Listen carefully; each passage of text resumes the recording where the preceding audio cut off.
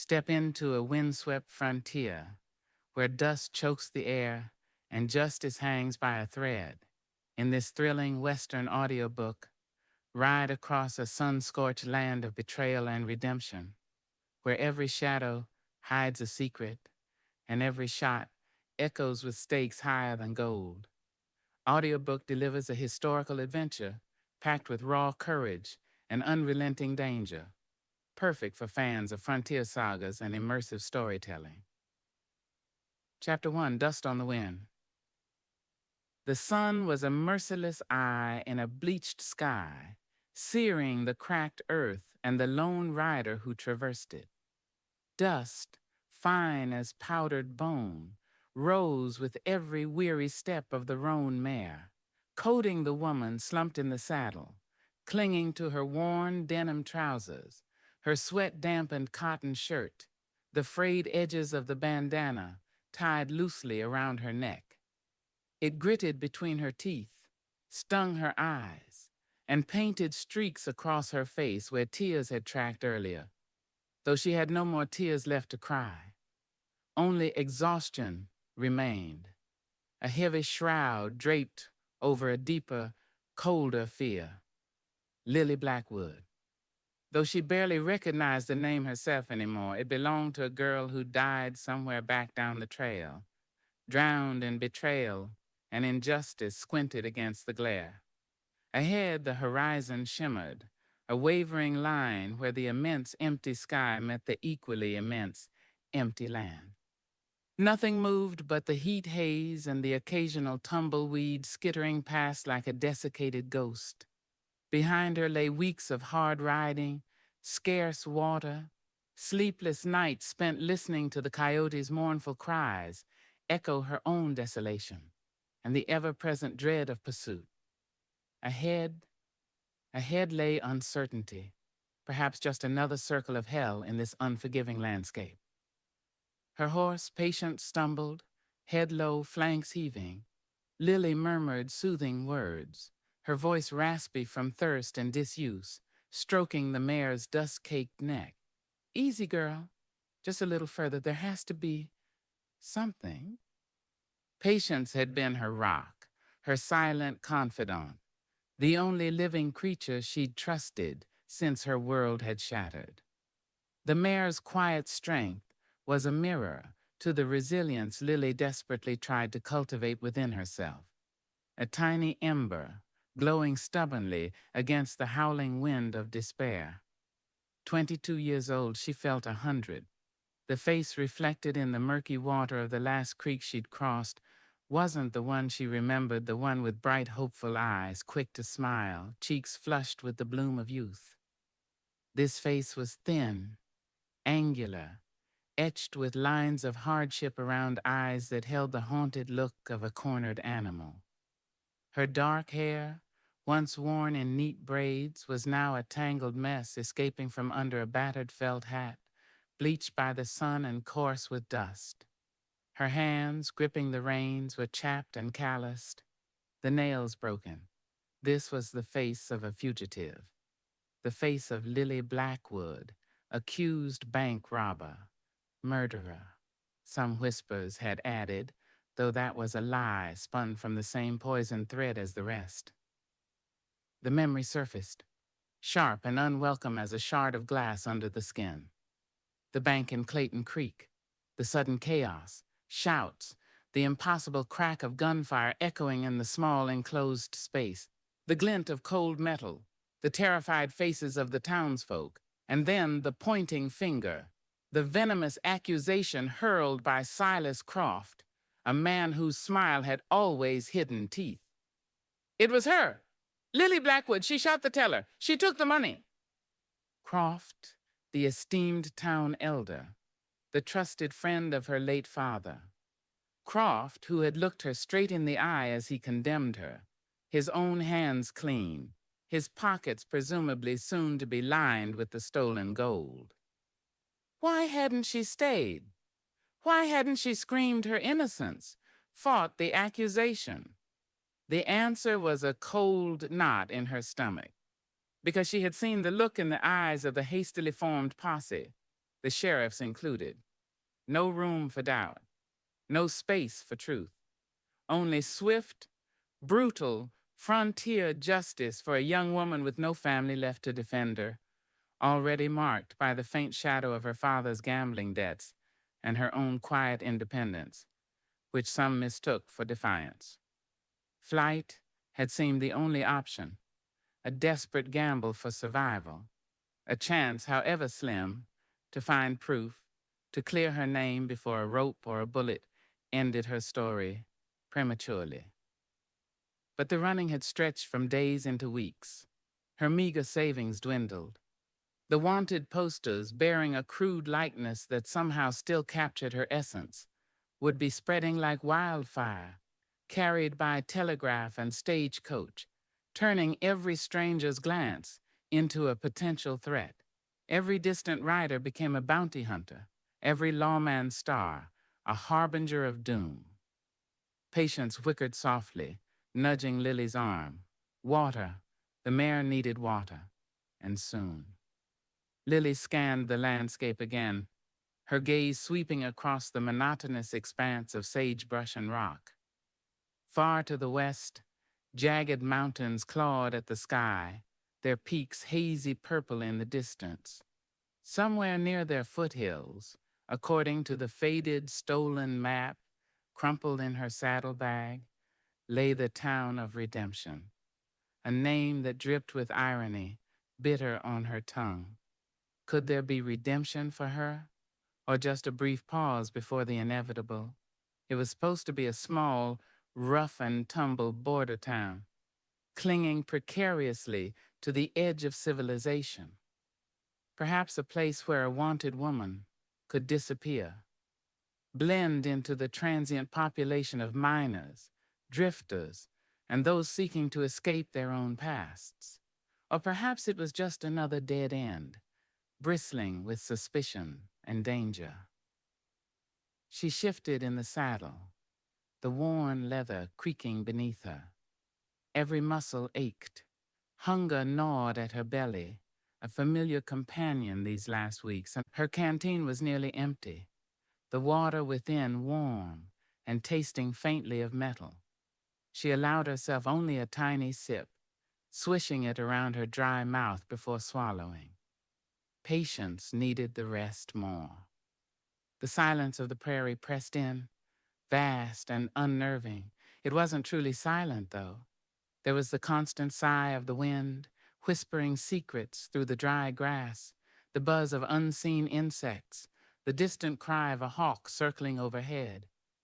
Sometimes she thought she heard hoofbeats behind her, faint and rhythmic, and her heart would hammer against her ribs, her hand instinctively dropping to the Colt peacemaker holstered at her hip. The weight of it was both a comfort and a curse. She'd learned to shoot from her father, who'd insisted his daughter know how to defend herself in this wild land, but she'd never imagined using it against another person. Could she? If cornered, if faced with the men who hunted her, could she pull the trigger? The thought sent a tremor through her. She prayed she would never have to find out. As the afternoon wore on, the sun began its slow descent, painting the western sky in bruised shades of orange, pink, and violet. The heat lessened marginally, replaced by a growing chill that promised a cold desert night. Shadows stretched long and distorted across the land, turning familiar shapes into lurking threats. It was during these twilight hours that the loneliness felt sharpest, the vulnerability most acute. Back in Clayton Creek, this time of day would have meant supper simmering on the stove, the murmur of voices from the boarding house her father had run, the familiar comfort of routine. Now, it meant finding a sheltered spot to make a cold camp, huddling for warmth, and keeping watch until exhaustion claimed her. She spotted a cluster of low mesas ahead, offering potential cover. Guiding Patience towards them, she found a shallow arroyo, partially hidden by gnarled junipers. It wasn't much, but it would have to do. Dismounting stiffly, her legs almost buckling beneath her, she led the mare into the meager shelter. First, she tended to Patience, removing the saddle and blanket, checking her hooves, rubbing her down with handfuls of dry grass to remove the worst of the dust. She poured the last of the water from her canteen into her hat for the mare to drink, watching the animal gratefully lap it up. Only then did she allow herself to sink to the ground, leaning her back against the cool rock wall of the arroyo. She pulled a piece of dry jerky and a hard biscuit from her saddlebag, her supper. Chewing slowly, mechanically, she stared out at the darkening landscape. The wind picked up, moaning through the rocks, carrying the scent of dust and something else, something faint, almost imperceptible. Wood smoke? Her head snapped up, senses instantly on high alert. Wood smoke meant people, civilization of a sort, or danger. She scanned the horizon, her eyes straining in the fading light. There, far off to the northwest, nestled against the dark bulk of the foothills, she saw it a faint flickering pinprick of light. Then another, and another. A settlement. It had to be redemption. Relief warred with apprehension. Water, food, perhaps a bed that wasn't the hard ground the thought was intoxicatingly tempting. But towns meant people, sheriffs, questions, recognition. Her poster could be nailed to the wall of the saloon or the general store right now. Walking in there was like walking into a bear trap. Yet what choice did she have? Patience couldn't go much further without water. Neither could she. Staying out here alone, exposed, was just delaying the inevitable. Maybe, just maybe, in a rough border town, people were less inclined to ask questions, more concerned with their own troubles. Maybe she could buy supplies, get her bearings, perhaps even hear whispers about Croft or the stolen money, anything that could point her towards the truth. She made her decision, the lesser of two evils. She wouldn't ride in tonight. She'd wait until morning, approach cautiously, observe first, get the lay of the land, see if trouble bristled in the air or if it offered a sliver of the sanctuary its name promised. Huddling deeper into her worn blanket as the desert night closed in, cold and vast, Lily listened to Patience's soft breathing nearby. The stars emerged, scattered like diamonds on black velvet, cold and impossibly distant. They offered no comfort, no guidance. They were simply witnesses to her solitary plight. She thought of her father again, his easy laugh, his flawed kindness, gone now, leaving her adrift. She thought of the life she'd planned, simple, quiet, perhaps finding a decent man, raising a family, all turned to dust, blown away on the wind like the lies that had chased her here. Sleep, when it finally came, was shallow and troubled, filled with fragmented images, Croft's accusing eyes, the echoing gunshot, the endless dusty trail. She woke before dawn, stiff and cold, the first pale streaks of light painting the eastern sky. The lights of redemption were gone, extinguished by the coming day, leaving only the dark shapes of distant buildings huddled against the mountains. She shared the last biscuit with Patience, saddled the mare with practiced hands, and took a deep breath, steeling herself. Today she walked into the unknown. Today she faced redemption. Whether it offered salvation or condemnation, only time would tell. Mounting Patience, she nudged the mare gently forward, out of the arroyo and onto the open plain, heading towards the silent town. The rising sun cast long shadows before her, stretching like accusing fingers. The wind picked up again, whipping strands of hair across her face, carrying the scent of dust, and closer now, the faint, unmistakable smell of wood smoke and brewing coffee. It smelled like life, like community, like everything she had lost and everything she feared. She kept her head down, her hat pulled low, trying to appear unremarkable, just another drifter passing through. But inside her heart pounded a frantic rhythm against her ribs, a drumbeat of terror and fragile, desperate hope. The edge of town was only a mile or so away now, the low, rough-hewn buildings taking shape through the morning haze. She could see the wide, dusty main street, a few horses hitched to posts, a curl of smoke rising from a chimney, and there, near the center, a squat building with a simple wooden sign swinging slightly in the breeze. Sheriff. The word seemed to loom large, heavy with implication. This was it, the threshold. One wrong move, one flicker of recognition in a stranger's eyes, and her flight would be over. She tightened her grip on the reins, her knuckles white, and rode on into the heart of uncertainty, into the dusty embrace of redemption. Chapter 2, A Haven Called Doubt. Redemption wasn't much more than a gash carved into the dusty hide of the frontier. A single main street, wide enough for a wagon to turn if the driver was careful, flanked by a collection of weathered wooden buildings leaning against each other as if for support. False fronts on some gave an illusion of grandeur that dissolved upon closer inspection, revealing cheap lumber and peeling paint. Saloons, 3 of them by Lily's count, even at this early hour, emitting the faint, sour smell of stale beer and desperation, seemed to outnumber establishments offering more wholesome wares.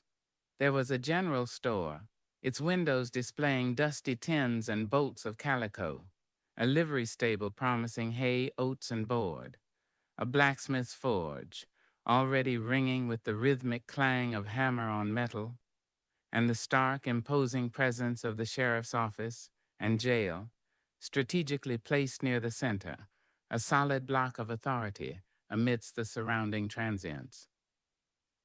Lily kept patience at a slow walk, her eyes scanning everything, missing nothing while trying to appear as if she were merely surveying the layout of a town she might pass through. Her hat remained pulled low, shadowing her face.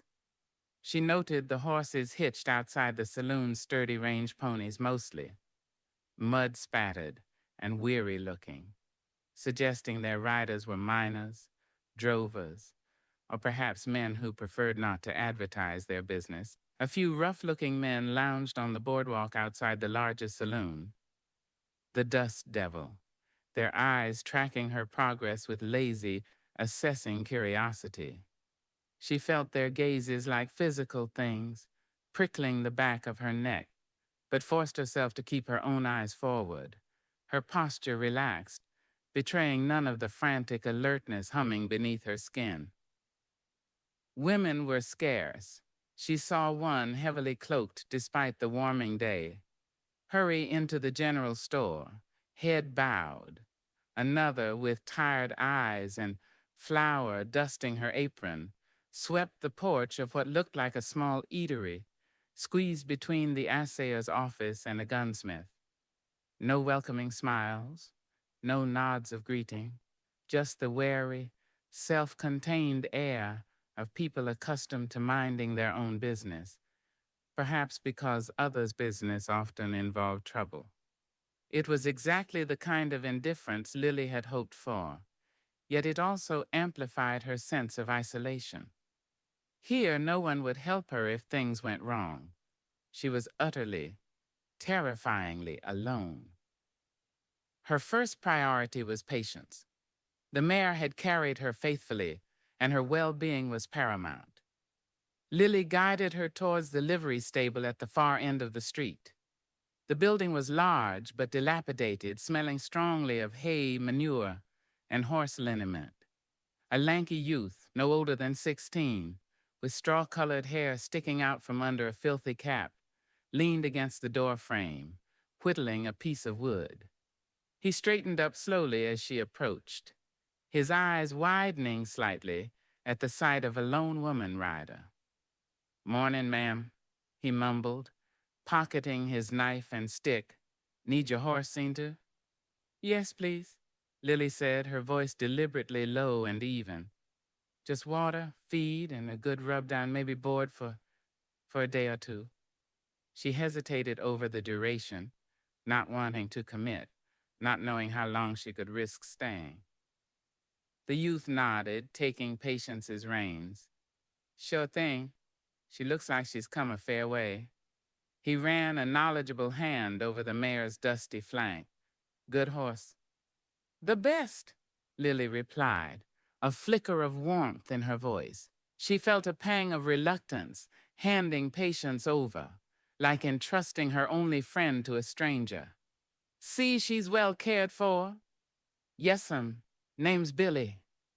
He gave a half-hearted tug at his cap. "Cost you 4 bits a day for board and feed?" Lily nodded, reaching into the small pouch hidden beneath her shirt.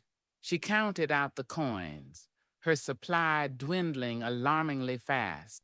Every cent spent felt like another step closer to destitution. "I settle up when I leave."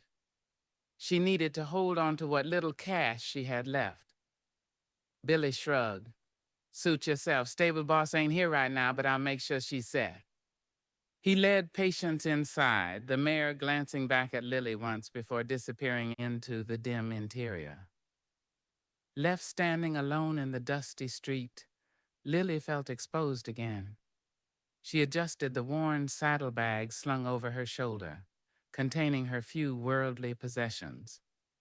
Now she needed water for herself, maybe some food that wasn't jerky, and information. The general store seemed the safest bet. She walked back down the street, forcing a steady pace, ignoring the stares from the saloon loafers. The boardwalk creaked under her boots. The sun climbed higher, intensifying the heat, reflecting off the dust that coated everything. The sounds of the town seemed louder now. The blacksmith's hammer, muffled shouts from a saloon, the whinny of a horse, the distant, tinny strains of a piano, playing a jaunty tune that felt jarringly out of place with the town's grim atmosphere. The bell above the general store door jingled as she entered. The air inside was cooler, thick with the mingled scents of coffee beans, cured meats, kerosene, and dry goods. Shelves reached towards the ceiling, crammed with merchandise. A portly man with spectacles perched on his nose and wearing a slightly stained apron stood behind a long wooden counter, meticulously arranging cans of peaches. He looked up as she entered, his expression neutral but watchful. "Help you, ma'am." "Just need some supplies," Lily murmured, keeping her gaze averted, pretending to browse the shelves. Her eyes darted around, scanning the walls near the counter. Relief washed over her. No wanted posters bearing her face, at least not here. A canteen of water, if you please, and perhaps some biscuits and cheese. The shopkeeper nodded, moving to fill a sturdy metal canteen from a barrel in the corner. "Passing through?" he asked, his tone conversational, but carrying an undercurrent of probing curiosity common in isolated places. "Might be," Lily answered vaguely, selecting a small wedge of cheese wrapped in cloth and a handful of hard biscuits. "Keep it simple. Don't offer information. Don't linger." He placed the filled canteen on the counter alongside her other purchases. "That'll be 3 bits." She paid him, avoiding his eyes. As she turned to leave, her gaze caught on a folded newspaper lying on the counter, the headline partially visible. "Robbery suspect, still at large." Her heart leaped into her throat. Was it about her? Clayton Creek wasn't that far. News traveled. She fought the urge to snatch it up, to read the damning words, to see if her name was printed there for all the world to see, but that would draw attention, arouse suspicion. She forced herself to walk towards the door, her hand trembling slightly as she reached for the handle. Heard tell the sheriff's looking for extra hands, the shopkeeper remarked casually, polishing his spectacles. Town's getting busier. Folks coming in for the silver strike up north. Lily froze, her hand hovering over the doorknob. The sheriff. The casual mention sent a chill down her spine. Was he actively looking for strangers? Was this a veiled warning or just idle chatter? She couldn't tell. Good to know, she managed, pushing the door open and stepping back out into the blinding sunlight, the bell jingling mockingly behind her. Her legs felt unsteady. That newspaper, the sheriff needing hands, was redemption less of a haven and more of a tightening net? She needed to get off the street, find somewhere to hole up, think. The eatery she'd seen earlier, Martha's Kitchen, looked plain but relatively quiet. Maybe she could get a hot meal, gather her thoughts, or perhaps a room. Staying in a town, even for a night, felt incredibly risky. But the thought of another cold camp, another night listening for hoofbeats, was almost unbearable. She walked towards the eatery, her steps quickening. As she passed the sheriff's office, she risked a glance. It was a solid, unadorned structure built of thick timber, with barred windows on one side indicating the jail cells. The sign swung gently. A horse was hitched outside now, a powerful-looking bay, well-groomed, its saddle gleaming with polished leather and silver conchos. A lawman's horse, prideful, strong. And then the door opened. Lily's breath caught. She ducked her head instinctively, turning her face away, pretending to adjust her saddlebag strap, her heart pounding against her ribs like a trapped bird. Out of the corner of her eye, she saw him. Tall, broad-shouldered, wearing a simple, durable shirt, dark trousers, and dusty boots. A leather vest stretched across his chest and pinned to it, catching the sun, was the unmistakable glint of a silver star. He wore his gun belt low on his hips, the holster tied down, the grip of the revolver worn smooth from use. He paused on the top step, surveying the street, his gaze sweeping from one end to the other. She couldn't see his face clearly, hidden partially by the brim of his hat, but she felt the weight of his presence, the quiet authority that radiated from him. This was the law in redemption. Sheriff Jake Thornton, she presumed, the man the shopkeeper had mentioned, the man who represented everything she was running from. He stood there for a long moment, his posture alert, scanning the town with an air of ingrained vigilance. He wasn't just wearing the badge, he embodied it. Then his gaze seemed to snag on her, lingering for just a fraction of a second longer than it had on the saloon loafers or the passing dust devil. Had he noticed her hesitation, her averted face, or was it just her paranoia screaming? She held her breath, expecting him to call out, to approach, to demand her name and business. The air crackled with unspoken tension. But he didn't.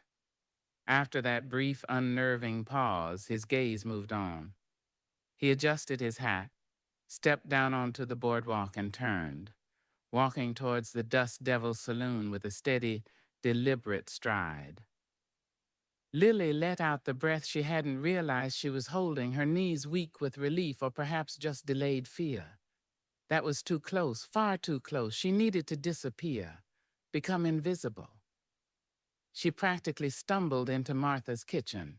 It was small and clean inside, with a few wooden tables covered in checkered oilcloth.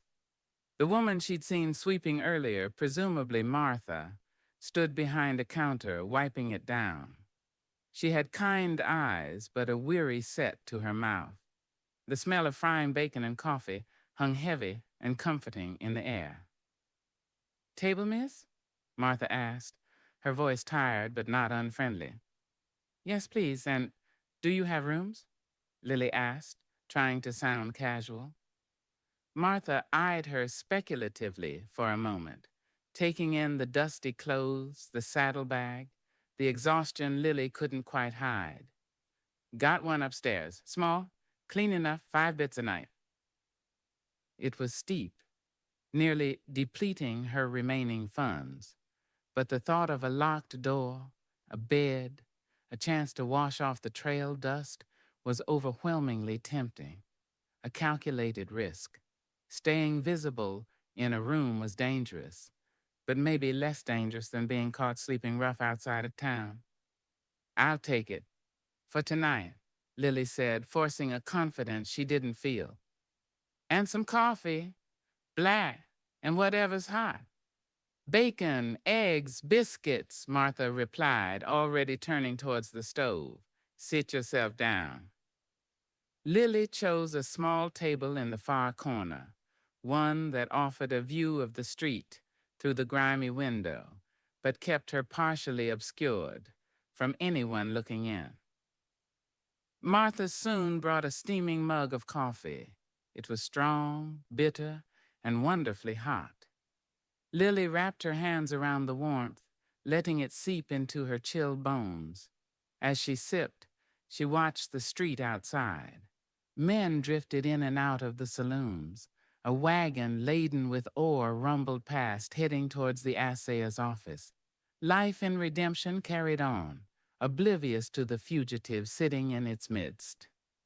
Martha returned with a plate piled high with crispy bacon, scrambled eggs, and fluffy biscuits swimming in gravy. It was the first real meal Lily had eaten in weeks, and she devoured it, gratitude mingling with the ever-present anxiety. Food, warmth, a temporary roof, small comforts, but precious.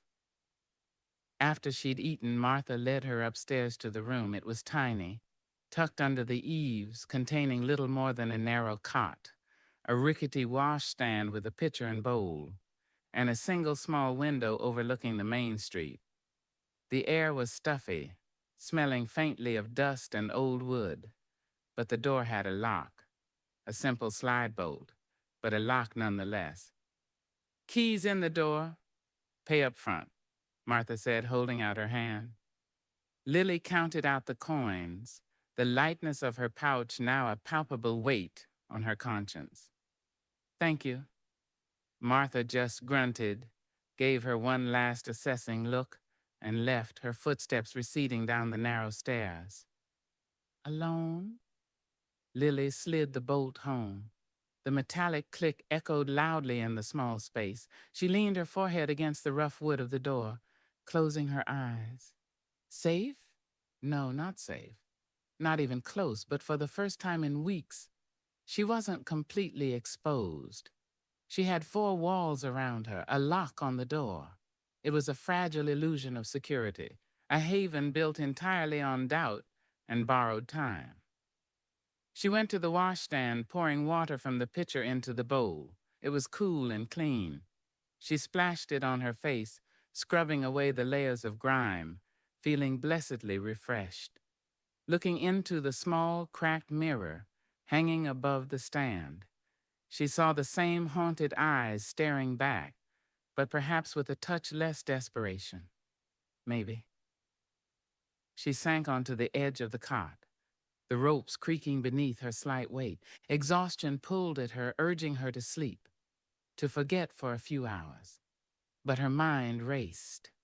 The newspaper, the shopkeeper's words, the sheriff. His steady, watchful presence dominated the street below, an unavoidable reminder of the law she was evading. He had looked her way. Had he seen something? Suspicion? Or just another dusty traveler? She crept to the window, peering cautiously through a gap in the thin curtains. Down below, the bay horse was still hitched outside the saloon. The sheriff was presumably still inside. What was he doing? Having a drink? Gathering information? Looking for someone? Looking for her? Every shadow seemed to hold a threat, every passerby a potential enemy. Redemption offered water, food, a bed, but it also offered proximity to the law, scrutiny, and the constant gnawing fear of discovery. This fragile haven was built on a foundation of doubt, and Lily knew, with chilling certainty, that it could crumble at any moment. The dust she'd ridden through felt like it was settling not just on the town, but deep within her soul, a gritty reminder that her past was inescapable and her future remained terrifyingly uncertain. Chapter 3. Beneath the Badge's Gaze. Sleep offered little respite.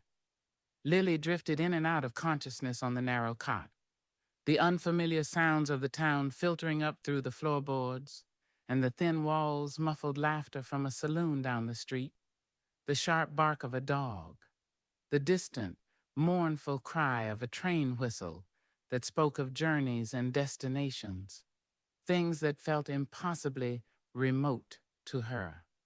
Each noise pricked at her weary senses, a constant reminder that she was surrounded, vulnerable. Her dreams were fragmented replays of her flight, the endless dust, the accusing face of Silas Croft morphing into the stern, unreadable countenance she'd glimpsed beneath the sheriff's hat brim. She woke fully just after midday, the sun high and hot, baking the small room under the eaves. Her muscles screamed in protest as she sat up stiff from the unaccustomed softness of the cot after weeks on hard ground. The initial relief of having a locked door had faded, replaced by a restless, simmering anxiety. Hiding in this room felt like being a rabbit frozen in a snare, temporarily concealed, perhaps, but no less trapped. Staying put was not a strategy. It was merely delaying capture. She needed to know more about this town, about the man who wore its badge. Was he diligent, lazy, easily bought, brutally efficient?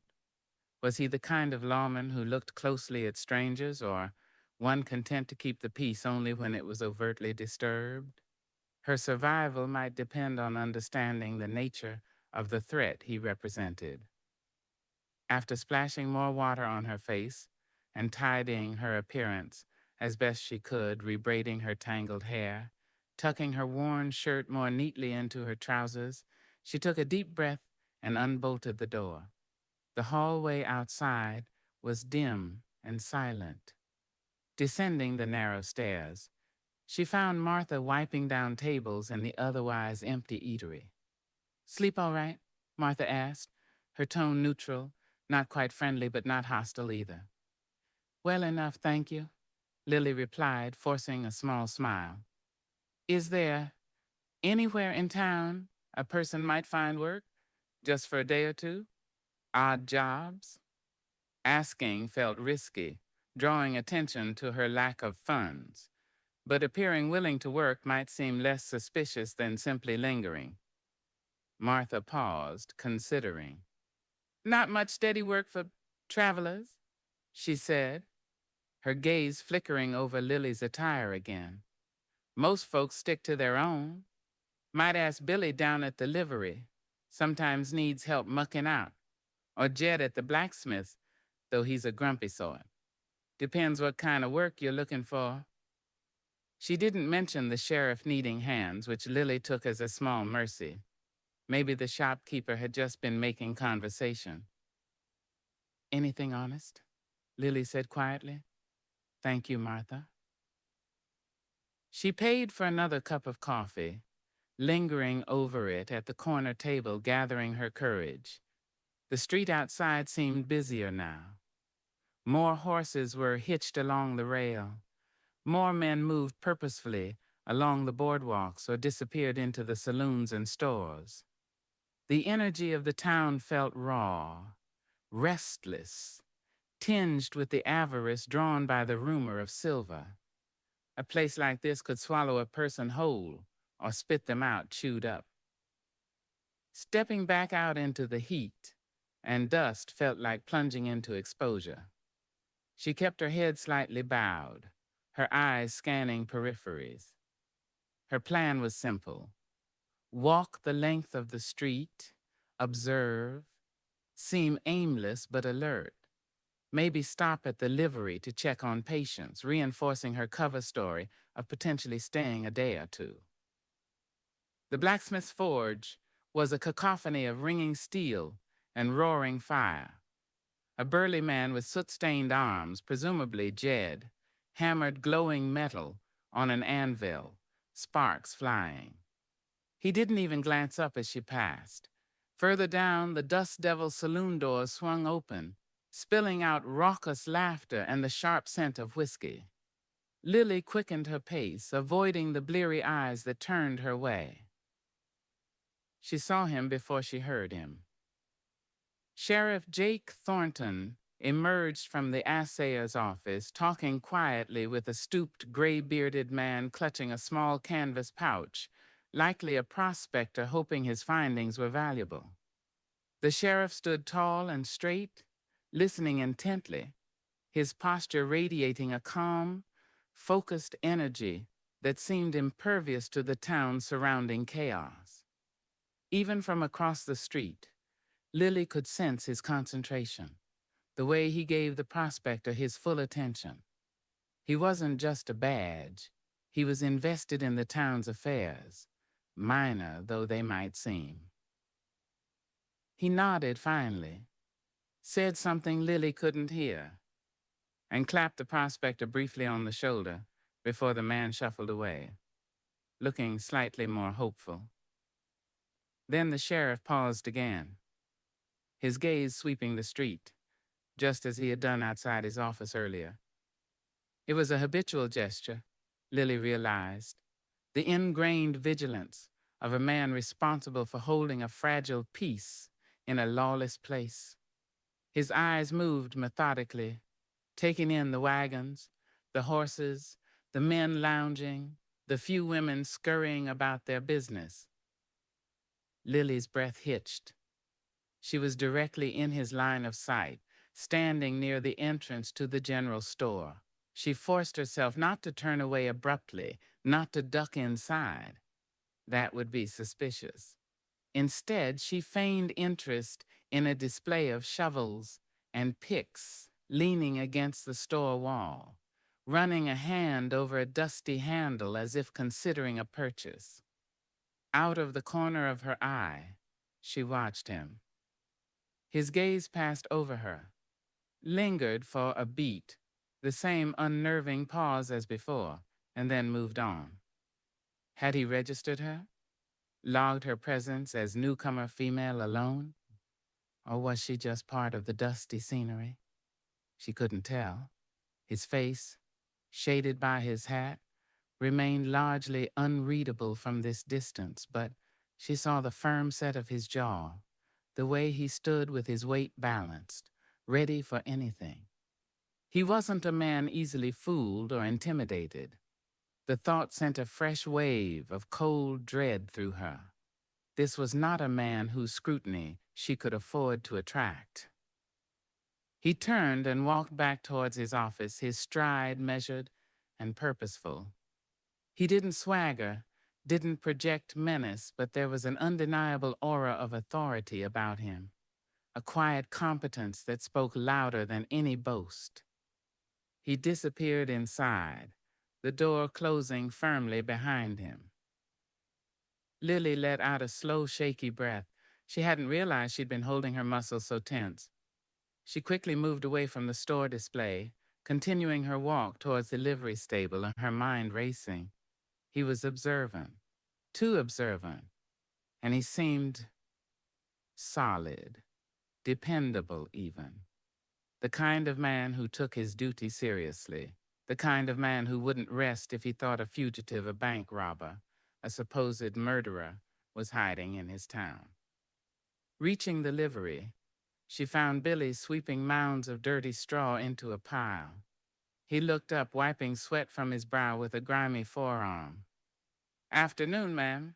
Come to check on your mare?" "Yes, how is she?" "Doing fine, watered and fed, settling in good," Billy assured her, leaning on his broom. "Quiet one she is, like her owner." He gave her a curious look, not unfriendly, but definitely inquisitive. Lily ignored the implied question about herself. Good. Thank you, Billy. She hesitated, then decided to follow Martha's suggestion, partly for show, partly out of genuine need. Martha, back at the eatery, mentioned you might sometimes need an extra hand. Billy scratched his head. Sometimes. Depends if old Henderson, he's the boss, feels like paying for it. Mostly mucking out stalls, brushing down horses, nothing fancy.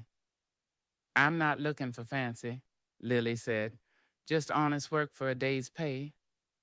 Billy chewed his lip, glancing towards the street as if expecting his boss to appear. Well, Henderson ain't here now. Went up towards the Hadley place talking cattle. Might be back tonight, might be tomorrow. Can't promise nothing. All right. Thanks anyway, Billy. Disappointment warred with a faint sense of relief. Working here would mean staying close, being visible. Maybe it was better this way. She turned to leave, but Billy spoke again. Sheriff Thornton was asking about strangers earlier. Lily froze, her back to him. Her heart hammered against her ribs. Oh? She asked, trying to keep her voice light, casual. Yeah, nothing specific, mind. Just keeping his ears open like always. Heard there was some trouble down south a ways back. Bank robbery, maybe worse. Sheriff, he likes to know who's passing through redemption. Keeps folks honest, or tries to. Billy chuckled, a dry, humorless sound. I see. Lily forced herself to turn around slowly, meeting Billy's gaze. His eyes were young, but they held the weary wisdom of someone who'd seen too much too soon in a town like this. Was he warning her, or just repeating gossip? He seemed sensible enough for a sheriff. Suppose so. Billy shrugged, returning to his sweeping. Can make folks uneasy, though, him watching all the time. Lily murmured a non-committal agreement and walked away, her mind reeling. So Thornton knew about the Clayton Creek robbery, and he was actively asking about strangers. He wasn't just passively keeping the peace. He was probing, watching, waiting. Her presence here was 10 times more dangerous than she'd even imagined. That brief, assessing glance he'd given her suddenly felt far more significant, charged with potential suspicion. She walked back towards the center of town, her earlier plan of simply observing replaced by a desperate need to shrink, to become invisible. The sun beat down relentlessly. Dust swirled with every footstep, every passing horse. The sounds from the saloons seemed louder, coarser. The whole town felt claustrophobic now, the buildings pressing in, the spaces between them filled with unseen eyes. The sheriff's office loomed ahead, a symbol of the closing net. She needed to leave, tonight, under the cover of darkness. Forget trying to find work. Forget trying to gather information about Croft. Survival was the only priority now. Staying another hour felt like tempting fate, like standing still while the hunter circled closer. Lost in her anxious thoughts, head down, watching her worn boots scuff through the thick dust of the street as she crossed back towards Martha's kitchen. She didn't see him until it was almost too late. He stepped out of the general store, directly into her path. Lily looked up sharply, gasping involuntarily, stumbling back a step. It was him, Sheriff Thornton. Close enough now for her to see the details she'd missed from across the street. His eyes, beneath the shadow of his hat brim, were startlingly clear, pale gray, narrowed slightly against the sun, and sharp as honed steel. They held no readable expression, not hostility, not suspicion, just a calm, unwavering watchfulness. There were fine lines etched around them, lines earned from squinting into prairie suns and maybe from worry. His face was lean, weathered by the elements, suggesting strength and resilience rather than brute force. A faint faded scar cut diagonally across one cheekbone, disappearing into his sideburn. He wasn't handsome in a conventional way, but his presence was compelling, grounded. He smelled faintly of leather, dust, and strong coffee. For a heart-stopping moment, their eyes met. His gaze wasn't accusatory, but it was intensely direct, penetrating. It felt as though he could see right through her carefully constructed facade, peel back the layers of dust and desperation to the terrified fugitive hiding beneath. Time seemed to stretch, suspended in the space between them. The noise of the street faded to a dull roar in her ears. All she was aware of was the sheriff, the badge gleaming dully on his vest, the way his hand rested lightly, naturally, near the butt of his holstered Colt. He didn't speak, didn't move to stop her, didn't demand her name.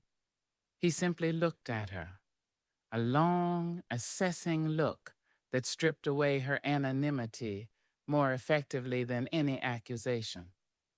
Lily couldn't breathe. Her blood ran cold. This was it. He knew, or he suspected he had to. Why else would he look at her like that? Then, almost imperceptibly, he gave a slight curt nod, the kind of dismissive acknowledgement one might give any passing stranger, and stepped aside, clearing her path. The moment broke. Lily forced her legs to move, tearing her gaze away, hurrying past him without a word, her heart pounding so hard she thought it might burst. She didn't dare look back. Had he watched her go? Was that brief encounter a warning? A silent message that he was aware of her, that she was under his scrutiny? Or was she projecting her own guilt and fear onto a simple, meaningless interaction? She almost ran the last few yards to Martha's kitchen, fumbling with the door handle, desperate to get back to the illusory safety of her small room. As she slipped inside, the bell jangling harshly, she risked one quick glance back through the window. Sheriff Jake Thornton was still standing there, near the entrance to the general store. He wasn't looking her way anymore. He was watching two rough-looking men stumbling out of the Dust Devil, their voices raised in drunken argument. His attention had shifted, the immediate potential for trouble drawing his focus. But Lily couldn't shake the feeling of his gaze, the unnerving weight of his silent assessment.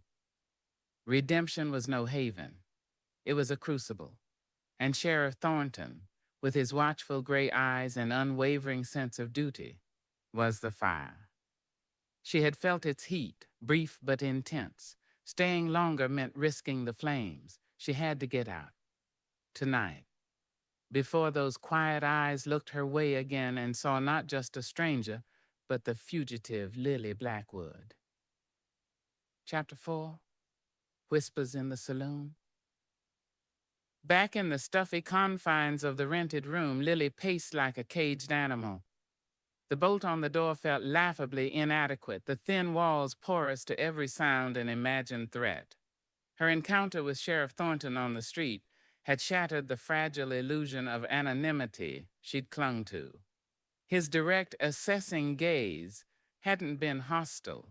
Not exactly, but it had been disturbingly thorough. He saw her.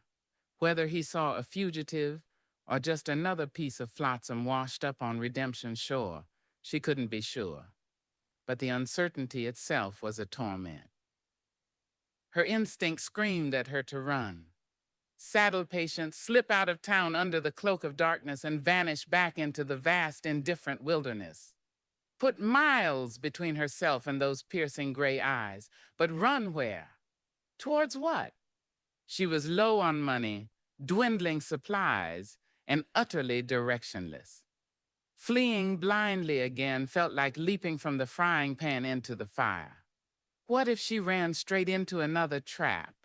Another town with an equally vigilant sheriff, or worse, into the hands of bounty hunters drawn by the reward that surely existed for Lily Blackwood. And then there was the nagging counter-thought, insidious and persistent. What if staying just for a little longer offered a sliver of hope? The shopkeeper's newspaper, Billy's mention of Thornton asking about strangers and the trouble down south.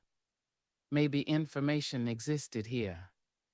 Whispers, rumors, something that could corroborate her innocence, point a finger toward Silas Croft or the real culprits. It was a desperate gamble, weighing the immediate danger of discovery against the faint possibility of finding a weapon to fight back with, even if that weapon was just a fragment of truth. To gain information, she needed to listen. And in a town like Redemption, the heart of its rumor mill, the place where tongues loosened by cheap whiskey wagged freely, was undoubtedly the saloon.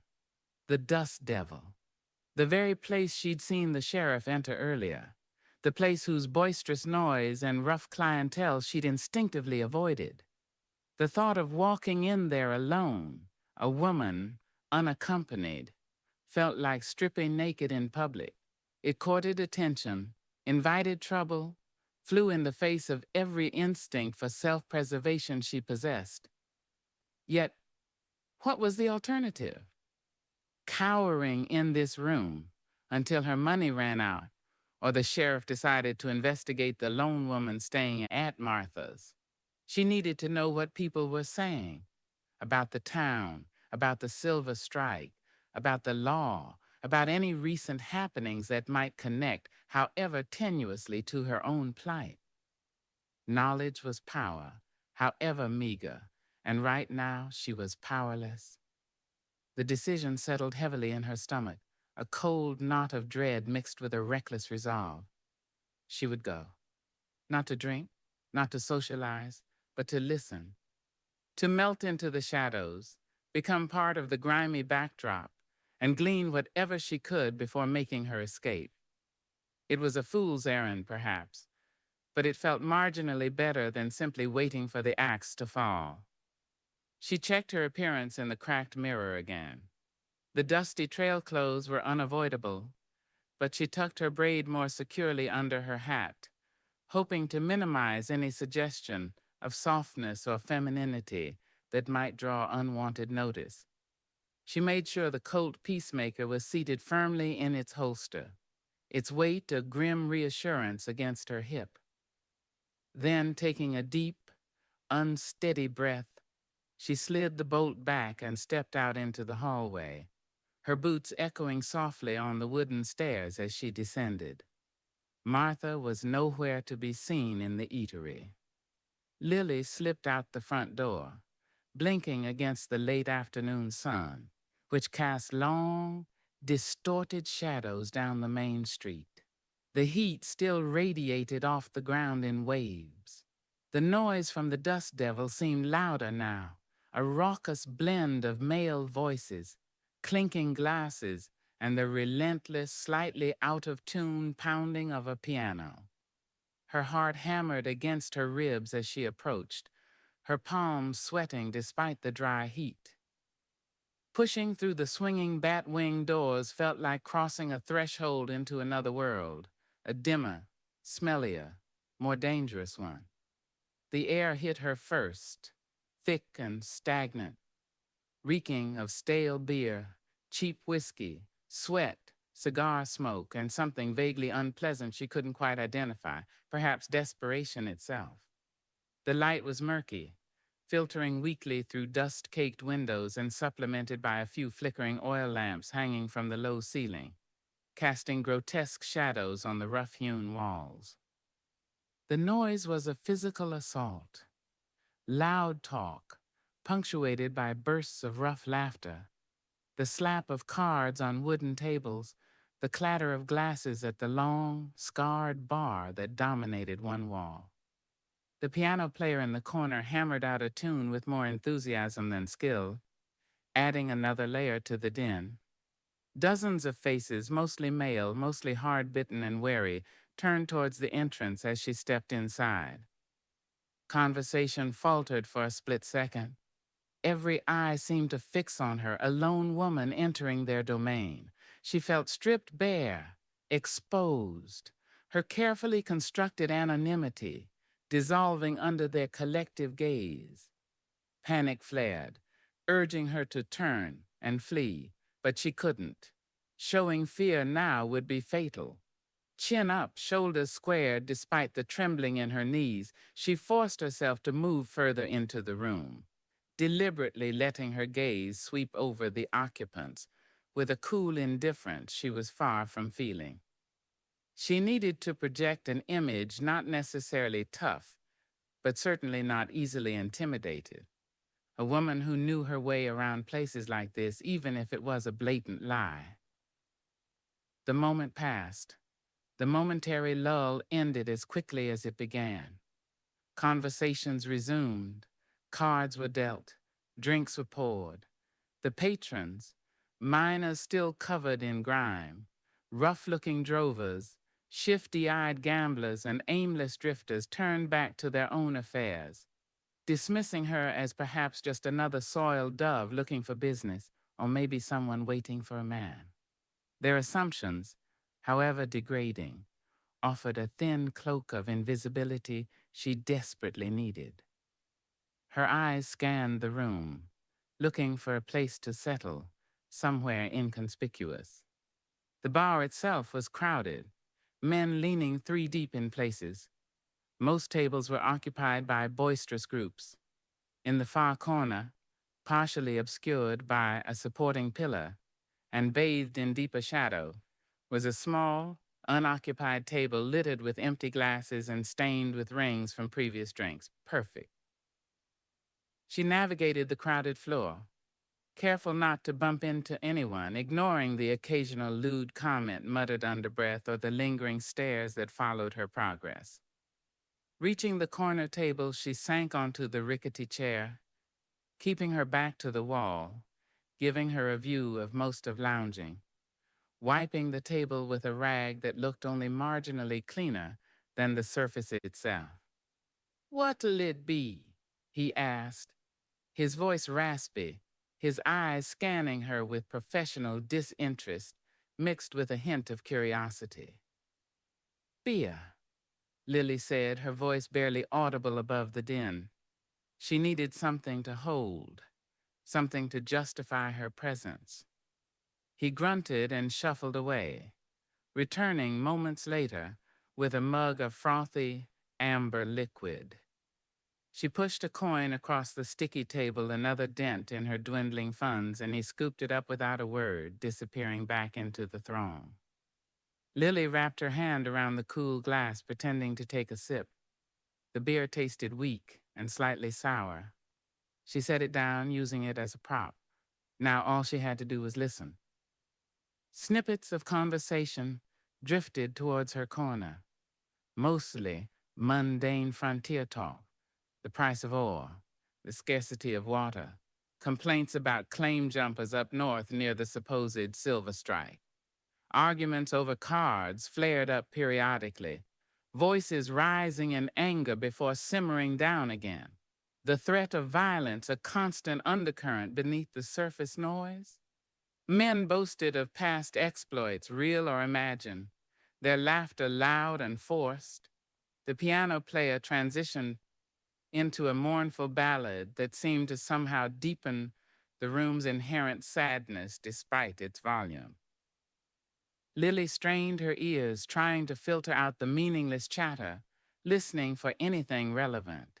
A mention of Clayton Creek, Silas Croft's name, the robbery, even just talk about the sheriff, his methods, his reputation beyond Billy's simple assessment.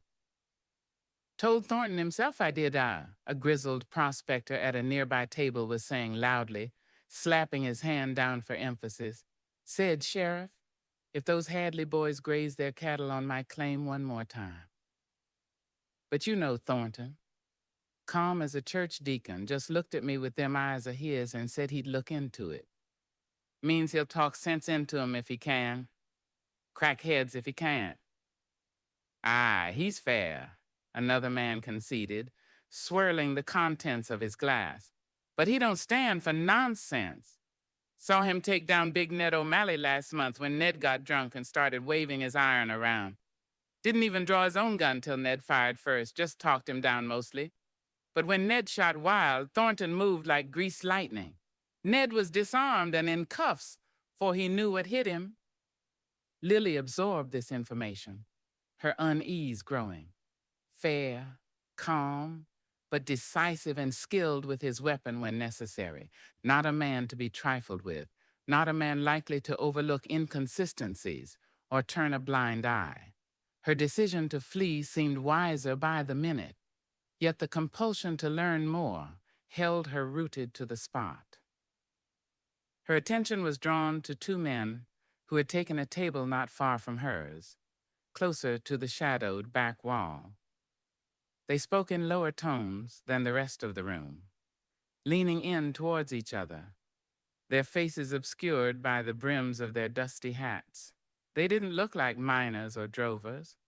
They had the watchful, shifty-eyed look of men who lived on the edges, perhaps outside the law entirely. One was stocky, with a thick neck and restless hands that kept fiddling with his empty glass. The other was leaner, taller, with a scar marring his left cheek, different from the sheriff's. This one was jagged, angrier looking. Lily focused her attention, trying to catch their words over the general hubbub. It was difficult. Their voices were low and gravelly.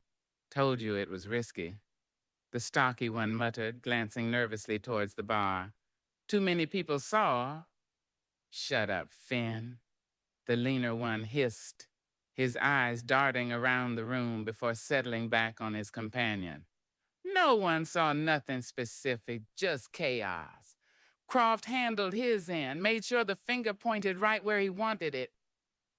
Lily's blood ran cold. Croft. They had mentioned Croft's name. Silas Croft, the man who had accused her. These men knew something.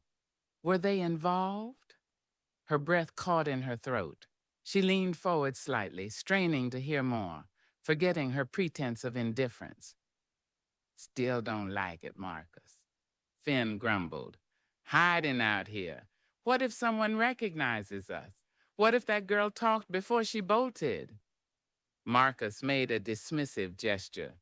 "She panicked, ran like a scared rabbit, just like Croft said she would. Nobody's looking for us, they're looking for her. And Redemption's as good a place as any to lay low till the dust settles. Plenty of new faces thanks to this fool's silver rush. Besides, he added, a cruel smirk, twisting his lips beneath the hat brim. Word is the sheriff here is thorough. If she shows her face, Thornton'll likely snap her up himself, saves us the trouble." Lily felt faint. They were talking about her. They knew Croft. They were involved in the robbery, the framing. They were here in the same room, just a few feet away. The danger wasn't just the sheriff anymore. It was immediate, tangible, sitting right there nursing drinks and discussing her fate. Panic, cold and absolute, seized her. She had to get out now before they looked more closely at the lone woman in the corner, before they recognized the face from the wanted posters they surely knew existed. She pushed her chair back slowly, soundlessly, intending to rise and slip away towards the door.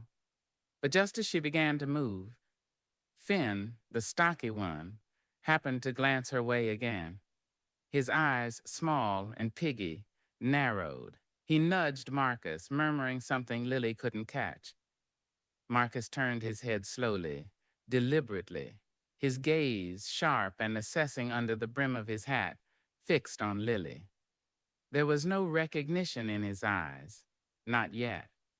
Just the predatory assessment of a man sizing up a potential threat, or perhaps just an unexpected element in his surroundings.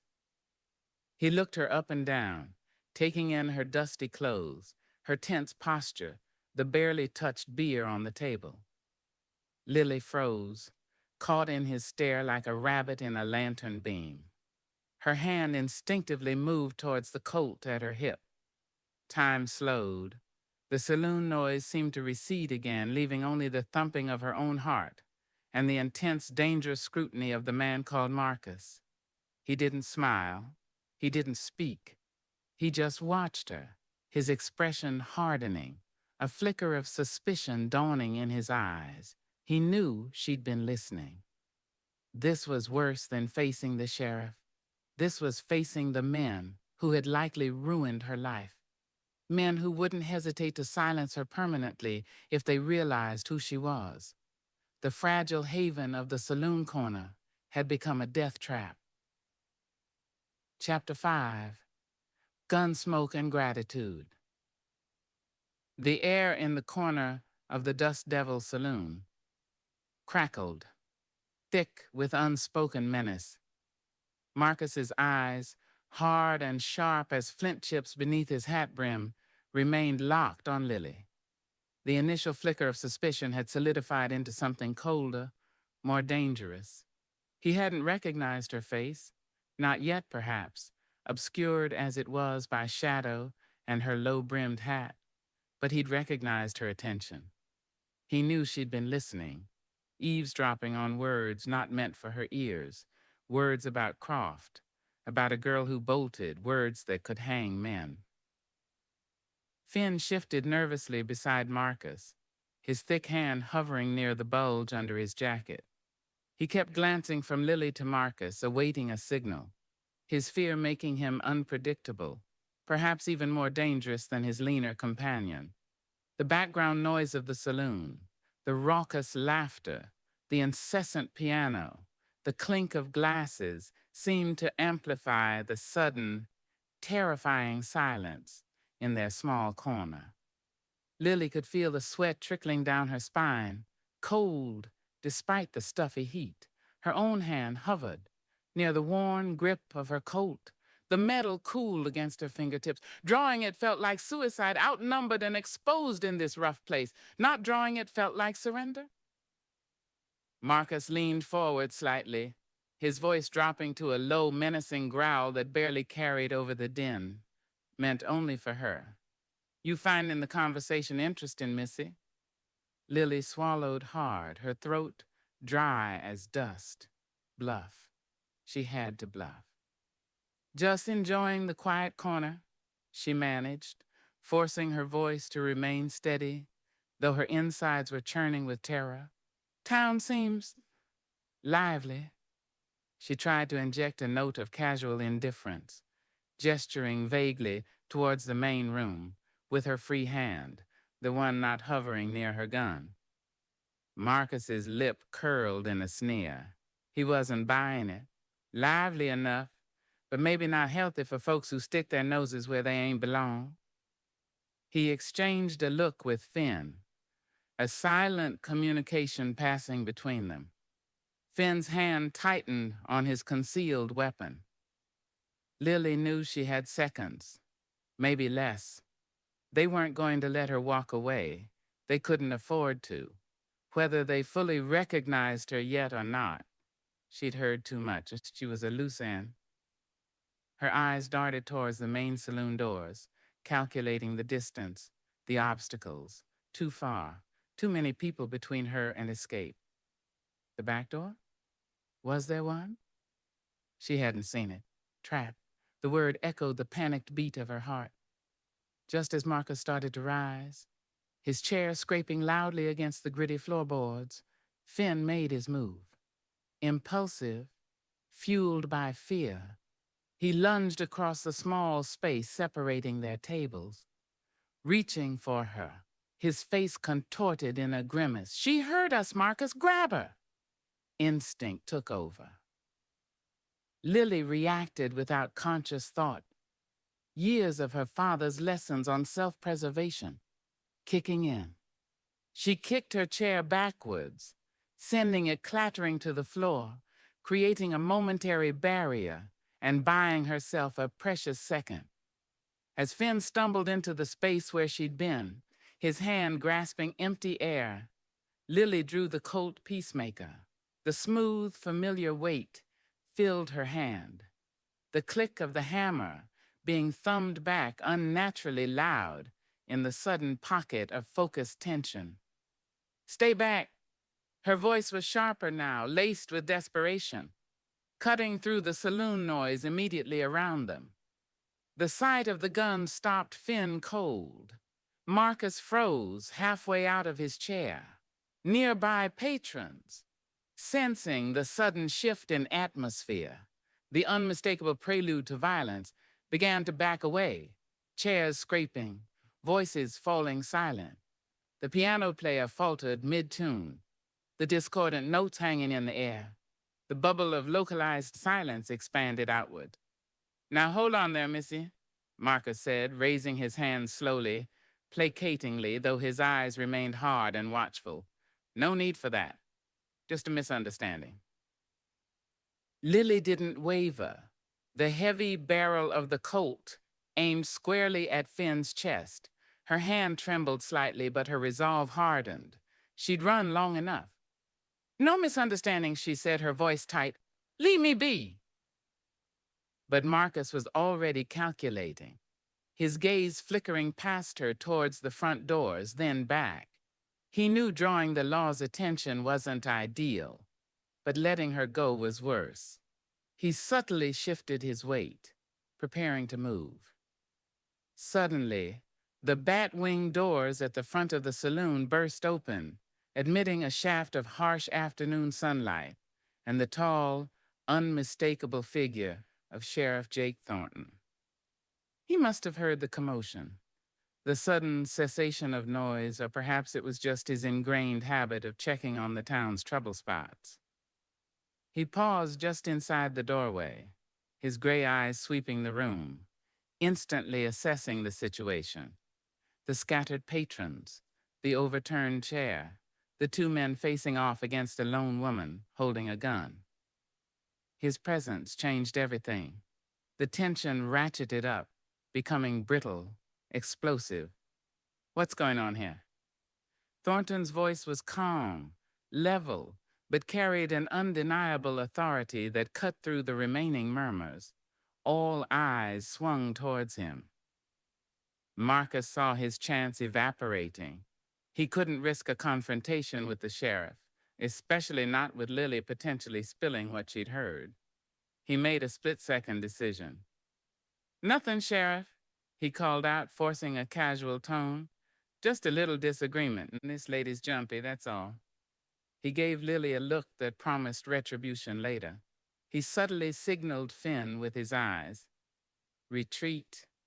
Deal with it outside." Finn, visibly relieved at the sheriff's arrival providing an excuse to back down, slowly lowered his hands and took a step back from Lily. Marcus straightened up, pushing his chair back in.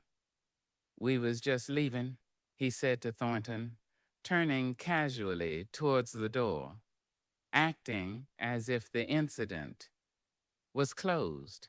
Finn shuffled quickly to follow him. Lily kept her gun trained on them, not trusting their sudden retreat. Should she tell the sheriff? Accuse them? But what proof did she have other than overheard whispers? They'd deny everything, paint her as the aggressor, the crazy woman pulling a gun, and any interaction with the sheriff felt like dancing on the edge of a cliff. Thornton watched Marcus and Finn approach the doors, his expression unreadable, his hand resting near his own weapon. He hadn't intervened forcefully yet, just observed, letting the situation unfold, perhaps gathering information from the dynamics alone.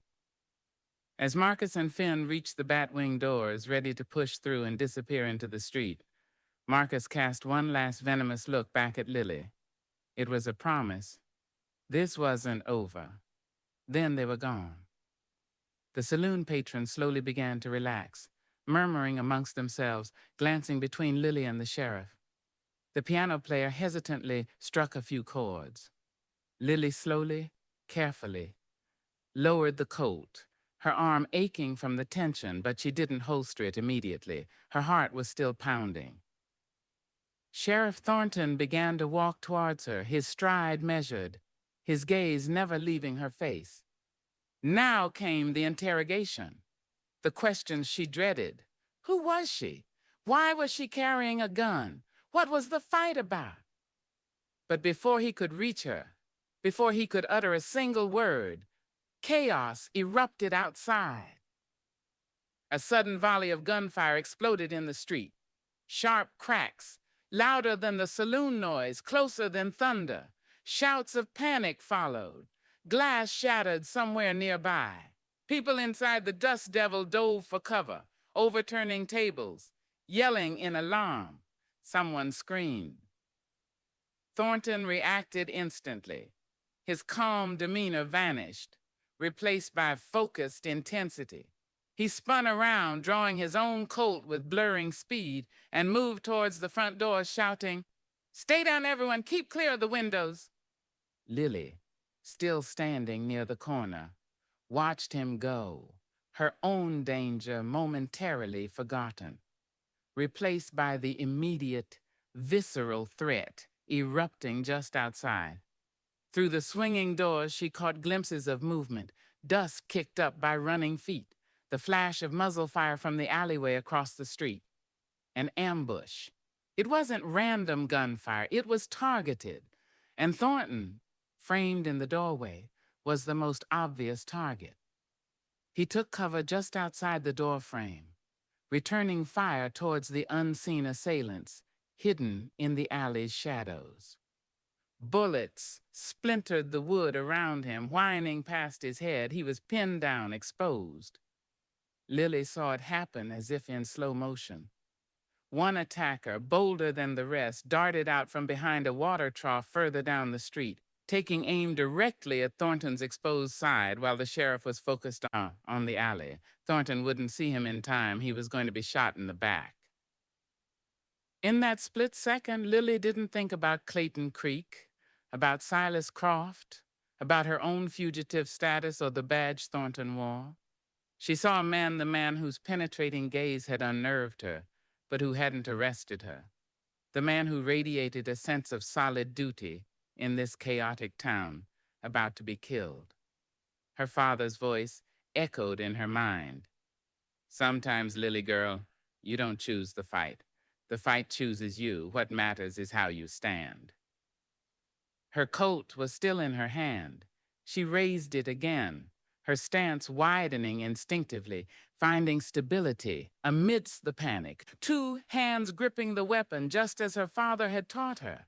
Aiming down the street, past the sheriff, lining up the sights on the ambusher who was about to fire.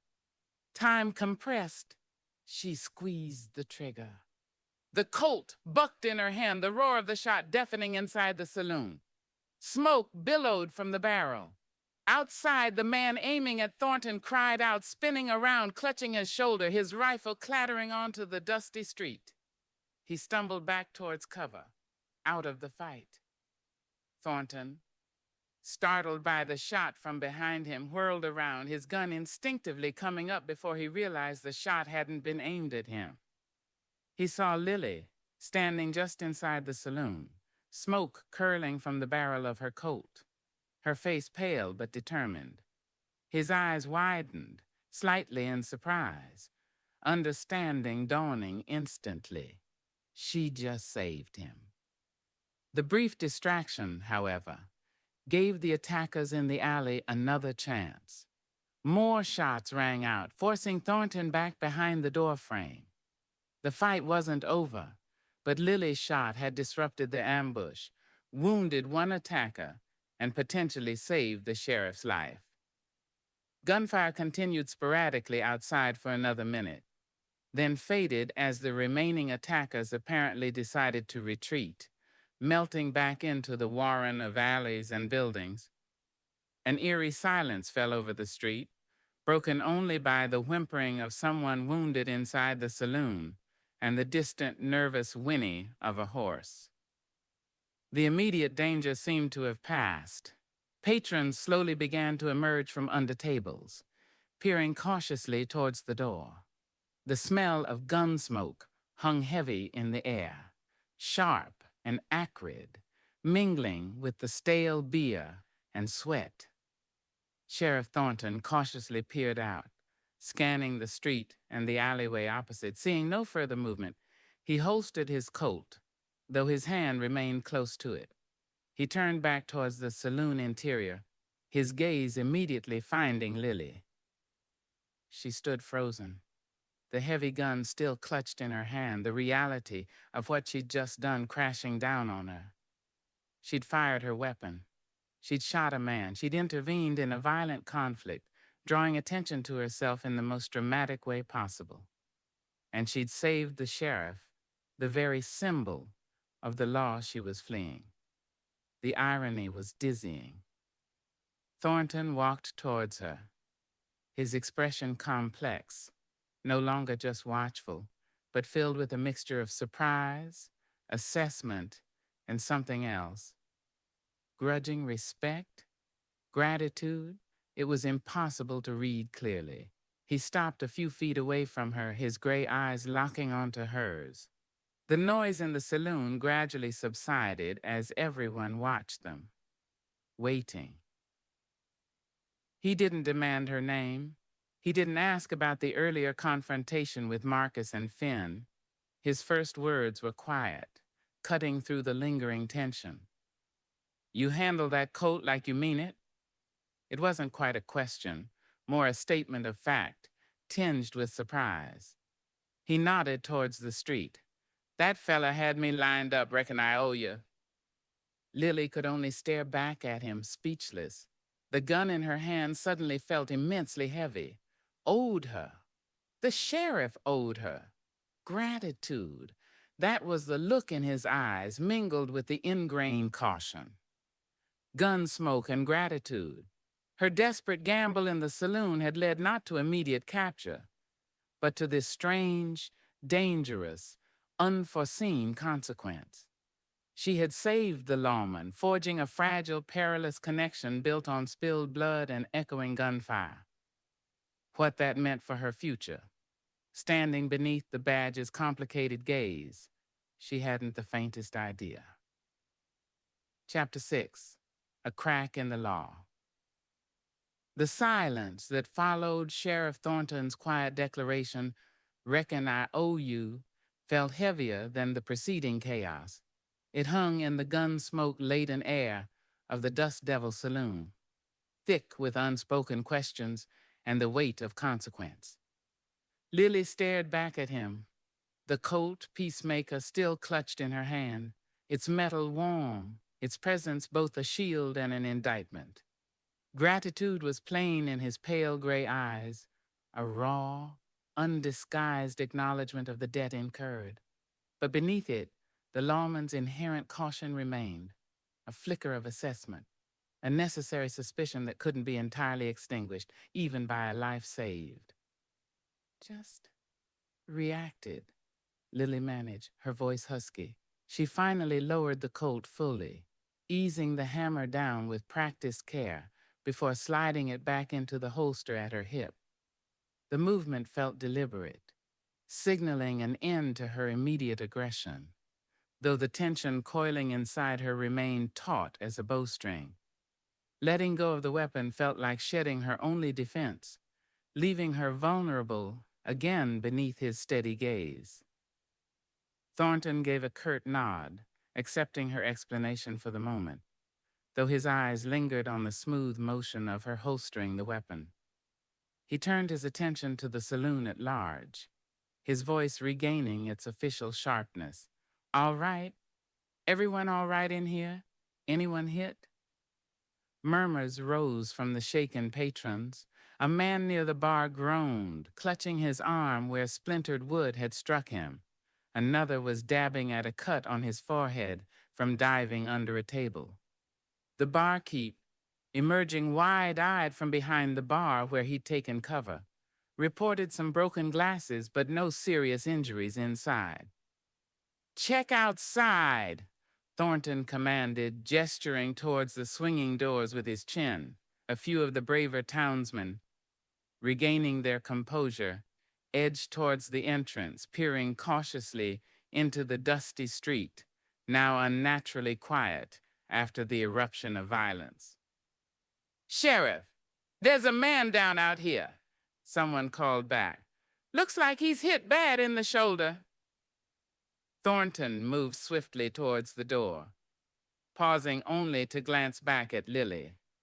"Don't go anywhere, miss," he said, his tone leaving no room for argument. It wasn't a request.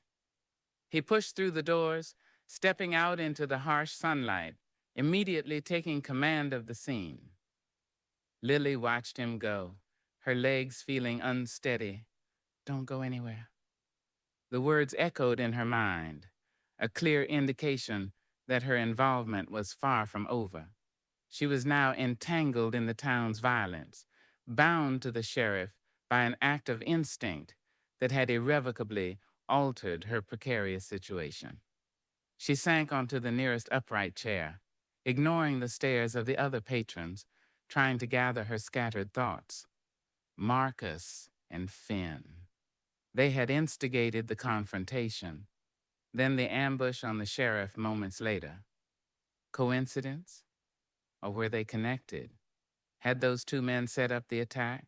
Or was it unrelated trouble drawn to Thornton simply because he wore the badge? Her mind raced, trying to piece together fragments, sensing a deeper danger beneath the surface. Outside, Thornton's voice could be heard, calm and authoritative, directing the townsmen. "Get Doc Finley. Someone fetch water. Check that alleyway, see if they left anything behind. You two cover the ends of the street, keep folks back." Lily could picture him, standing tall amidst the dust and confusion, his presence a bulwark against the chaos. He moved with purpose, examining the wounded man, the one she had shot, ensuring he was attended to, then scanning the ground, looking for spent cartridges, tracks, any clue left by the vanished attackers. He was methodical, thorough, the kind of lawman who wouldn't let things go easily. Martha suddenly appeared at Lily's side, her face etched with worry. She placed a trembling hand on Lily's shoulder.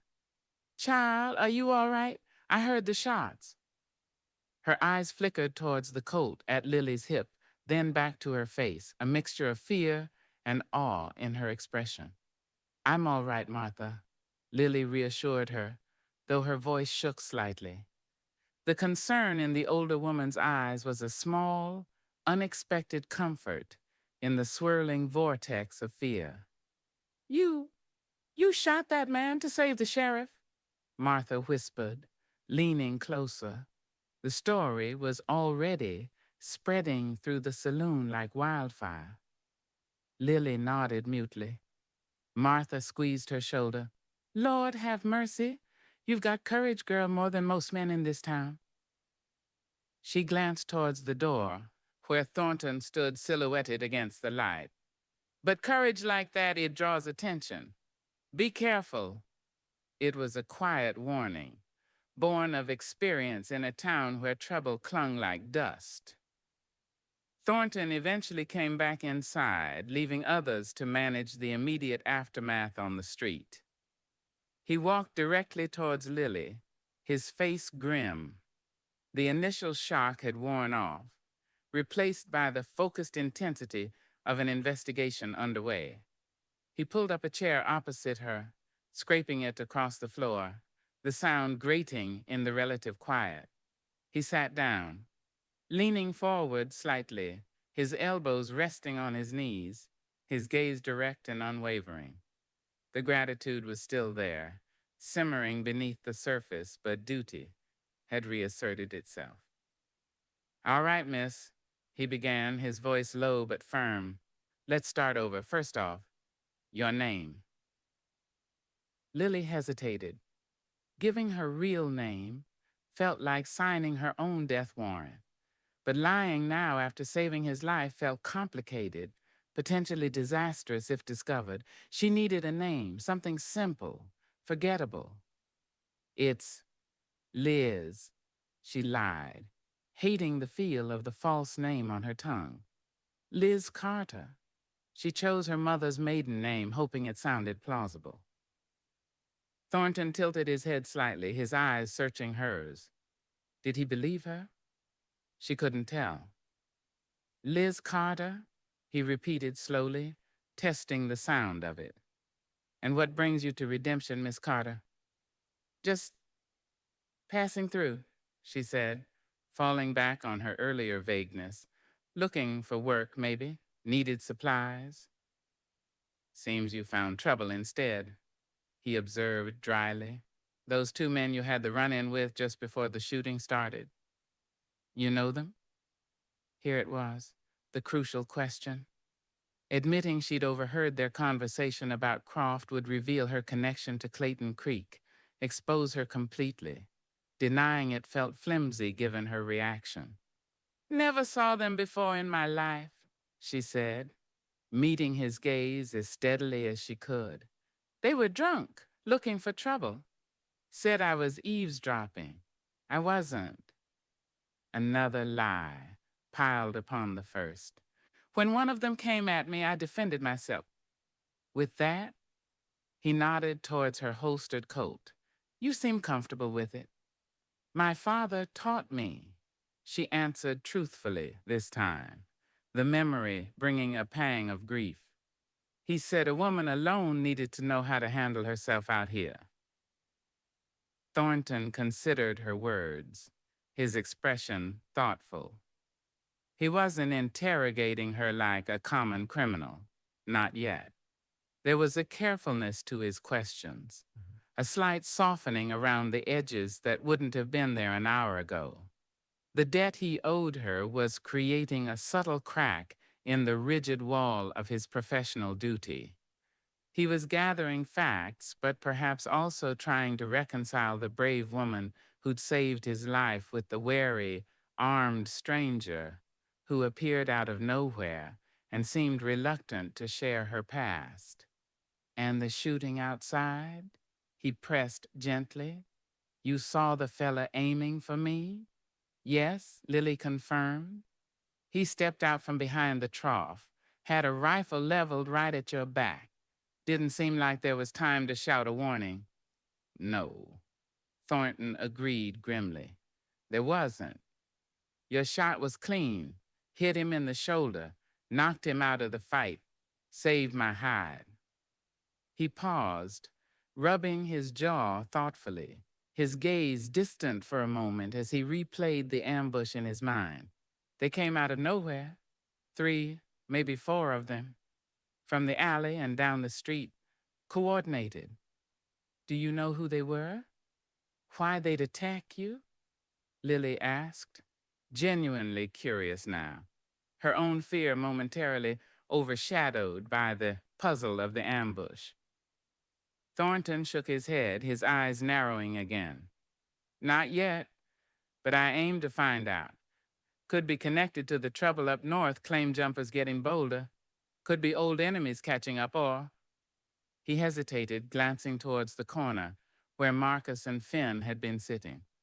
Could be related to your friends leaving in such a hurry right before the fireworks started. Lily felt a chill despite the room's warmth. He suspected a connection, too. If Marcus and Finn were involved in the ambush, and they knew about her and Croft, then the attack wasn't just on the sheriff. It was indirectly linked to her own perilous situation. The net felt tighter than ever. Whoever they were, Thornton continued, bringing his focus back to her. They knew what they were doing, and they might not be finished, especially now that one of their own is wounded, likely captured. He leaned forward again, his voice dropping lower. Which brings me back to you, Miss Carter. You stepped into something dangerous here. Those men you tangled with inside, if they were connected to the ambush, they won't take kindly to you interfering, or to you hearing whatever it was you weren't supposed to hear. Lily's heart pounded. He saw the danger clearly. He didn't fully believe her denial about eavesdropping. You saved my life, Thornton stated, the words carrying immense weight. That's not something I forget, And it means I feel a certain responsibility. Can't guarantee your safety if you ride out alone right now, not if those men are still around or if their friends are looking for payback. Lily looked at him, trapped. Was this genuine concern or a way to keep her under his thumb, under observation, until he figured out who she really was? Probably both. The crack in the law wasn't just about his gratitude. It was about the messy intersection of personal debt and official duty, creating a gray area where neither fully applied. I understand you're just passing through, he went on, a hint of irony touching his lips, but I'd take it kindly if you'd consider staying put, here in Redemption, at least for a day or two, until we figure out who is behind this ambush and what their game is for your own protection. He held her gaze, letting the implication hang in the air. It was an offer couched as advice, a request backed by the authority of the badge and the unspoken weight of the life she had saved. Refusing would be difficult, suspicious even. Accepting meant staying voluntarily imprisoned under his watchful eye. I suppose I could stay, Lily heard herself say, the words feeling forced, inevitable. Just until things settle down. A flicker of relief, or perhaps satisfaction, crossed Thornton's face, quickly masked. Good. Martha's place is safe enough for now. Keep your door locked. And keep that Colt handy. Seems you know how to use it. He pushed his chair back and stood up, towering over her for a moment. I need to deal with our wounded prisoner and get some answers. You hear or see anything else, anything related to those two men from earlier, you come find me, directly. Understand? Yes, Sheriff, Lily murmured, lowering her eyes. He gave her one last long look, the complex mix of gratitude, suspicion, and newfound responsibility swirling in his gray eyes. Then he turned and strode out of the saloon, leaving Lily alone at the table, the half-finished beer forgotten, the weight of her false name and the sheriff's protective custody settling upon her like a shroud. She had shot a man, saved the law, and in doing so, had perhaps sealed her own fate, trapping herself in the very place she needed to escape, caught in the widening crack in the law created by a moment of gun smoke and gratitude. The whispers of the townsfolk felt like eyes on her back, and the silence, left by the sheriff's departure, felt more dangerous than the earlier noise. Chapter 7. Shadows lengthen between them. The thin mattress felt lumpier than before, the small room under the eaves more confining. Lily sat on the edge of the cot, staring at the rough wooden floorboards, the echo of gunfire still ringing faintly in her ears, overlaid by the sheriff's quiet, deliberate words. Don't go anywhere, miss. It wasn't just the physical confinement that chafed, but the invisible tether that now bound her to this town, to him. A tether forged in violence, strengthened by his acknowledgement of debt and tightened by his insistence on her staying for her own protection. Protection. The word tasted like ashes in her mouth. Was she truly safer under the watchful eye of Sheriff Jake Thornton, the embodiment of the law she was evading? Or had she merely traded the open danger of the trail for the gilded cage of his scrutiny? Every instinct screamed that she was a fool to stay, to trust even the fragile shield his gratitude offered. He was a lawman. His duty was to justice, or at least the version of it dictated by wanted posters and accusations whispered on the telegraph wires. Sooner or later, the truth about Lily Blackwood would likely reach redemption if it hadn't already. And then what? Would the debt he felt he owed her outweigh the demands of his badge? She couldn't afford to gamble on the answer.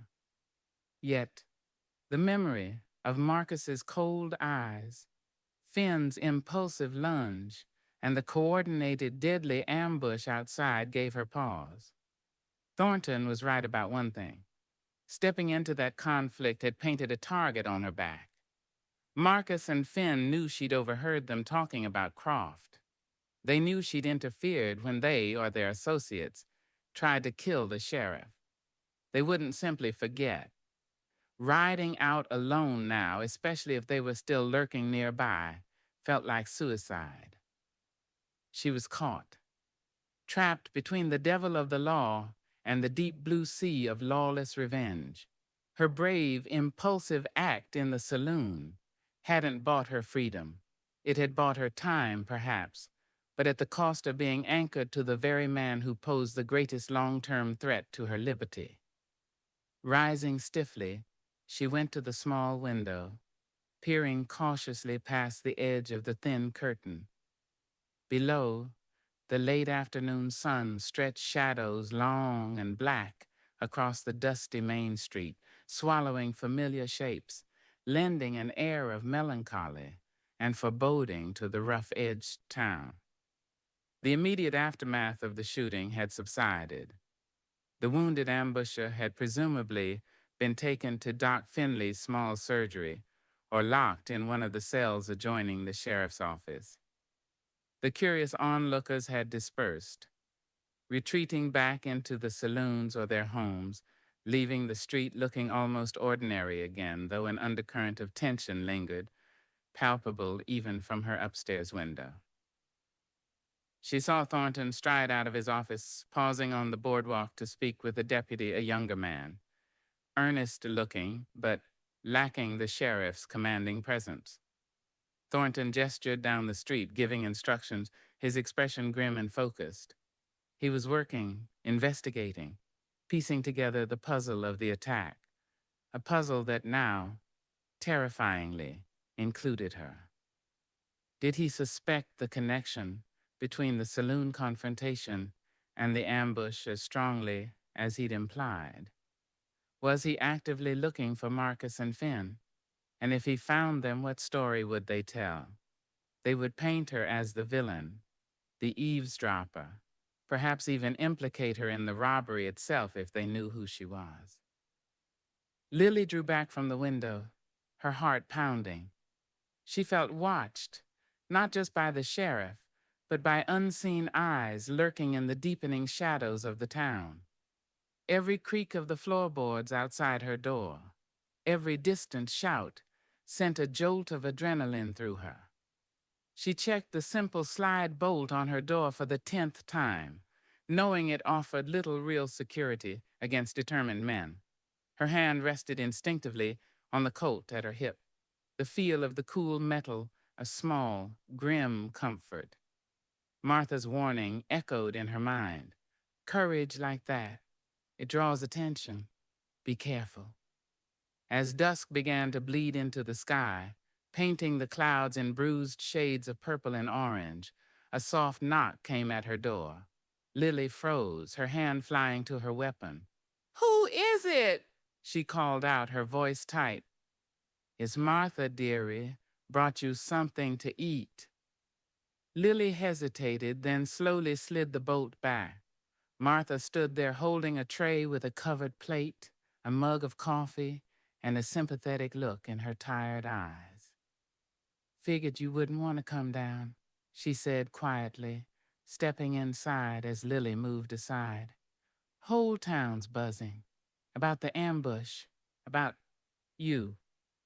She set the tray down on the small, rickety table near the washstand. The smell of stew filled the small room, rich and savory. Lily realized she was ravenously hungry, the adrenaline wearing off, leaving a hollow ache. "Thank you, Martha. You didn't have to." "Nonsense." Martha waved a dismissive hand, but her eyes were kind. "Girl needs to eat, especially after—" She didn't finish the sentence, just shook her head slowly. "Sheriff Thornton stopped by earlier. Asked me to keep an eye out. Make sure you were all right. Said you'd be staying on for a bit." Lily's stomach tightened. So he was ensuring her cage was secure, asking Martha to watch her. He seems, concerned, Lily offered cautiously. He's a good man, Jake Thornton, Martha said, lowering her voice slightly. Took this job a few years back after the last sheriff got himself killed trying to clean things up. And Thornton? He's steadier, fair, doesn't look for trouble, but he doesn't back down from it neither. Takes his duties serious. She paused, looking directly at Lily. Takes debt serious too, I reckon. You did him a mighty service today. He won't forget it. He might wish he could once he finds out who I really am, Lily thought bitterly, but she only nodded to Martha. Thank you for the food and for everything. Martha patted her arm gently. You get some rest, child. Lock your door. She slipped back out, closing the door quietly behind her. Lily slid the bolt home again, the sound echoing the locking of her own trap. She ate the stew mechanically, finding it surprisingly delicious, the warmth spreading through her. But the food did little to ease the cold dread settled deep in her gut. Thornton was fair, dutiful, and remembered his debts, a complex combination that made him utterly unpredictable where she was concerned.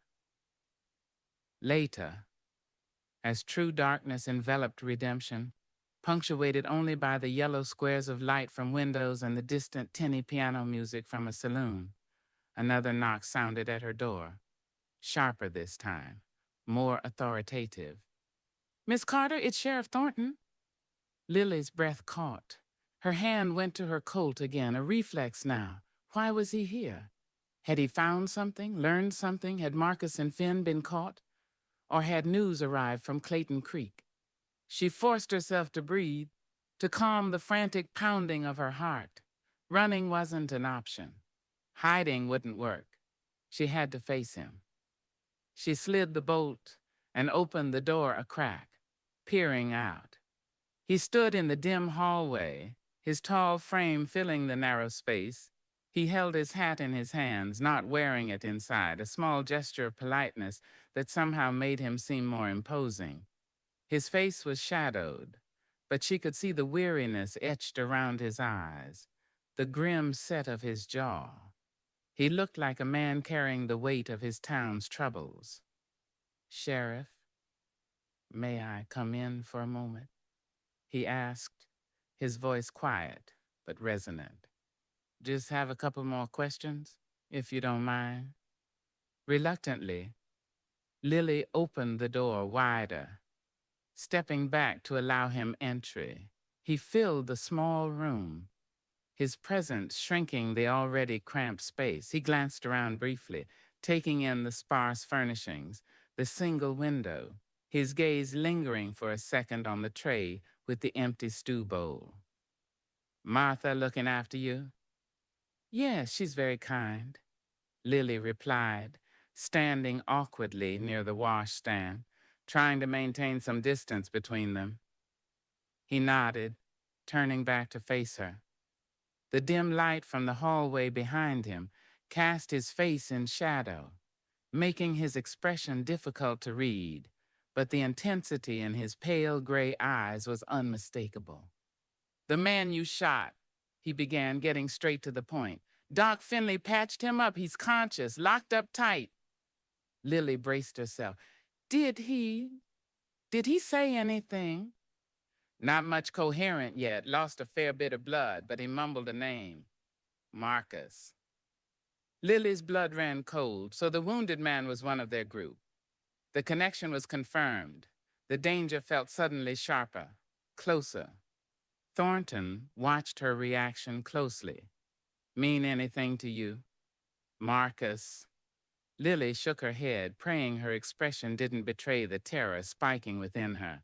No, Sheriff, never heard the name before. Another lie, heavy and suffocating. He held her gaze for a long moment, his eyes probing, searching. She felt stripped bare beneath that scrutiny, convinced he could see the frantic pulse beating in her throat, the lie shimmering in her eyes, but he didn't call her on it. He merely gave a slow nod as if filing the information away. "This Marcus," Thornton continued, his tone deceptively casual, "the one who had the disagreement with you earlier. Him and his friend Finn, they seemed to have vanished, asked around town. No one seen hide nor hair of them since they left the saloon right before the ambush. Maybe they just rode on," Lily suggested, trying to sound hopeful, unconcerned. "Maybe," Thornton conceded, though his tone suggested he didn't believe it for a second. Or maybe they realized redemption got a little too hot for them.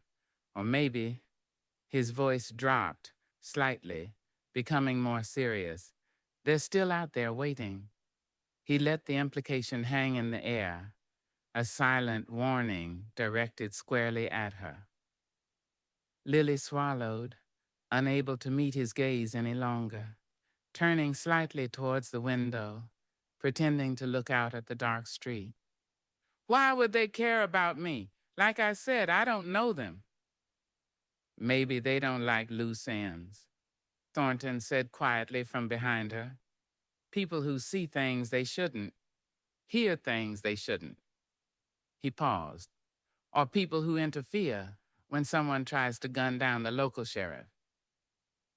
She could feel his eyes on her back, steady and penetrating. He knew she was lying about not hearing anything. He knew she was more involved, more knowledgeable than she admitted. The debt he owed her was warring with his instincts, his training, the evidence of his own eyes and ears. The crack in the law wasn't just a metaphor. It was a tangible thing, widening between them, filled with unspoken truths, dangerous secrets, and the heavy weight of his gratitude clashing with his duty. "You handle that colt," he said, changing tack slightly, his voice softer now, almost musing. "Better than most men I've seen. Takes practice, takes nerve." He wasn't asking a question, but inviting an explanation, probing gently into the past she was so desperate to keep hidden. Lily turned back to face him, forcing herself to meet his eyes. "Like I said, Sheriff, my father taught me. He believed in being prepared."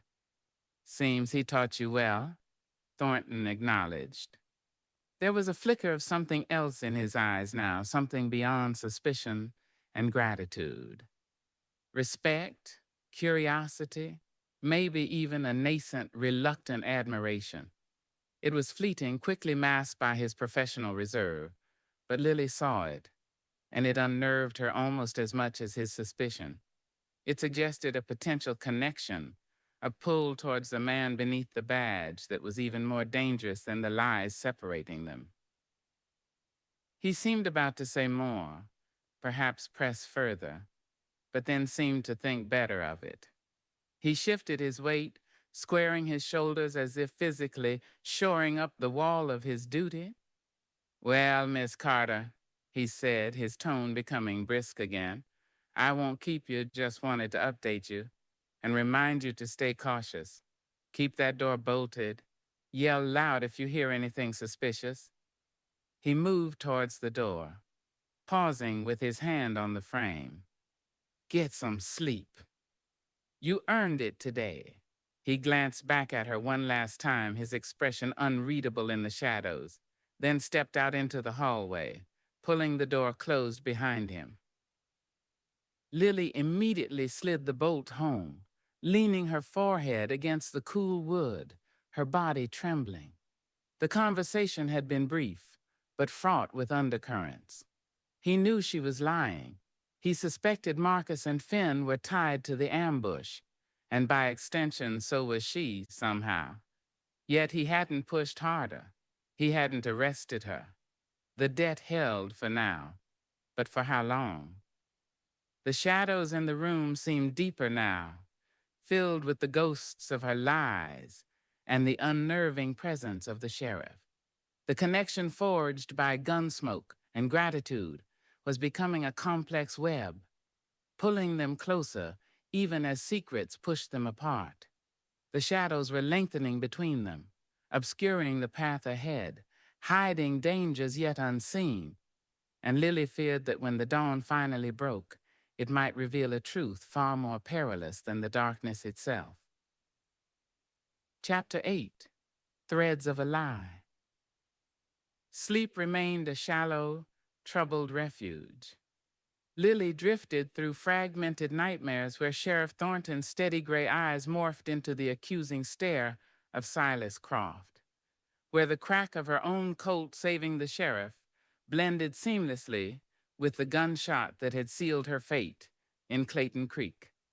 She woke often, heart pounding, the thin walls of her room seeming to press in, amplifying every creak from the building, every distant shout from the street, transforming them into imminent threats. The bolt on her door, once a small comfort, now felt like the pin holding a deadfall trap, waiting for the slightest pressure to release disaster upon her. Dawn broke reluctantly, filtering gray and uncertain through the grimy window pane. The air held a deceptive coolness that Lily knew would soon burn off, replaced by the familiar oppressive heat and dust. Another day trapped in redemption, another day living under the shadow of the badge and the weight of her own multiplying lies. Liz Carter? The name felt foreign, clumsy on her tongue even in the privacy of her own thoughts. It was a flimsy shield, easily punctured, yet it was all she had. She rose, the familiar aches settling into her bones, a physical manifestation of the constant tension knotting her muscles, the routine of washing her face in the cool water from the pitcher, braiding her hair, checking her dwindling supply of coins tucked away in the hidden pouch. It all felt hollow, performed by rote, while her mind raced along the same frantic circular paths. Thornton knew she was lying about who she was, about what she'd heard in the saloon, possibly even about her destination. His quiet persistence, the way his gaze lingered, the seemingly casual questions laced with probing intent, it was all designed to unravel her. And the debt, that damnable, complicated debt. It bought her his protection, such as it was, but it also seemed to grant him a certain right to pry, to investigate the woman whose quick thinking and steady hand had saved his life. He wasn't just the law investigating a stranger anymore. There was something personal tangled in it now, a thread of connection woven amidst the deceit, making everything far more dangerous. What would happen when his duty inevitably clashed with that sense of obligation? Or worse, when the respect she'd glimpsed fleetingly in his eyes turned to disgusted betrayal upon discovering the fugitive hiding behind Liz Carter? Martha brought breakfast coffee, biscuits, and a slab of fried salt pork, her expression kind but questioning. The whole town knew the sheriff had insisted the strange woman stay under his protection. They knew she'd been involved in the shootout. Lily was no longer anonymous. She was a curiosity, a subject of speculation whispered over store counters and saloon bars. She ate quickly, avoiding Martha's sympathetic but probing gaze, and murmuring her thanks and retreating back into the dubious sanctuary of her room. Restlessness gnawed at her. Pacing the confines of the small space only amplified her feeling of being caged. She needed air, needed space, needed information. Were Marcus and Finn truly gone? Had the wounded prisoner revealed anything more? Was Thornton making progress, or was the trail cold? Every unknown variable felt like another potential threat aimed directly at her. Cautiously, she peered out the window again. The town was fully awake now. Wagons rumbled past. Horses were hitched and unhitched. Men hurried about their business or idled on the boardwalks. Life went on, seemingly oblivious to the undercurrents of violence and suspicion. She saw the sheriff's deputy cross the street, heading into the telegraph office. Was news coming in or going out?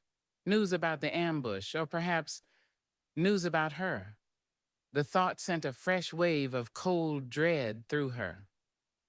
She watched Thornton emerge from his office, conferring again with the deputy, as the young man came out of the telegraph building holding a slip of paper. Thornton read it, his expression unreadable from this distance, then folded it carefully and tucked it into his vest pocket. He scanned the street, his habitual survey seeming more pointed today, his gaze lingering on the doorway of Martha's kitchen below Lily's window. Did he know she was watching?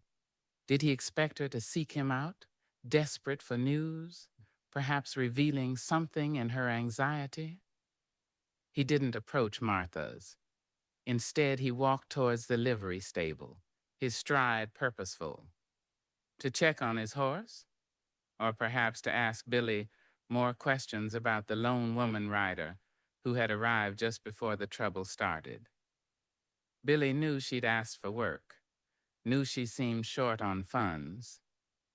How much had the stable boy deduced or gossiped about? Lily drew back from the window, her breath catching.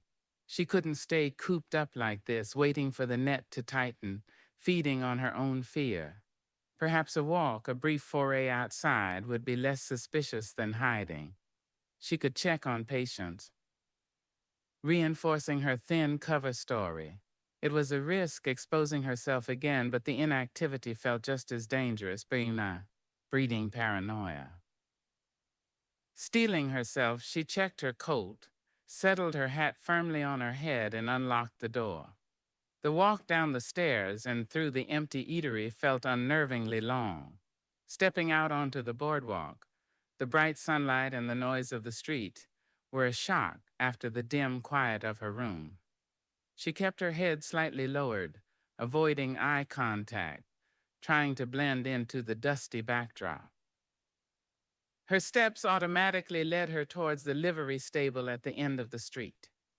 The smell of hay and horses was familiar, grounding.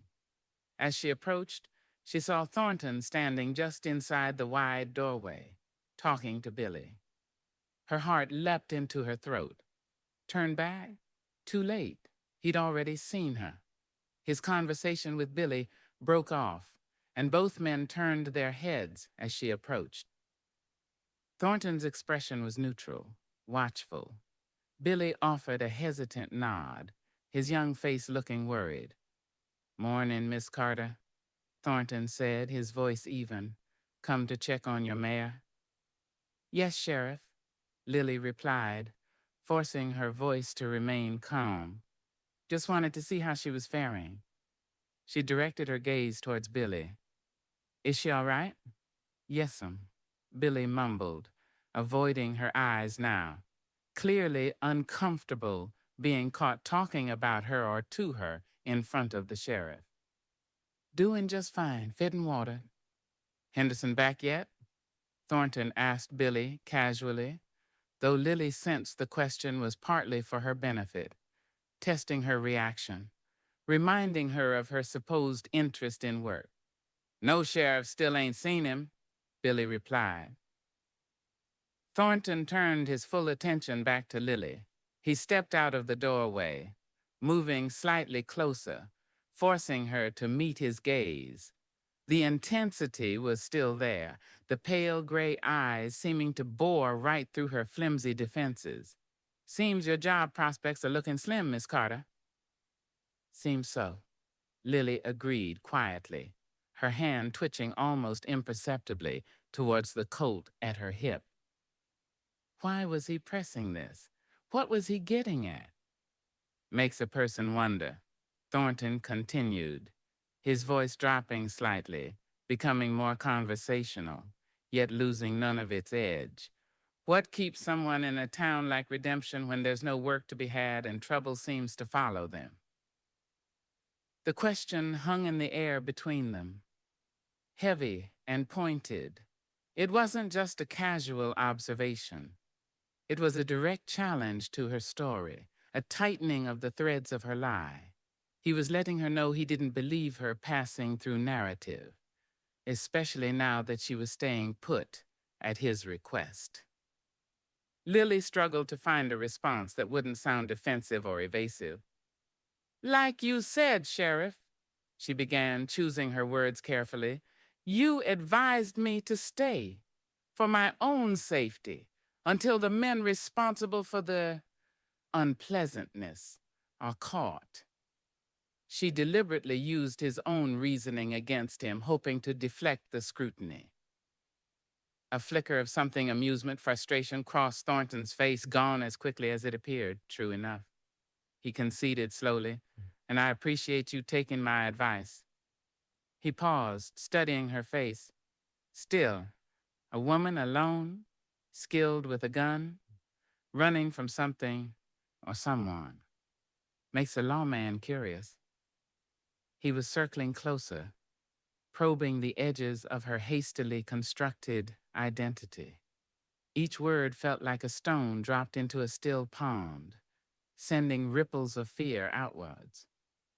Everyone's running from something out here, Sheriff, Lily countered, trying a different tack, appealing to the harsh realities of the frontier they both inhabited. Regrets, bad luck, mistakes made doesn't always mean they broke the law. His gaze sharpened at the word mistakes. Sometimes it does, he said softly. Sometimes mistakes have names like bank robbery, like murder.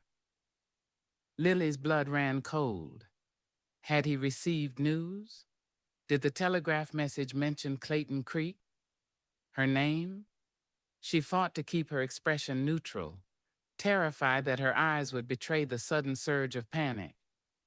She stared back at him, trying to project innocence or at least ignorance. I wouldn't know anything about that, Sheriff, she said, her voice remarkably steady despite the tremor threatening to take hold.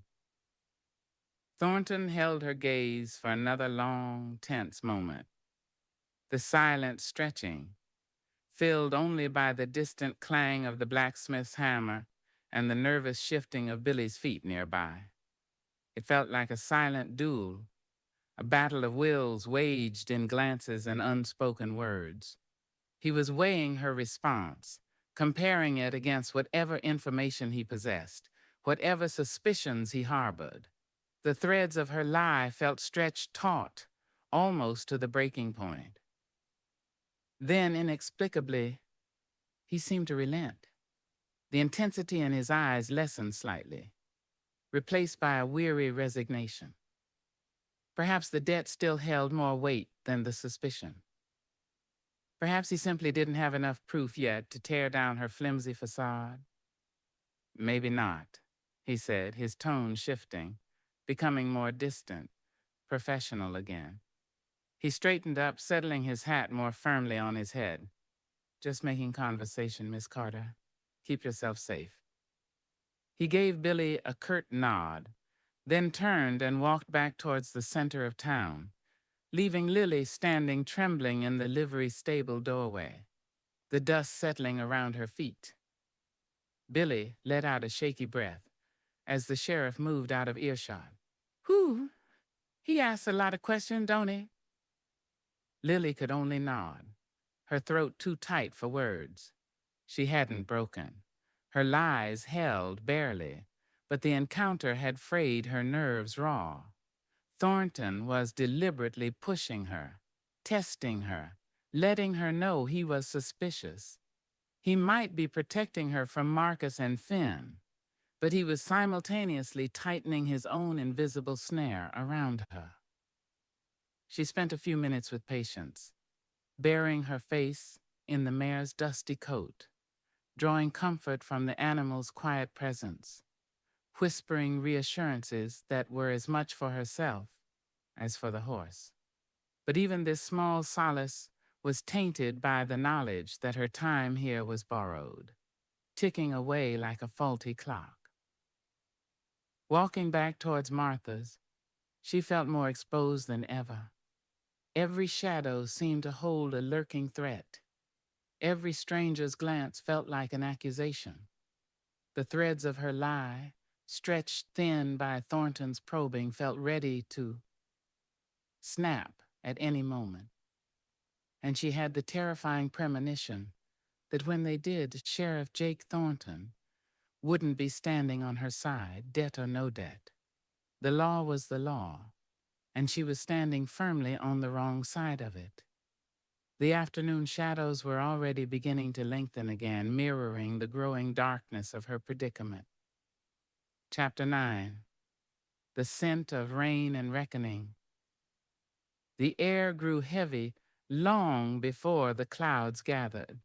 A thick, sullen stillness settled over redemption, pressing down like a physical weight, mirroring the suffocating tension within Lily's own chest. The relentless sun, usually a blinding tyrant in the pale sky, seemed hazed over, its light diffused, casting a strange yellowish pallor over the dusty street and weathered buildings. Even the usual raucous sounds of the town felt subdued. The clang from the blacksmith's forge less energetic, the laughter from the saloons carrying a brittle edge. Or perhaps it was only Lily's heightened senses, stretched taut by fear and sleeplessness, that perceived the shift. She remained in her room through the long afternoon, the encounter with Sheriff Thornton at the livery replaying endlessly in her mind. Makes a lawman curious. Sometimes mistakes have names, like bank robbery, like murder. He hadn't accused her outright, hadn't produced proof, but he had laid his suspicion bare, dangling it before her like a hangman's noose. He knew she was more than Liz Carter, the transient looking for work. He was circling, patiently, deliberately, waiting for her lies to unravel. And what of Marcus and Finn? Had they truly vanished? Or were they lurking, watching her, waiting for an opportunity? Thornton's warning about them still echoed. They won't take kindly to you interfering. The thought sent a fresh chill down her spine, despite the oppressive heat building in the small room. She was trapped between the relentless pressure of the law and the unseen threat of those who operated outside it, the men connected to Silas Croft, the men who knew the truth about Clayton Creek. Restlessness finally drove her out again as the afternoon began to wane. She couldn't bear the confinement, the feeling of waiting passively for discovery or attack. She needed to move, to breathe air that wasn't thick with her own fear. Maybe a quick trip to the general store, a small purchase soap, perhaps, a luxury she hadn't afforded herself in weeks, something to justify being out, to maintain the thin veneer of normalcy. As she stepped onto the boardwalk, a change was undeniable. The wind had picked up, gusting fitfully down the main street, swirling dust devils that danced and dissipated like angry ghosts. It carried a different scent now, not just the usual dust and wood smoke and stale beer, but something cooler, cleaner, sharper, the unmistakable smell of impending rain on dry earth. Far to the west, over the jagged peaks of the mountains that framed the town, the sky had darkened dramatically. Heavy, bruise-colored clouds were massing, rolling towards redemption like an invading army, their underbellies flickering with distant, silent lightning. The townsfolk seemed to sense the shift, too. People moved with more urgency, securing shutters, leading horses towards shelter, casting anxious glances towards the darkening sky. Frontier storms could be sudden and violent, unleashing flash floods and destructive winds. There was a hurried energy now, a communal preparation for the coming onslaught. Lily pulled her hat down tighter, shielding her eyes against the stinging dust kicked up by the rising wind. She kept her head down, walking quickly towards the general store, hoping to make her purchase and retreat before the storm broke, and before she encountered Thornton again. His presence felt like a physical weight on the town, his gaze potentially everywhere. The bell above the general store door jingled as she entered. The same portly shopkeeper behind the counter, his spectacles perched on his nose. He nodded curtly, his eyes lingering on her for a moment longer than necessary, reflecting the town's awareness of her unique, precarious position. She ignored it, moving quickly to find a small bar of plain soap, her fingers trembling slightly as she placed it on the counter along with a coin. "Looks like we're in for a real blow," the shopkeeper remarked, making change slowly, his gaze drifting towards the windows where the sky outside grew increasingly ominous. "Hope you got a solid roof over your head, miss." "Martha's place seems sturdy enough," Lily murmured, pocketing the change and the soap, eager to leave. As she turned, the door opened again, and Sheriff Thornton stepped inside, bringing a swirl of dust and the damp scent of the charged air with him. He stopped short upon seeing her, his presence instantly filling the small space, the air crackling with the unspoken tension between them. He'd clearly come in seeking supplies before the storm hit, perhaps lamp oil or cartridges. His gray eyes met hers across the cluttered store. There was no surprise in his expression this time, only that same steady, watchful assessment. He nodded a curt acknowledgement. "Miss Carter?" "Sheriff," Lily replied, her voice barely a whisper. She tried to move past him towards the door, desperate to escape the confines of the store and his proximity. But just as she reached the doorway, the storm seemed to decide its waiting was over. The wind howled suddenly, rattling the windows in their frames.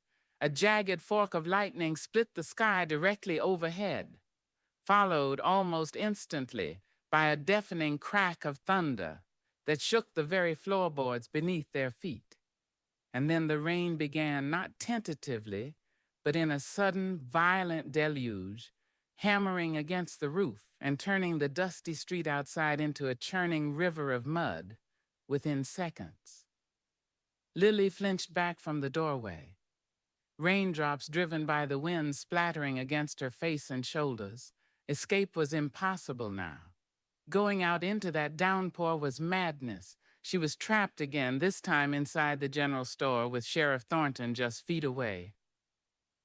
The shopkeeper muttered something about checking his back shutters and disappeared into a storeroom, leaving Lily and Thornton effectively alone amidst the shelves of dry goods, the roar of the storm outside isolating them. The air inside felt thick, charged not just by the electricity outside, but by the unspoken conflict and undeniable connection between them. Thornton moved towards the front window, peering out at the tempest obliterating the street. Rain lashed against the glass, driven by the furious wind. "Came on fast," he commented, his voice low, almost drowned out by the storm's fury. "Likely wash out the North Road if this keeps up."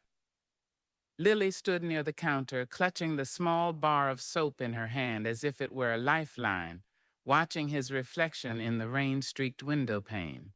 His tall frame, the set of his shoulders, the way he surveyed the storm with a grim familiarity. He was a part of this landscape, weathered and resilient like the mountains themselves. Unlike her, an outsider, constantly fighting against the elements, both natural and man-made. He turned from the window, his gaze finding hers again in the dim light of the store. The flickering lamplight cast shadows across his face, highlighting the lean planes, the faint scar on his cheekbone, the unwavering intensity of his eyes. "Got that prisoner talking a bit more?" he said suddenly, his voice calm, conversational, yet every word felt freighted with significance. He watched her closely for any reaction. The one you winged, name's Pike. Seems he and his friends weren't too happy about me poking around some missing freight shipments. Lily kept her expression carefully blank, though her mind raced. Missing freight. Was that connected to the bank robbery? To Croft? Or was it a separate matter entirely? The reason Marcus and Finn were laying low here. The reason they'd risk ambushing the sheriff. Freight? She echoed, feigning simple curiosity. Aye. Stuff gone missing between here and Clarendon. Supplies mostly, but valuable. Some folks reckon it's just opportunistic bandits. He paused, letting his words sink in. Others think it's more organized. Pike wasn't specific, but he confirmed his partner was Marcus, and he seemed mighty agitated when I mentioned I'd had a visitor asking questions about Clayton Creek just yesterday. Lily's breath caught. Clayton Creek. He dropped the name deliberately. A calculated test. He was weaving the threads together, the ambush, the missing freight, Marcus and Finn, Clayton Creek and her, the mysterious woman who appeared just as things boiled over. Clayton Creek? She asked, forcing a puzzled frown. Is that down south? Where Billy at the livery mentioned there'd been trouble? She clung to her pretense of ignorance, hoping it sounded convincing. Thornton didn't answer directly. He took a step closer, the space between them shrinking. He lowered his voice further, the roar of the rain outside creating a strange intimacy. Pike also mentioned Marcus was waiting on word from a man named Croft. Croft. The name hit Lily like a physical blow. He knew. He had the connection. Silas Croft, Marcus, Pike, the ambush, and her, the girl Croft had framed. It all pointed back to Clayton Creek, back to the robbery. Her carefully constructed lies crumbled around her, leaving her exposed, defenseless under his knowing gaze. She couldn't speak, couldn't breathe. Panic clawed at her throat. This was it, the reckoning. He knew who she was, or at least he knew enough to connect the dots. She braced herself for the accusation, for the cold click of handcuffs, for the finality of the law catching up to her. But Thornton didn't make the accusation. He just watched her, his expression unreadable, perhaps waiting for her to break, to confess. The silence stretched, filled only by the drumming rain and the frantic pounding of Lily's own heart. Why wasn't he arresting her? Was the debt still holding him back, or did he need more? A confession? Hard proof? The storm raged outside, mirroring the tempest inside Lily. Rain sluiced down the window panes, blurring the outside world into indistinct shapes. Thunder rattled the building again, closer this time. In the dim, flickering light of the store, trapped by the storm, facing the man who held her fate in his hands, Lily felt utterly cornered. Seems like a lot of trouble follows certain names, Sheriff, she finally whispered, her voice trembling slightly. It wasn't a confession, but it wasn't a denial either. It was a deflection, born of desperation. Thornton's gaze softened just for an instant, the lawman's sternness momentarily replaced by something more complex weariness, perhaps even a hint of sympathy. Or maybe it was just a trick of the flickering light. It does, he agreed quietly. And sometimes the trouble ain't entirely of a person's own making. He held her gaze for another long moment, a silent acknowledgement passing between them, an acknowledgement of the complexities, the lies, the danger they were both navigating. He knew she was lying, and she knew he knew. Yet he hadn't acted. Not yet. He turned abruptly, picking up a can of lamp oil from a nearby shelf. Best wait out the worst of it here, he said, his voice regaining its professional distance. He walked towards the counter, seemingly ready to wait for the shopkeeper's return, putting a physical space between them again, breaking the fragile, dangerous intimacy forced by the storm. Lily leaned back against the shelves, her legs weak. The immediate crisis had passed, but the confrontation had changed everything. He knew about Croft. He connected her to Clayton Creek. The reckoning hadn't fully arrived, but she could smell it in the air, as sharp and clean and unavoidable as the scent of the rain that now soaked the thirsty land outside. The storm might pass, but the tempest gathering around Lily Blackwood and Sheriff Jake Thornton was just beginning. Chapter 10. A Stranger Rides In. The storm passed as abruptly as it had arrived, leaving redemption cleansed and glistening in its wake. The afternoon sun, breaking through the retreating clouds in the west, slanted low across the town, striking dazzling reflections from the puddles that stood inches deep in the rutted main street. The air, scrubbed clean of dust, smelled sharply of wet earth. Pine needles washed down from the foothills, and the damp, raw scent of soaked wood. Gutters overflowed, dripping musically onto the newly darkened boardwalks. The violent energy of the tempest had subsided, replaced by a peculiar quiet, the stillness of aftermath, broken only by the gurgle of water, seeking lower ground, and the distant rumble of thunder, echoing its retreat over the mountains. From her window, Lily watched the town slowly emerge, blinking into this transformed world. Men poked heads out of doorways, surveying the damage, a torn awning here, a scattered woodpile there. Down by the creek that ran behind the town, the water roared, brown and swollen, carrying debris downstream. Martha ventured out to sweep pooling water from her porch, her movements brisk, efficient. Life, momentarily paused by nature's fury, was cautiously resuming its rhythm.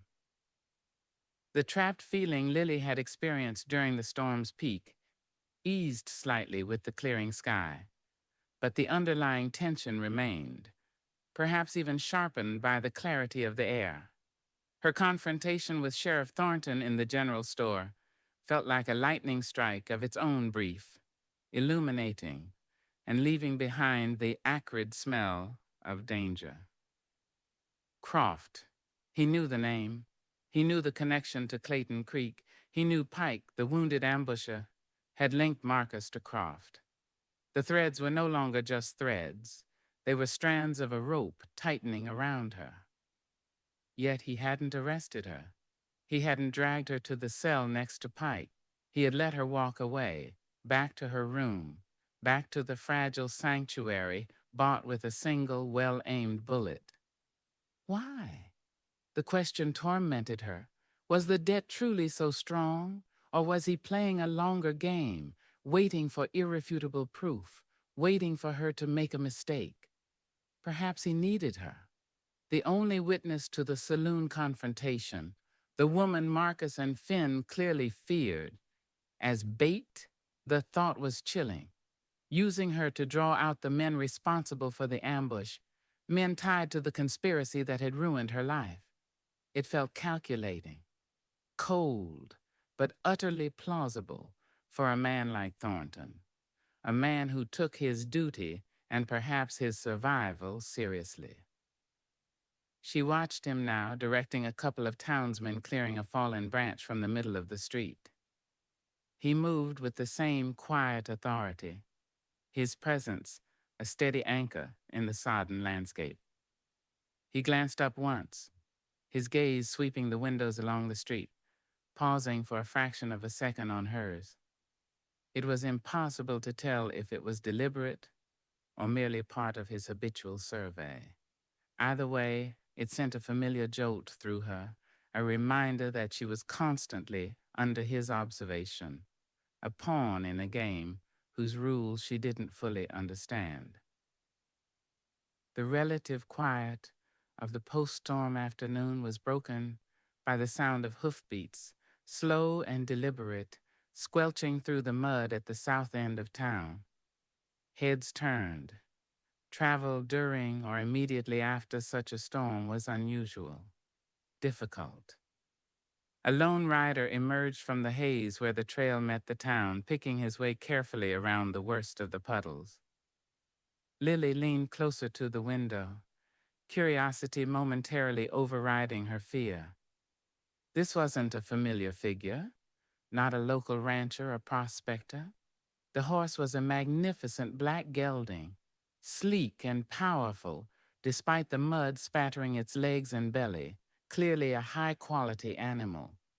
The rider sat tall and straight in an expensive-looking saddle, cutting a figure distinctly different from the usual dusty inhabitants of Redemption. He wore dark, well-tailored trousers, tucked into polished, high-heeled boots incongruous in the muddy street, suggesting he hadn't anticipated such conditions. A long, dark coat, damp from the rain but made of fine wool, hung open, revealing a crisp white shirt and a silk cravat, startlingly formal for this rough-edged town. His hat, wide-brimmed and black, was pulled low, shadowing his face, but Lily could see he was clean-shaven, with a sharp jawline. He carried himself with an air of quiet confidence, almost arrogance, his eyes scanning the town with a keen, appraising gaze that missed nothing. He looked utterly out of place, yet somehow perfectly comfortable being so. He didn't look like a bounty hunter. They usually affected a rougher, more intimidating look. He didn't look like a simple traveler, waylaid by the storm. There was something purposeful about him, something sharp and calculating in the way he surveyed the town, his gaze lingering on the sheriff's office, the saloons, the assayer's sign. Down below, Sheriff Thornton watched the stranger's approach, his own posture straightening, his hand drifting casually towards the Colt at his hip. The townsmen clearing the branch paused, leaning on their tools, watching the newcomer with open curiosity and suspicion. Strangers weren't uncommon, especially with the Silver Strike rumors, but this one felt different. His arrival right after the storm, right after the ambush and Thornton's probing questions, felt significant, ominous. The stranger drew rein near the center of the street, his horse shifting patiently in the mud.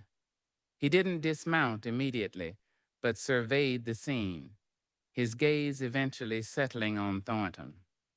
For a moment, the two men simply looked at each other across the muddy expanse, a silent assessment passing between them, the established law and the unknown element. Then the stranger swung down smoothly from the saddle, his movements precise despite the slick ground. He looped the reins loosely over the hitching rail outside the nearest saloon, the dust devil seemingly unconcerned about leaving such a fine horse unattended. He took off his hat, revealing dark, neatly combed hair, and a face that was perhaps handsome but marked by sharp intelligence, and eyes that seemed too knowing, too cynical for his apparent age, which Lily guessed to be somewhere in his late 30s or early 40s. He ran a hand through his hair, smoothing it back, before settling the hat back on his head. He walked directly towards Thornton, his polished boots sinking slightly into the mud, though he seemed oblivious. His stride was confident, almost challenging. "Sheriff Thornton, I presume?" the stranger asked, his voice cultivated, carrying easily despite the distance, a stark contrast to the rougher drawls common in Redemption. "That's right," Thornton replied, his tone neutral, watchful. He didn't offer his hand, didn't invite pleasantries. "And you are?" "The name's Vance," the stranger said, offering a thin, humorless smile that didn't reach his eyes.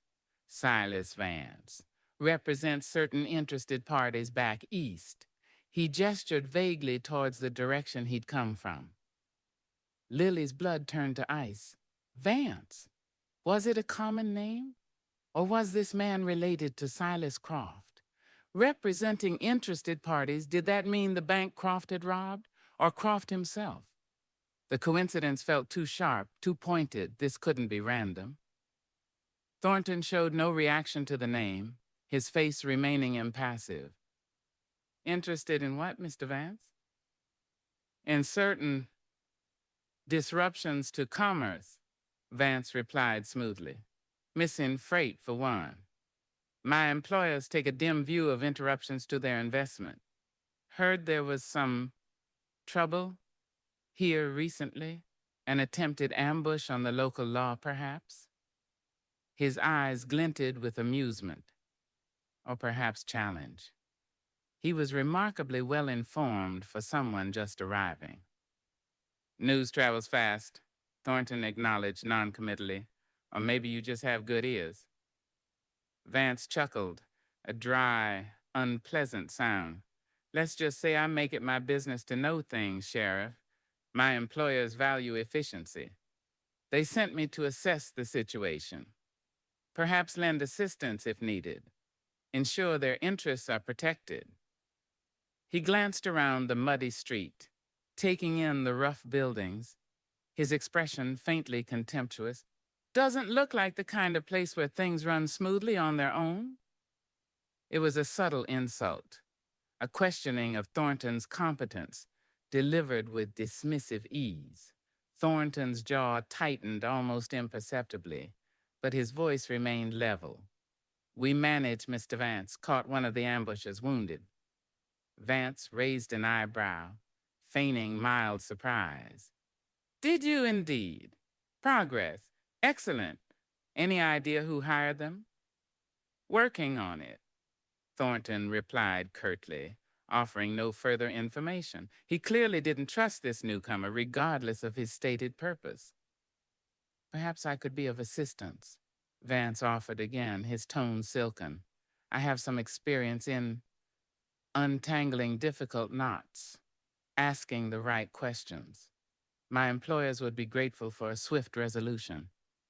He paused, his gaze flicking briefly, almost dismissively, towards the window where Lily stood half hidden. Had he seen her? Did he know who she was looking for? Sometimes, Vance continued, his eyes returning to Thornton, trouble follows specific individuals, runaways perhaps, people with things to hide. Lily flinched back from the window as if struck. It was too close, too specific. He was talking about her or testing Thornton, seeing if the sheriff knew about the fugitive from Clayton Creek. Thornton didn't rise to the bait. Trouble in these parts usually follows gold, Mr. Vance, or water, or women, same as anywhere else. He shifted his stance slightly, subtly asserting his authority on his own ground. Appreciate the offer of help, but right now I need to see to my town after this storm. You planning on staying long? As long as it takes, Vance replied easily. Need a room and somewhere decent for my horse, perhaps that establishment? He nodded towards Martha's kitchen, his eyes seeming to linger again on the upstairs window where Lily had been standing. Lily's heart pounded. Stay in the same building? Under the same roof, with this man who might be connected to Croft, who spoke in veiled threats and seemed to know far too much? Martha runs a clean place, Thornton said, his tone giving nothing away. Livery's down the street for your horse. He wasn't welcoming, wasn't offering assistance beyond basic information. He was maintaining distance, suspicion clear in his reserve. Excellent. Vance gave another thin smile. I suspect you and I will have more to discuss, Sheriff, once the mud settles. He gave Thornton a curt nod, then turned and walked with the same unhurried confidence towards Martha's kitchen, leaving Thornton standing alone in the middle of the street, watching him go with narrowed eyes. Lily watched Vance disappear inside the eatery below. A few moments later, she saw Martha gesture him towards the stairs leading up to the rooms, her room. Was there another vacant one, or would he be right next door? The proximity felt terrifying. Thornton remained outside for another minute, his gaze fixed on the door Vance had entered, his expression thoughtful, deeply troubled. He eventually turned, barking orders to the men still waiting by the fallen branch, resuming his duties. But the arrival of Silas Vance had clearly unsettled him, adding another layer of complexity and danger to an already volatile situation. Lily sank back onto her cot, trembling. Silas Vance, representing interested parties, asking about runaways, staying at Martha's. It felt like the final turn of the screw. He hadn't recognized her, she thought, not for certain, but his pointed comments, his lingering glances, suggested he knew someone like her might be here. Was he sent by Croft to track her down, to silence her before she could expose the truth? Or was he genuinely investigating the freight robberies, his path crossing hers by dangerous coincidence? Either way, his presence shifted the ground beneath her feet. Another watcher in redemption, another potential enemy, and one whose polished veneer and sharp eyes seemed infinitely more dangerous than the rough bluster of Marcus and Finn.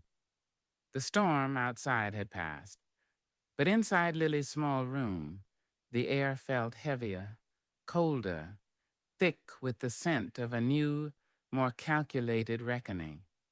The stranger hadn't just ridden into town. He'd ridden directly into the tangled heart of her desperate predicament. Chapter 11. Crossed Paths and Drawn Guns. Living under the same roof as Silas Vance felt like sharing a small, poorly lit cage with a coiled rattlesnake. Every footstep in the narrow hallway outside Lily's door, every murmur of conversation filtering up from the eatery below, sent her heart leaping into her throat. Was it him? Was he waiting? Watching? His arrival had cast a palpable chill over the already tense atmosphere of Martha's kitchen, a chill that seemed to emanate directly from the man himself. He had taken the room directly across the hall from hers, the only other vacant one, Martha had explained apologetically when Lily had nervously inquired, adding that Mr. Vance seemed a quiet gentleman, though his eyes were a bit cold. Quiet, perhaps, but Lily felt his presence like a constant pressure. She found herself timing her movements, trying to avoid encountering him, delaying fetching water from the pump out back, eating the meals Martha brought up on a tray rather than risk facing him in the eatery. It was an unsustainable siege mentality, turning her small room into even more of a prison. The morning after Vance's arrival dawned bright and clear, the washed air sparkling, the mud in the street beginning to dry under the relentless sun. From her window, Lily saw Vance's magnificent black horse already tethered outside the sheriff's office. Vance himself was nowhere in sight, presumably inside, conferring with Thornton, lending assistance, as he'd put it, lending assistance, or gathering information, steering the investigation, perhaps laying traps. Thornton. His role in this unfolding drama grew more complicated by the hour. He was her reluctant protector, bound by debt, yet also her potential captor, bound by duty. And now Vance's arrival forced another layer onto their interactions. Would Thornton share his suspicions about Liz Carter with this smooth-talking stranger representing powerful interests? Or would his ingrained caution and distrust of Vance keep him guarded? Lily prayed for the latter, but couldn't shake the fear that Vance, with his sharp eyes and silken words, might easily manipulate the situation, turning Thornton against her definitively. She knew she couldn't hide forever. Her money was nearly gone. Patience needed exercise. Staying locked in her room would only make her look more suspicious to everyone, including Martha, whose kindness was already strained by the palpable tension surrounding her boarder. Steeling herself, Lily decided she had to go downstairs, face the day, perhaps even face Vance if necessary. Projecting confidence, or at least normalcy, seemed the only defense left. She descended the stairs slowly, her hand hovering near the coat, beneath her worn denim jacket she'd taken to wearing the jacket despite the heat, needing the reassurance of the concealed weapon. The eatery was quiet, only two grizzled prospectors nursing coffee at a corner table. Martha was behind the counter, polishing glasses, her expression weary. Vance was not there. Relief washed over Lily, so potent it almost made her dizzy. "Morning, Martha," Lily said, forcing a smile. "Coffee?" "Morning, child. Help yourself." Martha nodded towards the pot simmering on the back of the stove. "Biscuits are fresh." Lily poured a mug of the strong black coffee, the familiar bitterness strangely comforting. She took a couple of biscuits, forcing herself to eat, though her stomach churned with anxiety. As she sat at her usual corner table, trying to appear calm, the bell above the door jingled. Silas Vance stepped inside, pausing for a moment to allow his eyes to adjust from the bright sunlight. He looked as immaculate as he had the day before, his dark coat brushed free of dust, his boots somehow retaining their polish. He spotted Lily immediately, and a faint, knowing smile touched his lips. He walked towards the counter, ignoring the prospectors, his attention focused entirely on her. "Miss Carter, is it?" he asked, his voice smooth, cultured. He stopped beside her table, looking down at her, forcing her to tilt her head back to meet his gaze. Up close, his eyes were even colder, sharper, like chips of dark ice. "We weren't formally introduced yesterday, Silas Vance." He didn't offer his hand. "Mr. Vance," Lily acknowledged curtly, keeping her expression neutral, refusing to be intimidated by his proximity.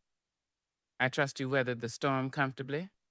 he inquired politely, though the question felt laden with hidden meaning. Redemption seems prone to turbulence, both meteorological and otherwise. "Comfortably enough," Lily replied, taking a slow sip of her coffee, trying to buy time, trying to read his intent. Vance pulled out the chair opposite her without asking and sat down, placing his hat on the table beside him. The move was proprietary, invasive. He leaned forward slightly, creating an unwelcome intimacy. "I couldn't help but overhear some talk in town," he began, his voice dropping conspiratorially, "about your recent heroism, saving our good sheriff from ambushes. Quite remarkable for a lady just passing through." His emphasis on her cover story was deliberate, mocking. He was letting her know he'd heard the rumors, perhaps even spoken to Thornton about her. "Instinct," Lily said tightly, repeating her earlier explanation. "Nothing more." "Ah, instinct," Vance mused, tapping a well-manicured finger on the tabletop. "A powerful thing. Sometimes it tells us to run, sometimes it tells us to fight, sometimes that his eyes bored into hers. It tells us who to trust and who not to." He paused. "Tell me, Miss Carter, what does your instinct tell you about redemption, about Sheriff Thornton, about men like Marcus and Finn, I believe their names were?" He knew their names. He was deliberately showing his hand, revealing the depth of his knowledge, trying to gauge her reaction, perhaps hoping to provoke a slip-up. Lily felt the trap closing. How much did he know about her connection to them? Did he know she'd overheard their conversation about Croft? "I wouldn't know about them," Lily lied again, hating the way her voice trembled almost imperceptibly. Like I told the sheriff, I never saw them before that day in the saloon. Vance smiled again, that cold, humorless curve of the lips. Indeed, a pity, they seem to have vanished into thin air, along with, I understand, certain freight shipments belonging to my employers. Coincidences pile up in a town like this, don't they? He picked up his hat, turning it slowly in his hands. Just as it's a coincidence, perhaps, that trouble seems to have followed you here from elsewhere. Clayton Creek, for instance? There it was again, Clayton Creek, spoken aloud, casually, devastatingly. He knew. He had to know who she was. Was he sent by Croft to find her, to silence her? Lily pushed her chair back abruptly, her hand instinctively dropping to the coat beneath her jacket. Fear, cold and sharp, morphed into a desperate surge of anger. I don't know what you're talking about, she said, her voice low and fierce. And I don't appreciate your questions, Mr. Vance. Vance's eyes gleamed with something that looked like satisfaction. He had provoked the reaction he wanted. He leaned back slightly, raising his hand in mock surrender, though the cold amusement never left his eyes. My apologies, Miss Carter. Merely making conversation, trying to understand the complexities of this charming little town. No offense intended. But offense was clearly intended. He was playing with her, enjoying her fear, confirming his suspicions. Lily remained tense, half risen from her chair, her hand hovering near her weapon. The two prospectors in the corner had fallen silent, watching the exchange with wary eyes. Martha stood frozen behind the counter, twisting her apron in her hands. The tension was a palpable thing, thick enough to cut with a knife.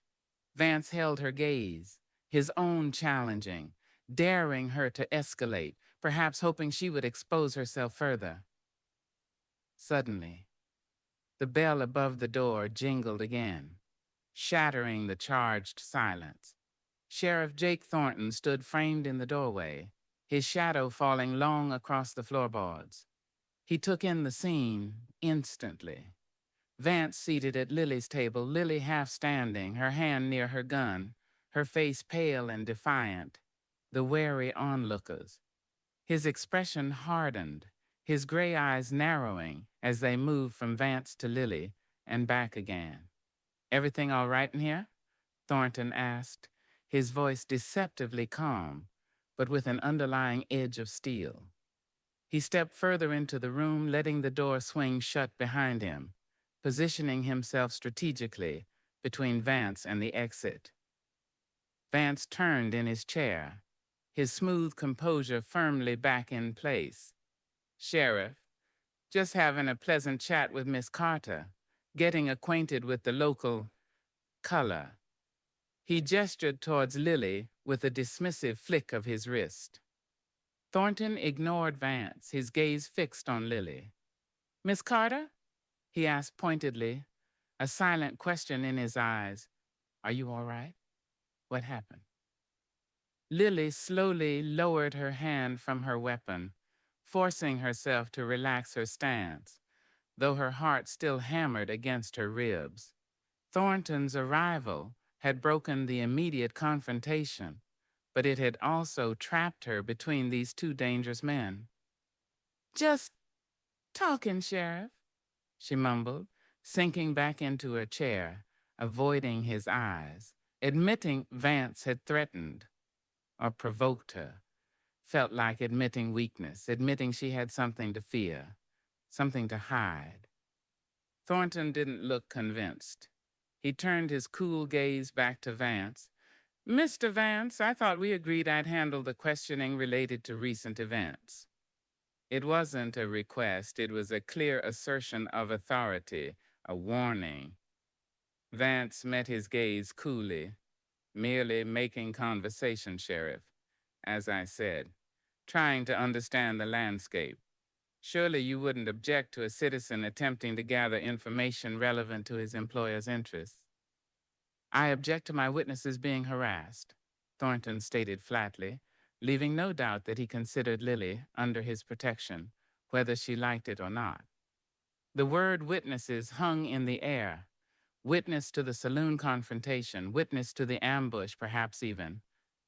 Thornton subtly implied, witness to whatever Vance himself might be involved in. Vance raised an eyebrow, a flicker of annoyance crossing his features before being smoothed away. Harassed. A strong word, Sheriff. I assure you, my intentions were purely conversational. He stood up, picking up his hat. But I wouldn't want to interfere with official police business. He gave Lily another brief, unreadable look, then nodded curtly to Thornton. Perhaps we can continue our discussion later, Sheriff, when you have something more concrete regarding my employer's missing property.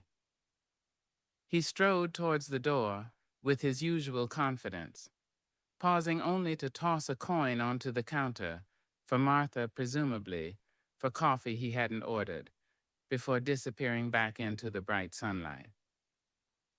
An uneasy silence settled over the eatery in his wake. The prospectors quickly finished their coffee and scurried out. Martha began wiping the counter with renewed, agitated energy.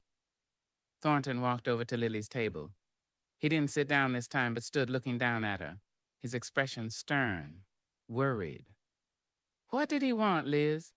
he asked, his voice low, using the false name, but his tone conveying genuine concern mixed with exasperation. He was asking questions," Lily stammered, unnerved by Vance's pointed remarks and Thornton's intense scrutiny. "About the ambush, about Marcus and Finn, about—" She hesitated, glancing towards Martha, reluctant to say the name aloud again. "About Clayton Creek." Thornton's jaw tightened. He mentioned Clayton Creek specifically? Lily nodded mutely. He swore softly under his breath, running a hand tiredly over his face. "Damn it, who is this man?" He looked at Lily again, his frustration evident. "And what aren't you telling me? Vance doesn't strike me as the type for idle threats. If he's mentioning Clayton Creek to you, he knows something or suspects something, which puts you in even more danger." "I told you, I don't know anything," Lily began, falling back on her desperate denial. "Stop it!" Thornton cut her off, his voice sharp, though still low. He leaned down slightly, resting his hands on the table, forcing her to meet his gaze. "Stop the lies, Liz, or whatever your name is. They're not protecting you anymore. They're putting you squarely in the sights of men like Vance. Maybe the same men who tried to kill me, the same men tied to Croft." He searched her eyes, the conflict within him palpable, the duty demanding truth, the debt demanding protection, the man perhaps demanding something else entirely, something closer to trust. "I can't help you if I don't know what I'm up against. Vance showing up here right now, it's not a coincidence. He's part of it, and you're tangled in the middle." His words hung between them, stark and undeniable. The paths had crossed hers, Thornton's, Vance's, Croft's unseen hand. The guns hadn't been fully drawn, not yet, but the lines were clear. The threats imminent. Standing between the calculating danger of Silas Vance and the conflicted protection of Sheriff Thornton, Lily felt the last vestiges of her fragile safety dissolving like smoke in the clear desert air. Chapter 12, The Ghost of Stolen Gold. Sheriff Thornton's demand hung heavy in the air of the quiet eatery. Stop the lies. The starkness of it, the raw frustration, edged with genuine concern in his voice, stripped away the last layers of Lily's pretense. He knew. Perhaps not every detail, perhaps not her real name yet, but he knew the core of it, The connection to Clayton Creek, to Croft, the fact that she was running, hiding, tangled in something far deeper and more dangerous than a simple case of being in the wrong place at the wrong time. She stared back at him, seeing past the badge for a moment, past the suspicion, to the weary man beneath, a man trying to hold together a rough town, trying to solve an ambush that nearly killed him, trying to protect a woman who offered him nothing but evasions and danger, all while navigating the unwelcome interference of the slick, menacing Silas Vance. Her lies weren't just endangering herself anymore. They were obstructing him, potentially blinding him to threats aimed at them both. Martha, bless her tact, had vanished into the kitchen, leaving them alone in the main room. The moment stretched, taut with unspoken words, with the weight of Lily's closely guarded secrets. Could she trust him? Trust him with the truth that could send her to the gallows? Trust that the debt he felt, the flicker of respect or connection she sometimes thought she saw, would outweigh his sworn duty. It felt like leaping off a cliff into darkness, hoping solid ground awaited below instead of jagged rocks. "My name," she began, her voice barely a whisper, hoarse with fear and the effort of finally speaking the truth, "is Lily, Lily Blackwood." Thornton didn't react with surprise. He simply watched her, his expression unchanging, as if he'd already suspected, or perhaps simply accepted, that Liz Carter was a fabrication. He waited patiently for her to continue, giving her the space, the terrifying freedom, to finally confess.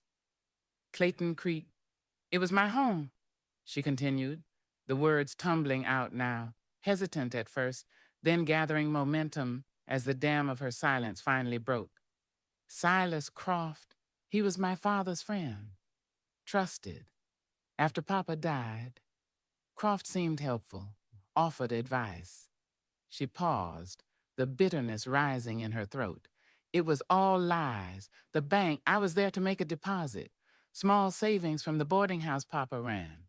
Suddenly, chaos, shouting. Someone, not me, fired a shot. The teller went down. Then Croft, he pointed at me, said I did it, said I took the money." Tears welled in her eyes, hot and stinging. Tears she hadn't allowed herself to shed for weeks. She angrily brushed them away. "There was a posse forming. No one listened. No one would have believed me against Croft. He was respected. I had nothing. No family left. Just suspicion because of Papa's old gambling debts.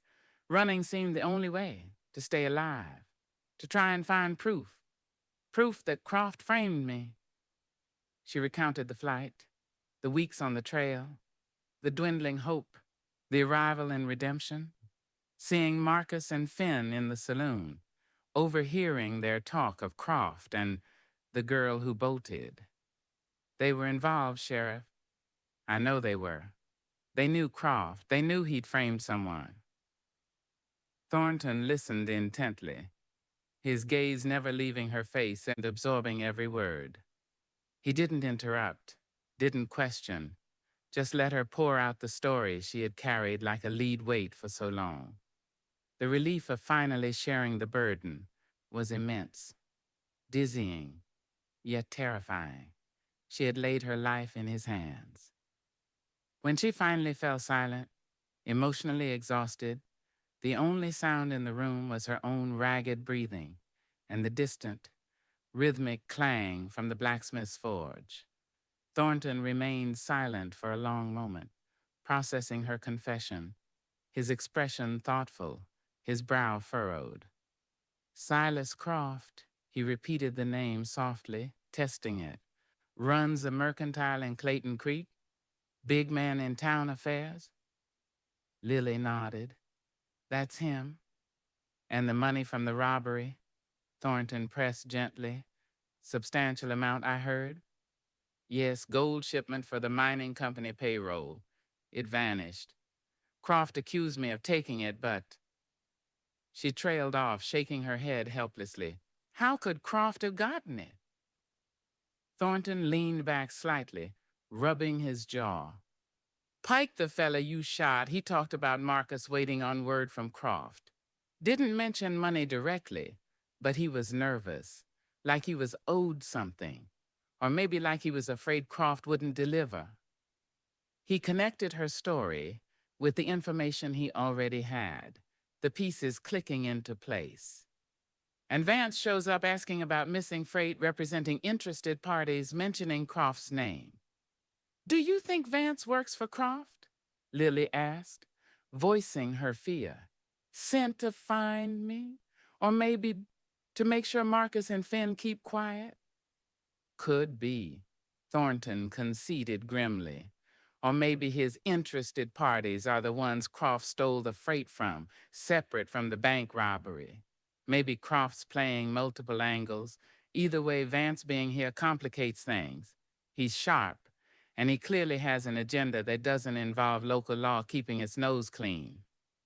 He looked at Lily again, his gaze holding a new weight, the weight of her truth.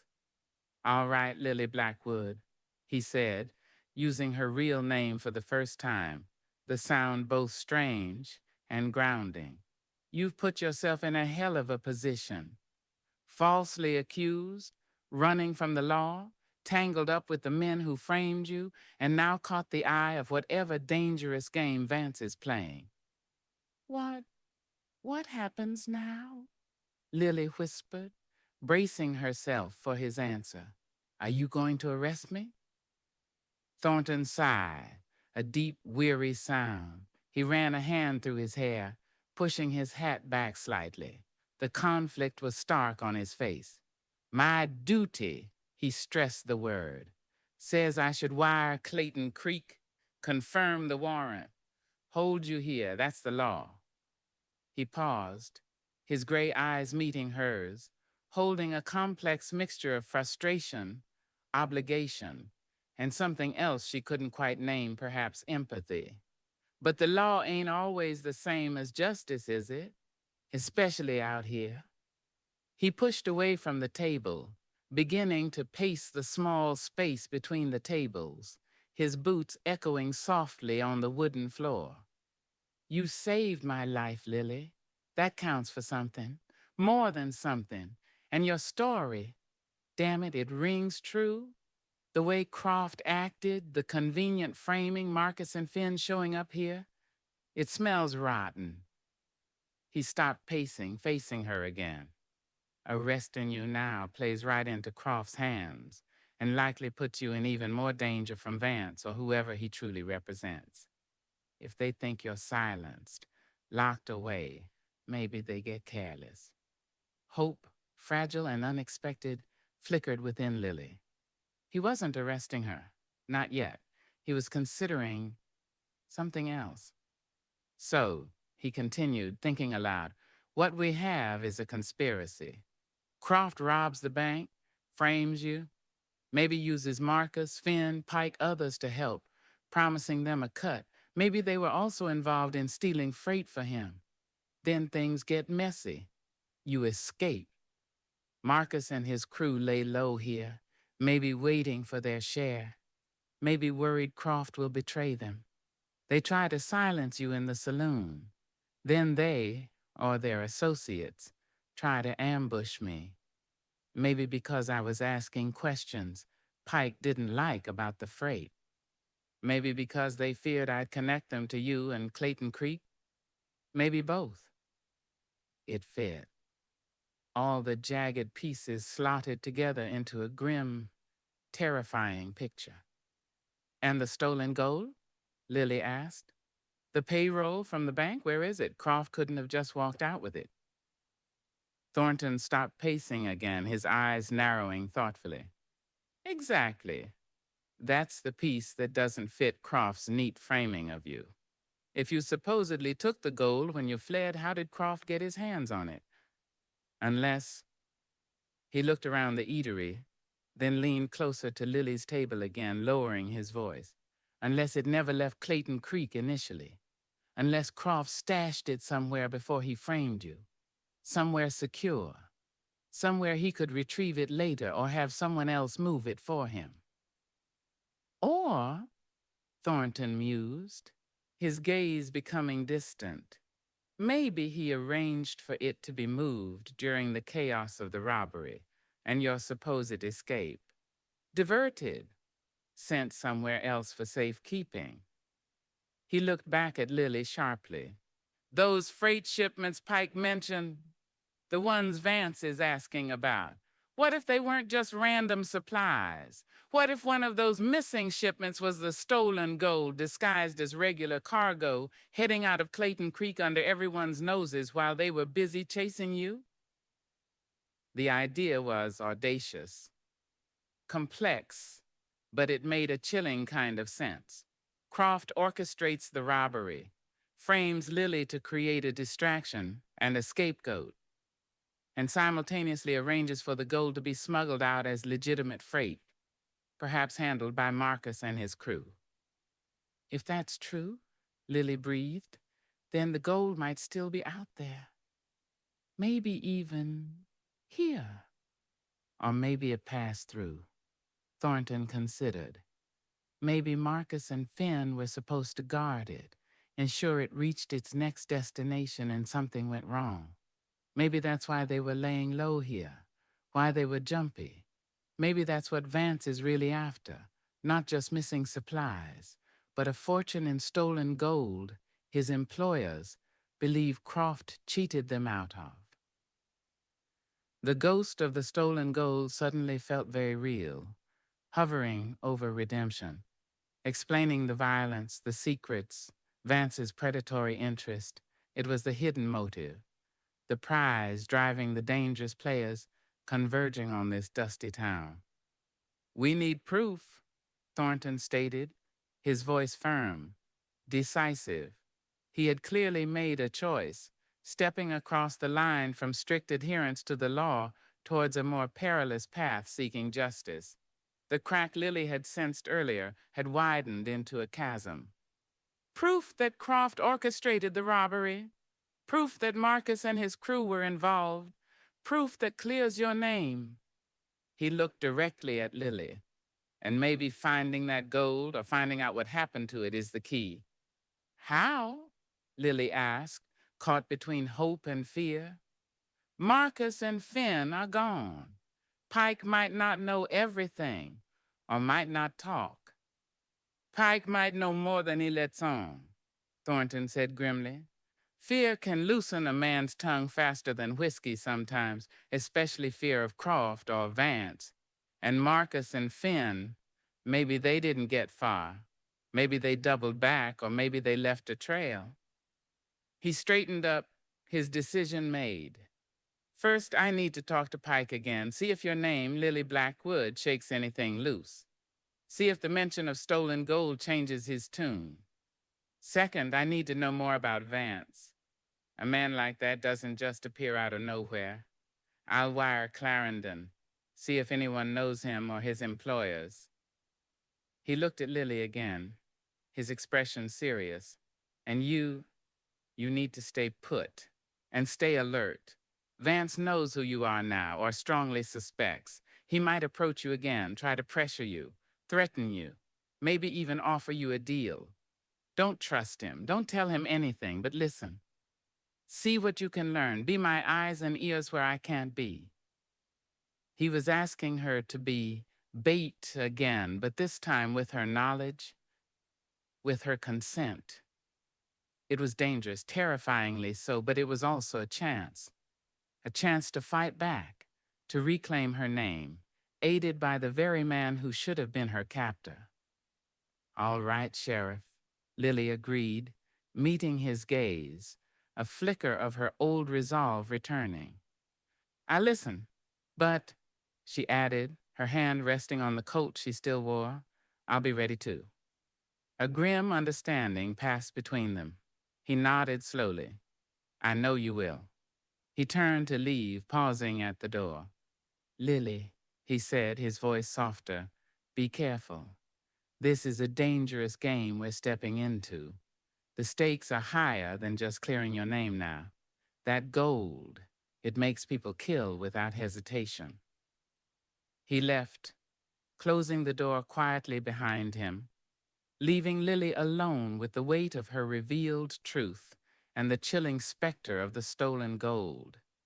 The air no longer felt merely tense, it felt volatile, primed for explosion. The ghost of that gold had materialized, and its presence promised more violence, more betrayal, and a reckoning that would likely shake redemption to its foundations. Chapter 13, Under a Sky Full of Stars. The confession left Lily feeling hollowed out, scoured clean like the town after the storm, yet terrifyingly exposed. The truth was out, laid bare before Sheriff Jake Thornton, the man whose duty demanded her arrest. She spent the remainder of the afternoon in her room, the silence amplifying the frantic beat of her own heart. Every creak of the floorboards, every distant shout felt like the prelude to judgment. She expected him to return at any moment, perhaps with the deputy, perhaps with irons, the weight of his duty finally crushing the fragile bond forged by his gratitude. But he didn't come. The afternoon bled into evening, the light softening, the shadows stretching long and cool across the drying mud of the street. Martha brought supper stew again, thick with potatoes and anonymous meat, her manner subdued, her eyes holding a mixture of pity and unanswered questions. She was too kind, or perhaps too wary, to ask. Lily ate mechanically, the food tasteless, her senses strained, listening. Then, just as full darkness claimed the sky, revealing a breathtaking canopy of stars strewn across black velvet, a soft, deliberate knock sounded at her door. Not the sharp, authoritative rap she dreaded, but something quieter, more hesitant. Still, her hand flew to the colt beneath her jacket. Lily? His voice was low, barely audible through the wood. He used her real name, the sound sending a tremor through her. It's Thornton. Can we talk? Somewhere. Quieter. Her breath hitched. Quieter? Where? Why? Was this the arrest conducted discreetly, or something else? Hesitantly, she slid the bolt back and opened the door a crack. He stood in the dim hallway, his familiar tall frame silhouetted against the faint light from downstairs. He wasn't wearing his hat, holding it loosely in one hand. His expression, shadowed as it was, seemed less severe, perhaps weary, uncertain. "Where?" she whispered. "Thought a ride might clear the head," he suggested. "Out of town a ways. Too many ears in redemption, Vance for one." He met her gaze directly. "Just talk, I promise." Trust him? After laying her life bare, it felt insane, yet what choice did she have? Running now after confessing would confirm every suspicion, negate any chance his belief offered, and the thought of Vance possibly listening from across the hall. "All right," she agreed softly, the word costing her immense effort. "Get a jacket," he advised. "Night air's cool after the rain." He waited patiently in the hall while she grabbed her worn denim jacket, the one already concealing her coat, and followed him down the quiet stairs and out the back door of the eatery, avoiding the main street. Two horses stood waiting in the alleyway behind Martha's, saddled and ready, Thornton's familiar, powerful bay, and her own mare, Patience. Seeing Patience there, brought by Thornton himself, sent a strange pang through Lily, a gesture of consideration, perhaps even trust, amidst the uncertainty. He had anticipated her agreement, or at least hoped for it. He helped her mount Patience, his hand briefly brushing hers as he handed her the reins. The fleeting contact sent an unexpected jolt through her, a spark of warmth against the cold fear. He swung easily onto his own horse and without a word led the way out of the alley and onto a trail leading away from the huddle of Redemption's lights, heading towards the dark, silent foothills looming under the star-dusted sky. The ride was quiet, the only sounds the soft hoof-falls of the horses on the damp earth, the creak of saddle leather, the chirping of unseen crickets, and the vast, profound silence of the desert night. The air was cool and clean, carrying the scent of wet sagebrush and damp soil, a welcome change from the stale confinement of her room. Above them, the sky was immense, breathtaking. Stars blazed with an intensity Lily hadn't seen since her childhood nights on the prairie, seeming close enough to touch, scattered like diamond dust across the infinite darkness. The Milky Way arched overhead, a luminous river flowing through the heavens. Lily rode beside Thornton, acutely aware of his presence, the solid shape of him moving beside her in the darkness. He seemed relaxed, yet alert, his gaze constantly scanning their surroundings, a habit ingrained by his profession and the inherent dangers of the land.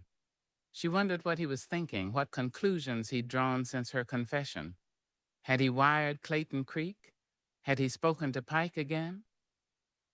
After perhaps half an hour, he veered off the main trail, guiding them into a small, sheltered clearing surrounded by low junipers and large boulders, effectively hiding them from the trail and the distant lights of Redemption. He dismounted, looping his reins around a sturdy juniper branch, then turned to help Lily down. His hands closed briefly around her waist as he steadied her, a gesture both practical and unexpectedly intimate in the starlit darkness. She stepped back quickly, unnerved by the proximity, by the sudden awareness of him not just as the sheriff, but as a man. He seemed to sense her discomfort, turning away to gather some dry twigs and branches from beneath the shelter of the rocks, remnants likely protected from the worst of the storm. With practiced efficiency, he built a small fire, striking a match against a stone, the flare briefly illuminating his focused expression before catching the tinder. Flames licked upwards, casting a warm, flickering glow over the clearing, pushing back the darkness and the chill, creating a small island of light and warmth beneath the vast, indifferent sky. He settled back on his heels, feeding small sticks into the growing flames, the firelight playing across the angles of his face, softening the stern lines, revealing the weariness around his eyes. Lily sat on a smooth, flat rock near the fire, pulling her jacket tighter, watching him. Patience and the bay horse stood calmly nearby, their occasional soft snorts, the only sound besides the crackling fire. I spoke to Pike again, Thornton said finally, breaking the silence, his voice low, pitched for her ears only. He stared into the flames as he spoke. Used your name, Lily Blackwood. Lily held her breath. He recognized it, Thornton continued, his gaze still fixed on the fire. Got scared, real scared. Started talking about Croft being a devil, about promises broken. Wouldn't say much about the gold directly, still terrified, but he confirmed Marcus and Finn were supposed to meet someone. Someone carrying instructions from Croft near Devil's Pass a few days back. The meeting never happened. They got spooked. Came back here. Devil's Pass, a treacherous route through the mountains north of Redemption. A meeting that never happened. More pieces fitting into the puzzle. Instructions? Or the gold itself, maybe? Lily wondered aloud. Maybe, Thornton conceded. Or maybe instructions on where to take it, where to deliver it. Pike clammed up tight after that, shaking like a leaf. Said Croft would kill him, said Vance would kill him faster. He finally looked up, meeting Lily's eyes across the fire. Seems our Mr. Vance inspires a particular kind of fear, and Pike definitely thinks Vance is after the same thing Croft promised them. So Vance wasn't working for Croft, but likely against him, representing someone Croft had double-crossed. Perhaps the original owners of the stolen freight, or partners in the bank robbery itself. It made Vance even more dangerous, an independent player with his own ruthless agenda. And Vance? Lily asked quietly. Did you find out anything about him? Thornton shook his head, frustration etching lines around his mouth. Wired Clarendon. Nothing. Name Silas Vance means nothing to the marshal there. No warrants, no whispers. Either he's using a false name, or his employers are powerful enough to keep his slate clean. Or maybe, he added grimly, he cleans up his own messes so thoroughly, no one's left to complain. He poked at the fire with a stick, sending sparks spiraling up into the darkness. He spent an hour in my office this afternoon, polite as you please, offering our sources, asking pointed questions about Pike, about you, about the freight routes, trying to feel out what I know, what I suspect, played dumb about Clayton Creek when I mentioned Pike recognized the name. He knows I was listening to Marcus and Finn, Lily said, shivering slightly, despite the fire. He practically accused me this morning. I know. Thornton's voice was grim, which means he sees you as a threat or leverage. He looked at her again, the firelight reflecting in his pale eyes. Lily, this is getting more dangerous by the hour. Vance isn't like Marcus and Finn. He's smart, methodical, and likely ruthless. He'll be watching you, looking for weakness, looking for a way to use you against Croft or against me.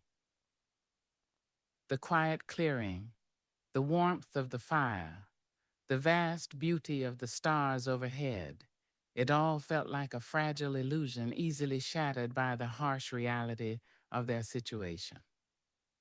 Lily wrapped her arms around her knees, staring into the mesmerizing dance of the flames. What do we do, Sheriff? The we slipped out naturally, acknowledging the strange, unwilling partnership that had formed between them. Thornton didn't correct her. He seemed to accept the we, the shared burden. We stay cautious. We wait for Vance to make a move, reveal more of his hand. We try to get more out of Pike, though I doubt he knows where the gold is now, even if he knew where it was supposed to be. He sighed again, the sound heavy with responsibility. And I keep trying to protect you, without letting Vance or anyone else know how invested I am in seeing you cleared. The unspoken hung in the air between them. Invested. It was more than just the debt now. Lily risked a glance at him. In the flickering firelight, stripped of the formalities of the town, he looked younger somehow, but also more vulnerable. The lines of duty and stress were still there, but so was a hint of loneliness, a weariness that went beyond the job. Why? She whispered, unable to stop the question. Why are you doing this? Risking your badge, maybe more for me? I'm a wanted fugitive. He didn't answer immediately, just stared into the fire as if seeking the answer there himself. Maybe, he said finally, his voice rough, because I've seen enough injustice to recognize it when it's staring me in the face. Maybe because my gut tells me you're telling the truth. Maybe, he hesitated, then looked directly at her, his gaze intense, unwavering. Maybe because nobody deserves to be hunted down like an animal, framed for something they didn't do, especially not someone who had the courage to stand up when things got hot, even when it put herself square in the crosshairs. He paused again, a muscle working in his jaw. And maybe I'm just tired of letting the bad men win. His words, simple, heartfelt, resonated deep within Lily. For the first time since fleeing Clayton Creek, she didn't feel entirely alone. She had an ally, a reluctant, conflicted, dangerous ally, but an ally nonetheless. The realization brought a fresh wave of tears to her eyes, tears not of fear this time, but of profound, aching gratitude. She quickly looked away, embarrassed by the emotion, focusing on the stars blazing overhead, billions of them, cold, distant, uncaring, yet impossibly beautiful.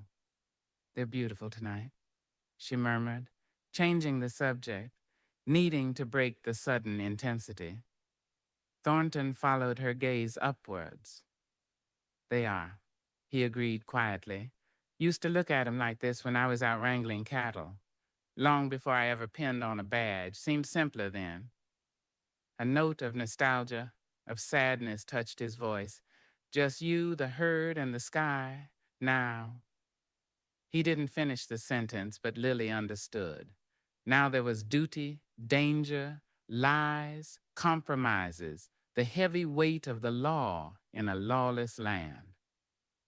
They sat in silence for a while longer, sharing the warmth of the fire, the vastness of the night sky, the unspoken understanding that had grown between them. The air felt charged, not with menace this time, but with a fragile, burgeoning connection. A connection born of shared danger, mutual respect, and perhaps the first tentative sparks of something deeper, something neither of them dared to name or acknowledge, given the chasm of circumstance that separated them. It was a bittersweet intimacy, poignant precisely because it felt so impossible, so potentially fleeting. Eventually, Thornton stirred, glancing back towards the faint glow of redemption in the distance. "Best we head back," he said regretfully. "Can't leave the town unattended for too long, especially with Vance sniffing around." He carefully doused the fire, scattering the embers and covering the spot with dirt, leaving no trace, erasing their small sanctuary as if it had never existed. He helped Lily mount patience again, his touch lingering perhaps a fraction of a second longer than necessary, sending that same disturbing warmth through her veins. As they rode back towards the sleeping town under the indifferent stars, the comfortable silence felt different, heavier now, charged with the weight of Lily's confession and Thornton's difficult choice. Just as the first scattered lights of redemption came into view, Thornton reined in his horse slightly, turning to Lily in the darkness. "One more thing," he said, his voice low and serious. "Vance, when he pushes you, and he will let him think he's getting somewhere, feed him something small, something true but misleading if you can. Nothing that compromises you or reveals what we suspect about the gold. Let him think you're scared, maybe willing to cooperate if the price is right. Keep him focused on you, maybe it keeps him from looking too closely at me, or Pike, or the trail out to Devil's Pass." Lily stared at him, understanding the cold calculation behind the request. Bait. Willing bait this time, but bait nonetheless, playing a dangerous game with a man like Vance. "All right, Sheriff," she agreed, her voice steadier than she felt. "I understand." He nodded, his face grim in the starlight. "Good. Just be damn careful, Lily. Don't let him corner you alone if you can help it, and if you feel things getting out of hand, you find me. Immediately. Understand?" "Yes," she whispered. He held her gaze for another moment, a silent promise of protection, warring with the stark reality of the danger he was asking her to court.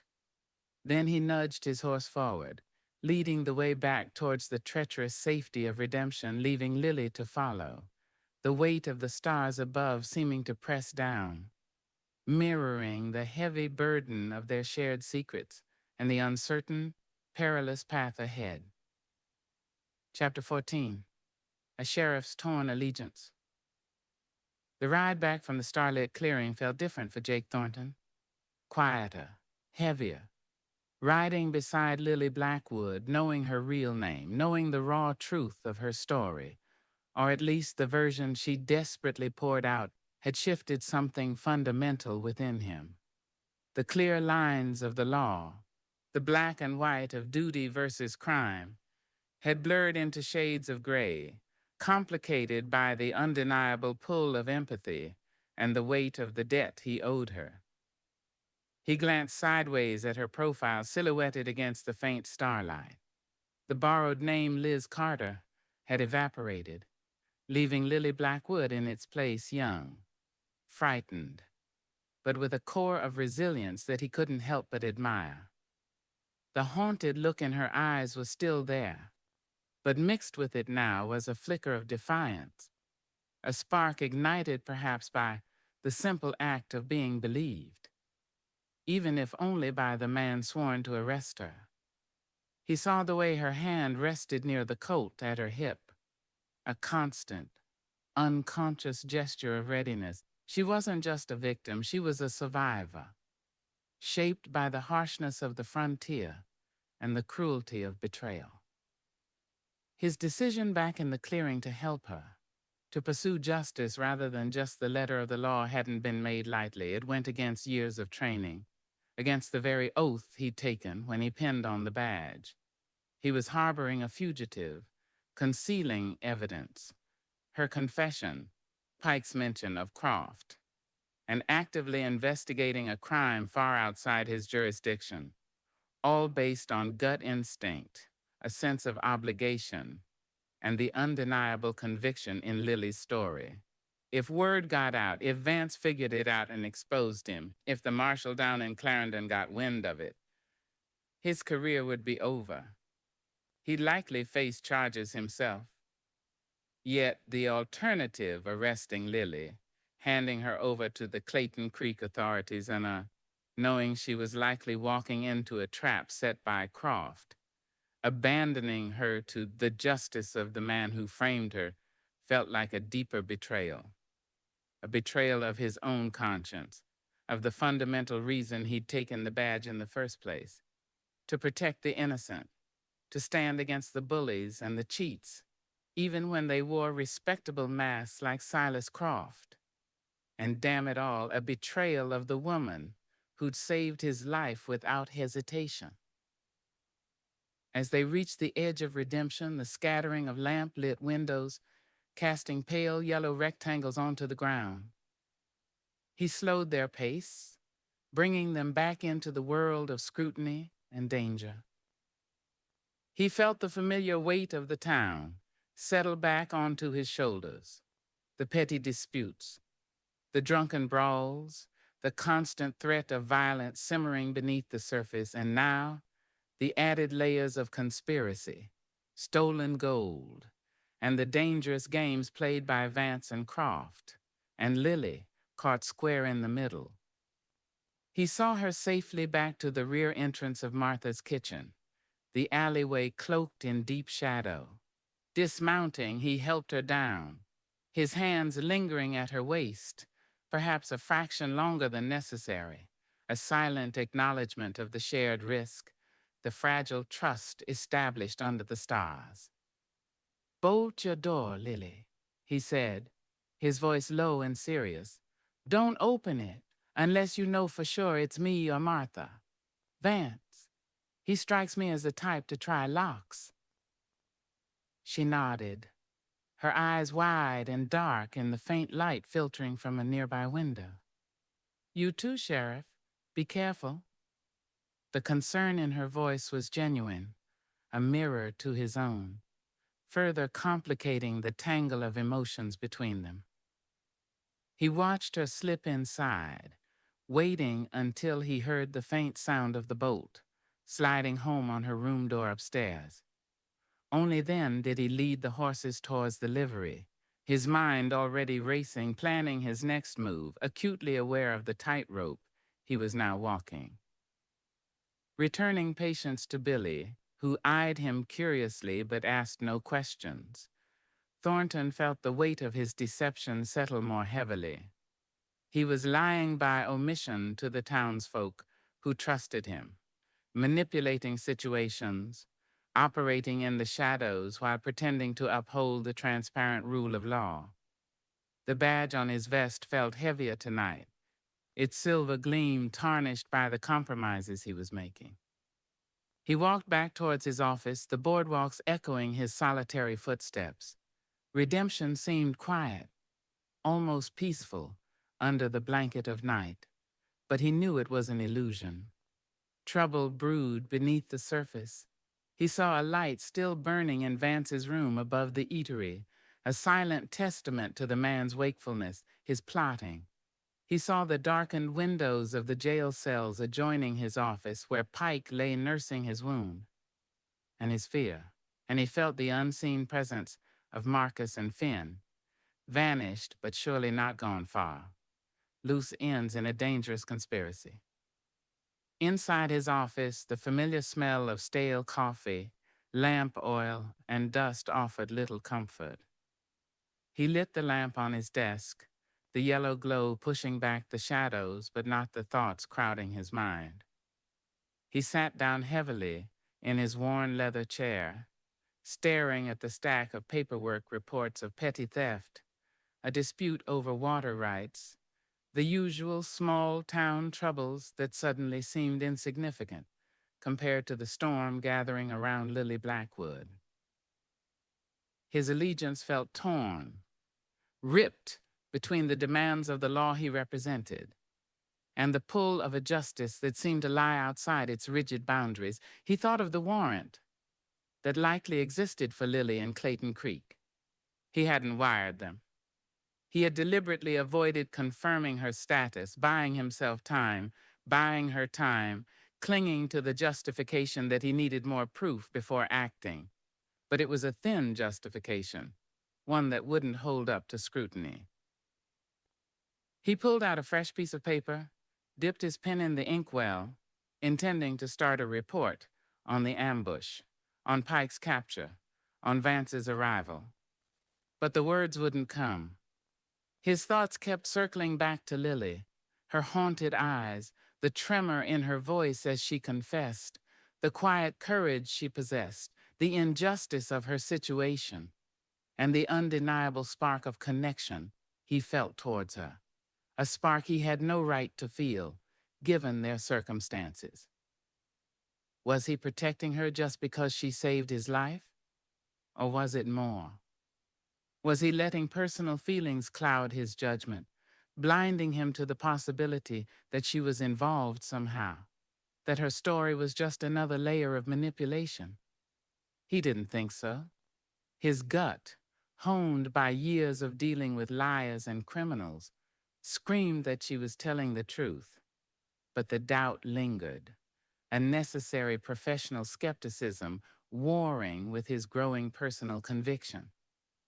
He thought about Vance, sharp, polished, dangerous, representing unnamed interested parties, clearly after the gold or information about it. Vance saw Lily as a key, either as the thief herself or as someone who knew where the gold was, or perhaps as leverage against Croft. Vance would pressure her, circle her, try to break her. Jake's protective instincts surged, fierce and primal, overriding the caution of the lawman. He had told Lily to be careful, to play along slightly, but the thought of Vance cornering her, threatening her, it made his blood run cold. He had to keep a closer eye on them both, try to anticipate Vance's moves. And Croft, the spider at the center of the web, sitting respectable and safe back in Clayton Creek, while others did his dirty work, while Lily took the blame. If they were going to clear her name, they needed proof linking Croft directly to the robbery, to Marcus and Pike, to the stolen gold. Proof that would stand up in court, or at least proof strong enough to make the Clayton Creek authorities question their star witness. That felt like finding a needle in a haystack, especially from Redemption. His thoughts turned to the gold itself. Hidden, transported, lost.